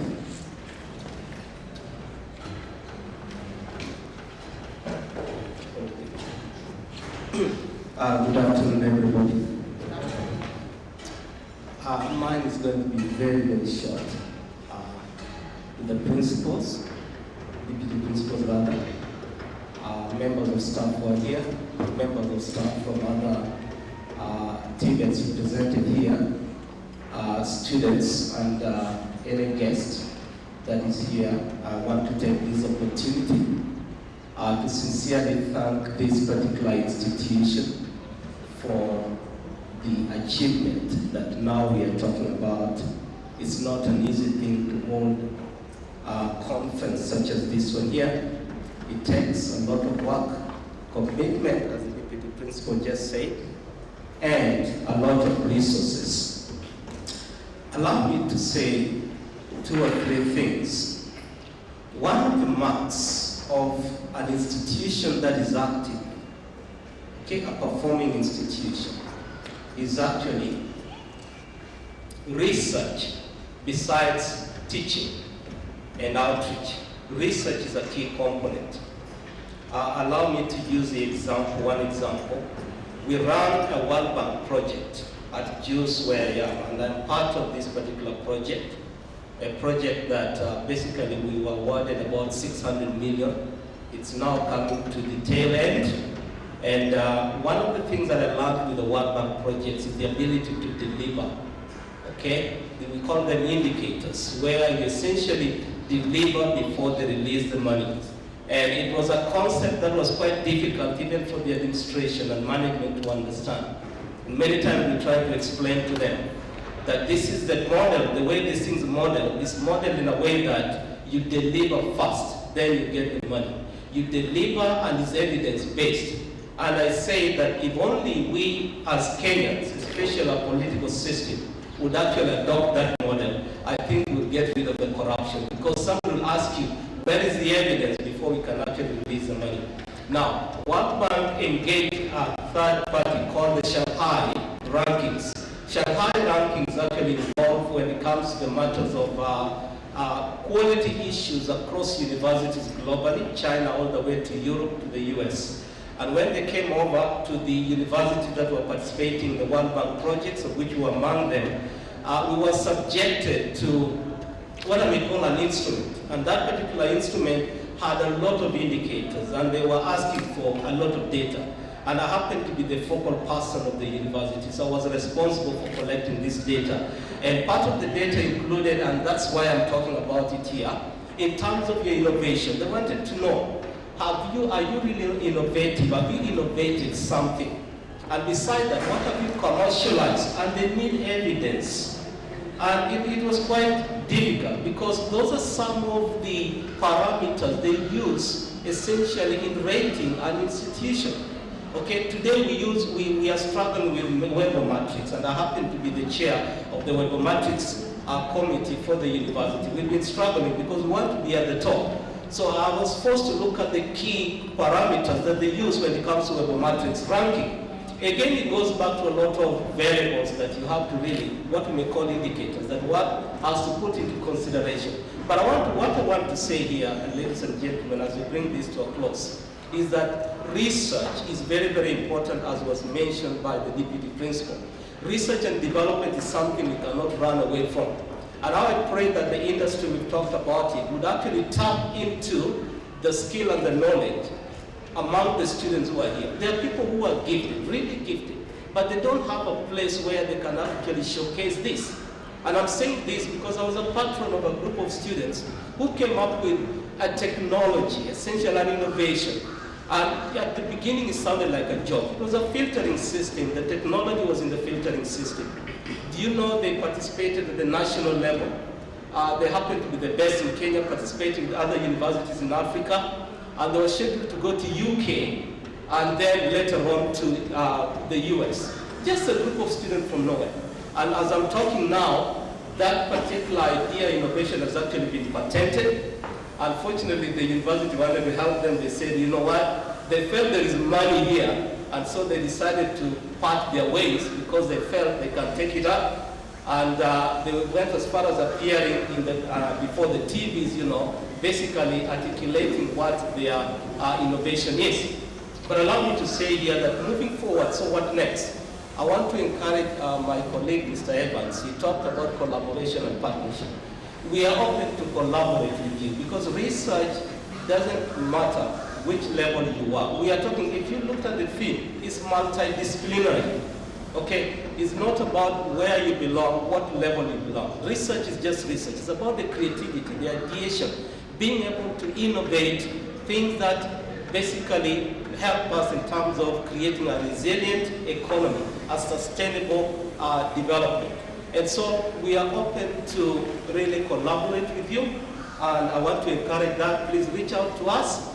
We also want to participate in some of your projects. We have our students who really are involved in a lot of projects. We would love to have them come over here and really engage and also be challenged. Look at what others are doing out here.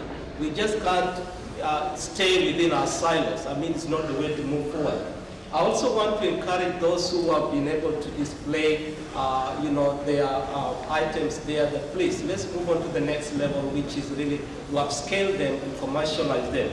Let's not just take them back and keep them in our houses. Now, for those of you who are able to share with us your research, I've been a reviewer for I think now almost 7-8 years with some international journals, and I can testify.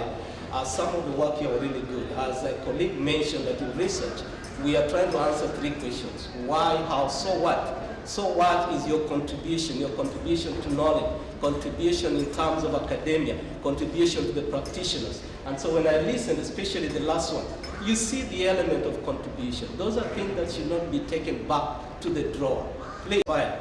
But you know, when you bring in the element of panel discussion, makes it even more interesting as we handle issues that are pertinent to our economy and even our educational system. But allow me again to say thank you to everybody. Thank you to the head of this particular institution. And I want to say our VC actually did receive your invitation, but unfortunately it's been out of the country for the last week, so he was not able to join you. But again, I say thank you. While addressing students of Kenyatta University some years ago, I remember having stated this phrase, that how I wish education would make people humble. This time round, we want to enter the final phase, the second to the last phase of this program. And so we are inviting Samuel Opeo, who was the chief judge, to come up with his results and awards. Thank you.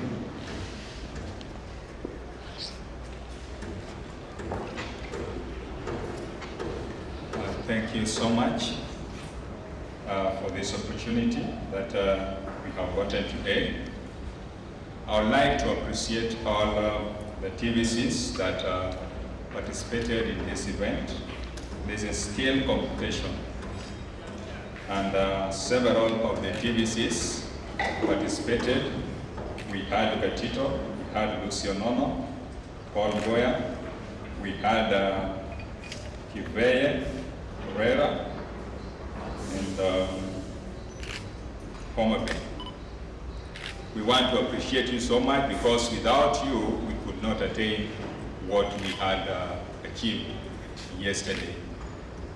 Now,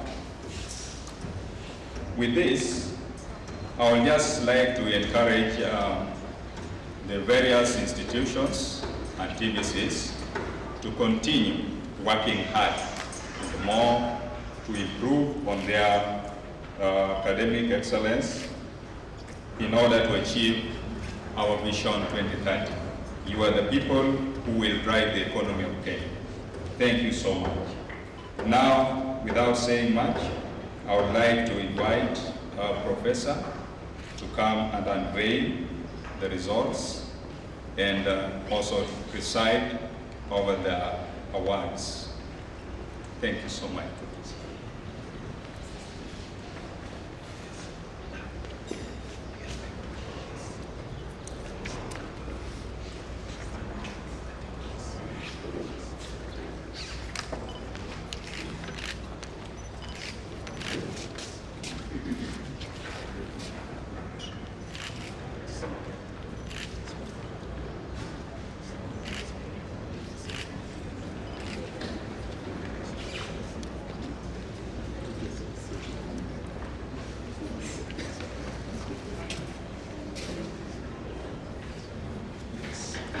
Okay, we've decided that the professor will receive the results, then we will continue from there.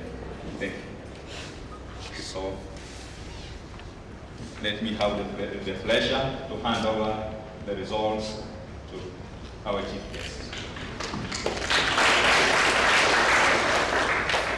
So, I want to be a good student who is a good listener. So, we have different categories here, and I'm going to announce number 1 to number 3, who essentially get some prizes. Is that correct? Yes. Yeah. I think it's better place to do that. Please understand. Thank you so much. We've provided you today. And yes, we'll call you to help us. Now, we had several categories. We had painting, glass opening, electrical installation, fashion design, motor vehicle mechanics. And for each of these categories, we're going to award the top 3. So, allow me to say that the performance was quite impressive, but as always, there must always be a winner and number 1, number 2, and number 3. But based on what I'm saying, I want to believe that we are all winners. Allow me to emphasize on this. On skills competition, we look at the competencies. At times, it could be that time management was an issue, so you did not complete the skills on time. It does not mean that you do not know. So, yeah. Is that true? Yeah, so in terms of skills, I do believe that anybody who got a competency level of more than 60%, basically just 1 or 2 things. But that does not mean that they do not possess the skill. Now, we go straight to building massively. And in this category, I wish that we start from number 3, and I will request a principal administration, deputy principal administration, to come and award.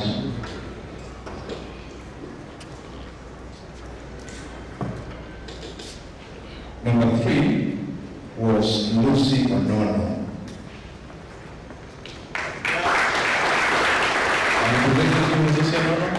VTC?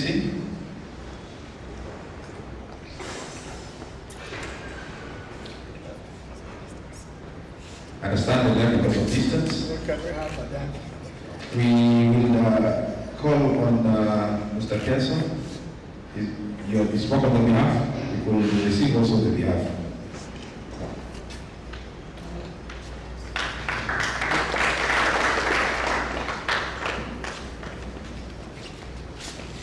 Position 2 was the Kisumu National Polytechnic.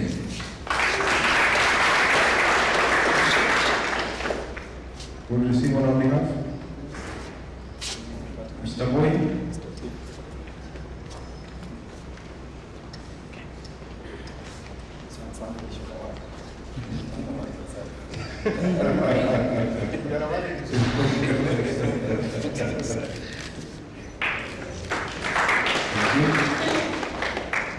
First position went to Katito VTC.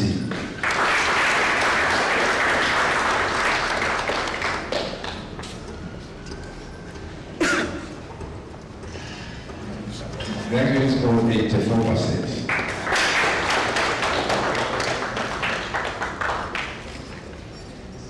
Thank you. Electrical installation. I wish to invite our Deputy Principal Academic. She is an electrical engineer by profession. So I should add engineer later. Now, on an electrical installation, position 3 went to Katito VTC.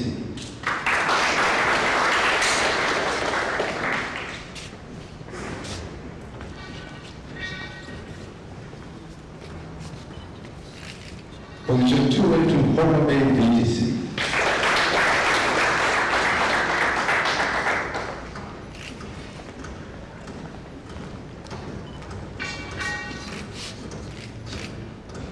And position 1 went to the Kisumu National.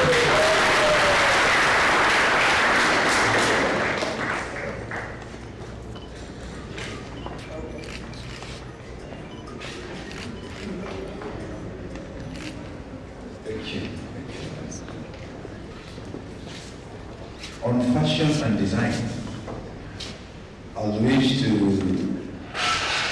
get the one by somebody from the VTC. Anybody?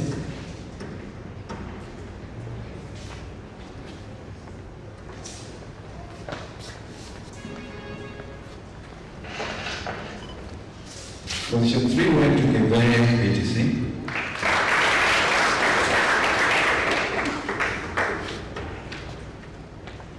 Position 2 went to the Kisumu National Polytechnic.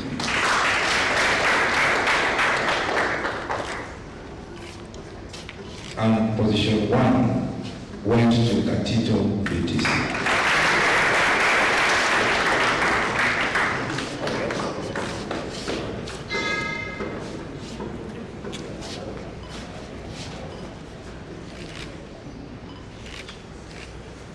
Now don't go.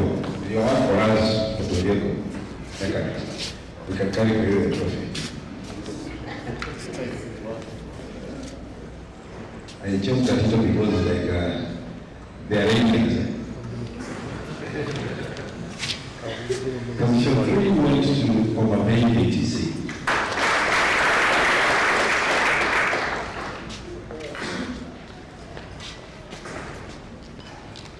Position 2 went to the Kisumu National Polytechnic.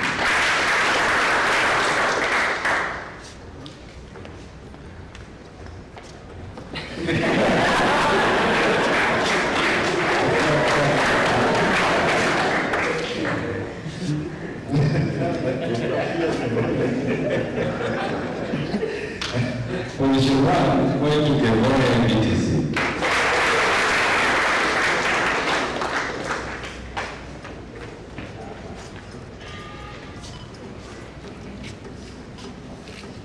Now we go to the special categories. The first category, and for these I'll wish to invite the chief guest to help us in the awards.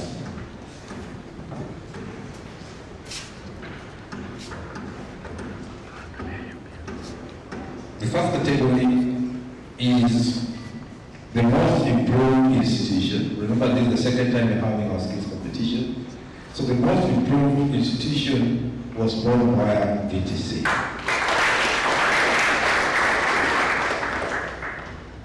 Is that representative? Yes. The lady is also there. Just come all of you.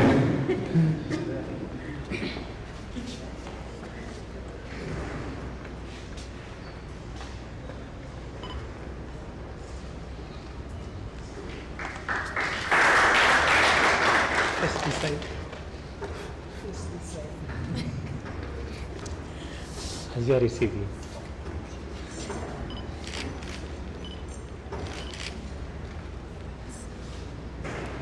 The best runners-up institution, you can guess, the Kisumu National Polytechnic.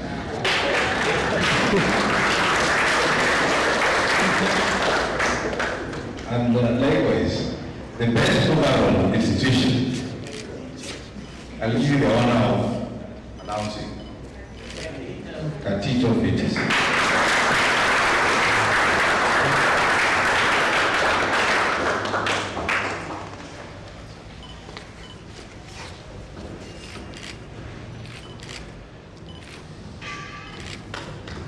Next time will be revenge.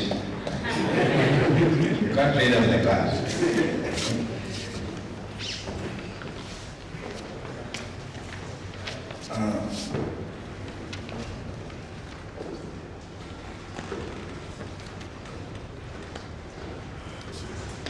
Okay, thank you. Thank you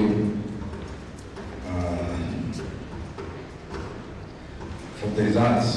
We can attest that the competition was stiff, very stiff, but there's always next time. And as I promised, next time will be revenge. Allow me to invite Jane Monin for a vote of thanks.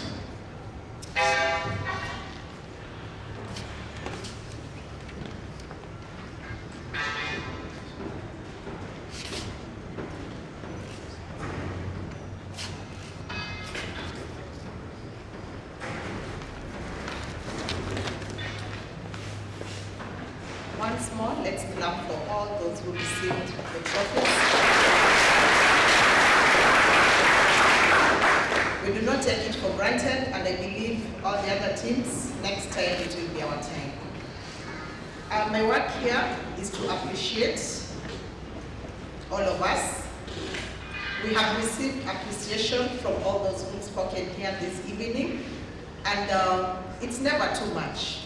Gratitude and thanksgiving is never too much, so it won't be intoxicating even if I appreciate you once more. First and foremost, I'd like to appreciate the chief guest, the PS for TVET, Dr. Margaret Mwakima, in her absence. We thank her for sending her representative, and we thank her for the speech that she sent. Special thanks to the guest of the day, Professor Ogara. Surely your words and what you told us today has been very impactful. Each of us who listened to you, we have a take home and we have an assignment ahead of us. Thank you so much. May your words of wisdom spread to each and every one of us. Thank you.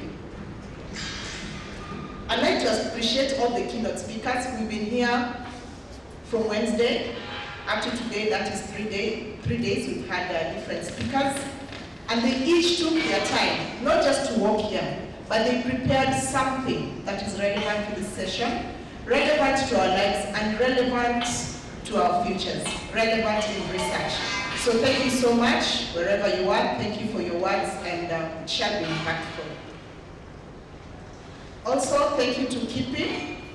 Kipi took the whole day to train us, to create awareness on patenting, property, patenting, and being innovators. We've seen the work that we are able to produce. We can even patent our papers. We can patent any novel product, any novel service that we have.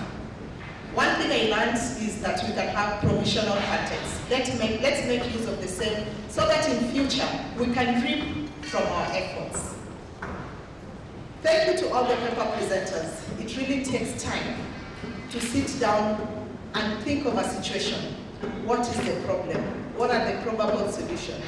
And how can it impact in the whole society at large? Your work is not in vain, and as you've been advised, let it not end here that I presented and that's it. let me wait for next year to do more papers. Let's further them. To all the trainees who participated in the skills competition, you have seen the reward. I know those who bagged the trophies, we are smiling inside. And those who did not bag, we are envious. Carry on carrying the work because we know it is the skills that are our future. Nowadays we are in the CBET world. What skills are you going to go with out there? One of the speakers told us that it is not about looking for employment, but it is about getting the skills that we can use to employ ourselves and even employ the others. So that was good work, kudos. To the collaborating institutions, a challenge has been thrown to you. Next time you also want to attend your skills fairs and your paper presentations, the ones that you will prepare in institutions. Sometimes it's also good to call your bigger brother to come and see what you're able to do back at home. All attendees from far and wide, as you said, on Wednesday we had people coming from as far as Kitui, Nyeri, that is far and wide. This is a very different region, and it was good having you. I hope you have all learned something. And even to those who came to benchmark, I hope you have picked something to take home with you. To the press, the TVET staff, and the press coverage, we know that visibility is very important. It's good for people to know out there. And we're being in a digital world on YouTube. Even those who are not here with us today are able to see and appreciate what is going on at the Kisumu National Polytechnic.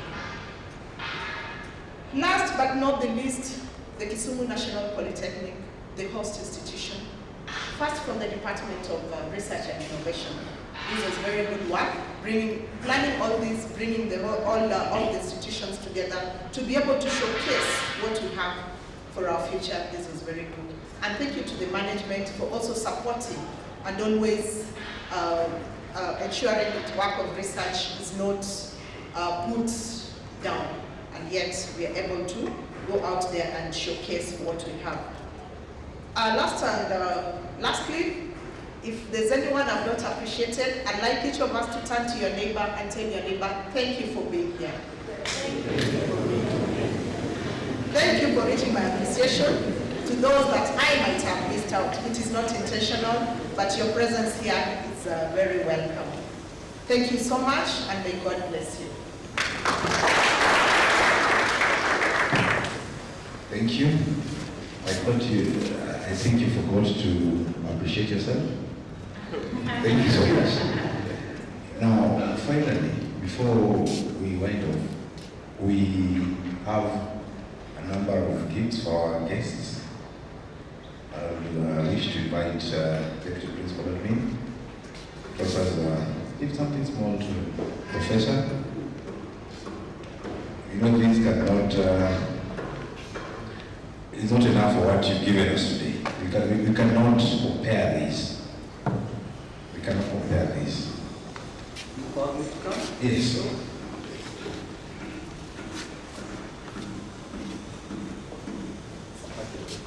Yeah, the package.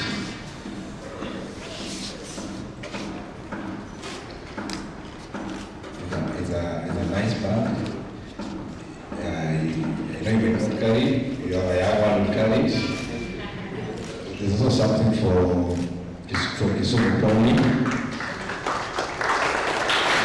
That if the institution or the institute is coming up behind there, next time when you come for the conference, I'm sure it will be almost 90% complete. Thank you so much. We also wish to, we have something for the Chief Principal. Madam Leda.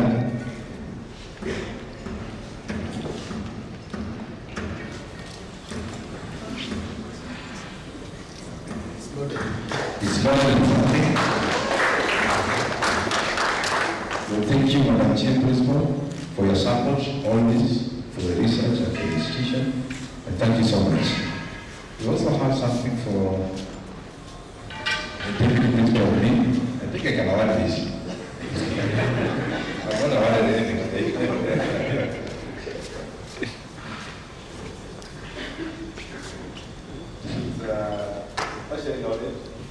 the other load is up there. We're going to fully load it, but allow me to appreciate the effort that you've made to make sure this thing has been a success. At times you're overwhelmed, and you're always there pushing us, and you see the success of this event. 90% goes to you. Thank you so much.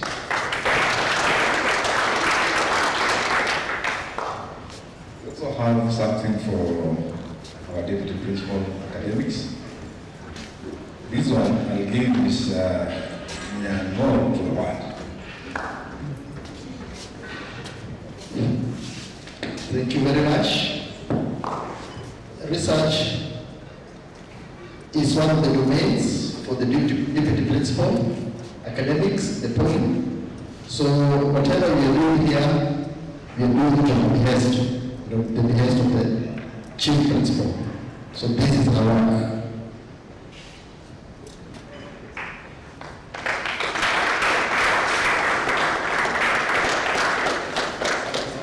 Thank you so much.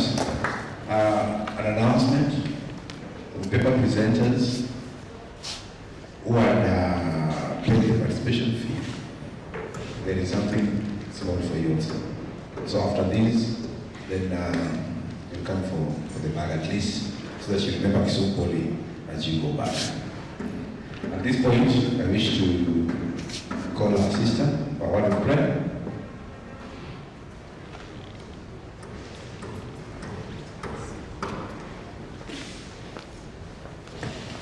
Okay, we thank you again for the participation. So let's stand, believe and pray. The Almighty Father, I thank you for this day. I thank you for the participation of the people who have come here. We gather here trusting in you and wishing for more blessings, that you may open our minds, that we may be creative and more creative on everything that we touch and do. As we part, may our guests travel safely, and as we remain behind or to the destination that we are going, may you guide us and protect us. I thank you and pray for a good evening to everyone. In Jesus' name I pray. Amen.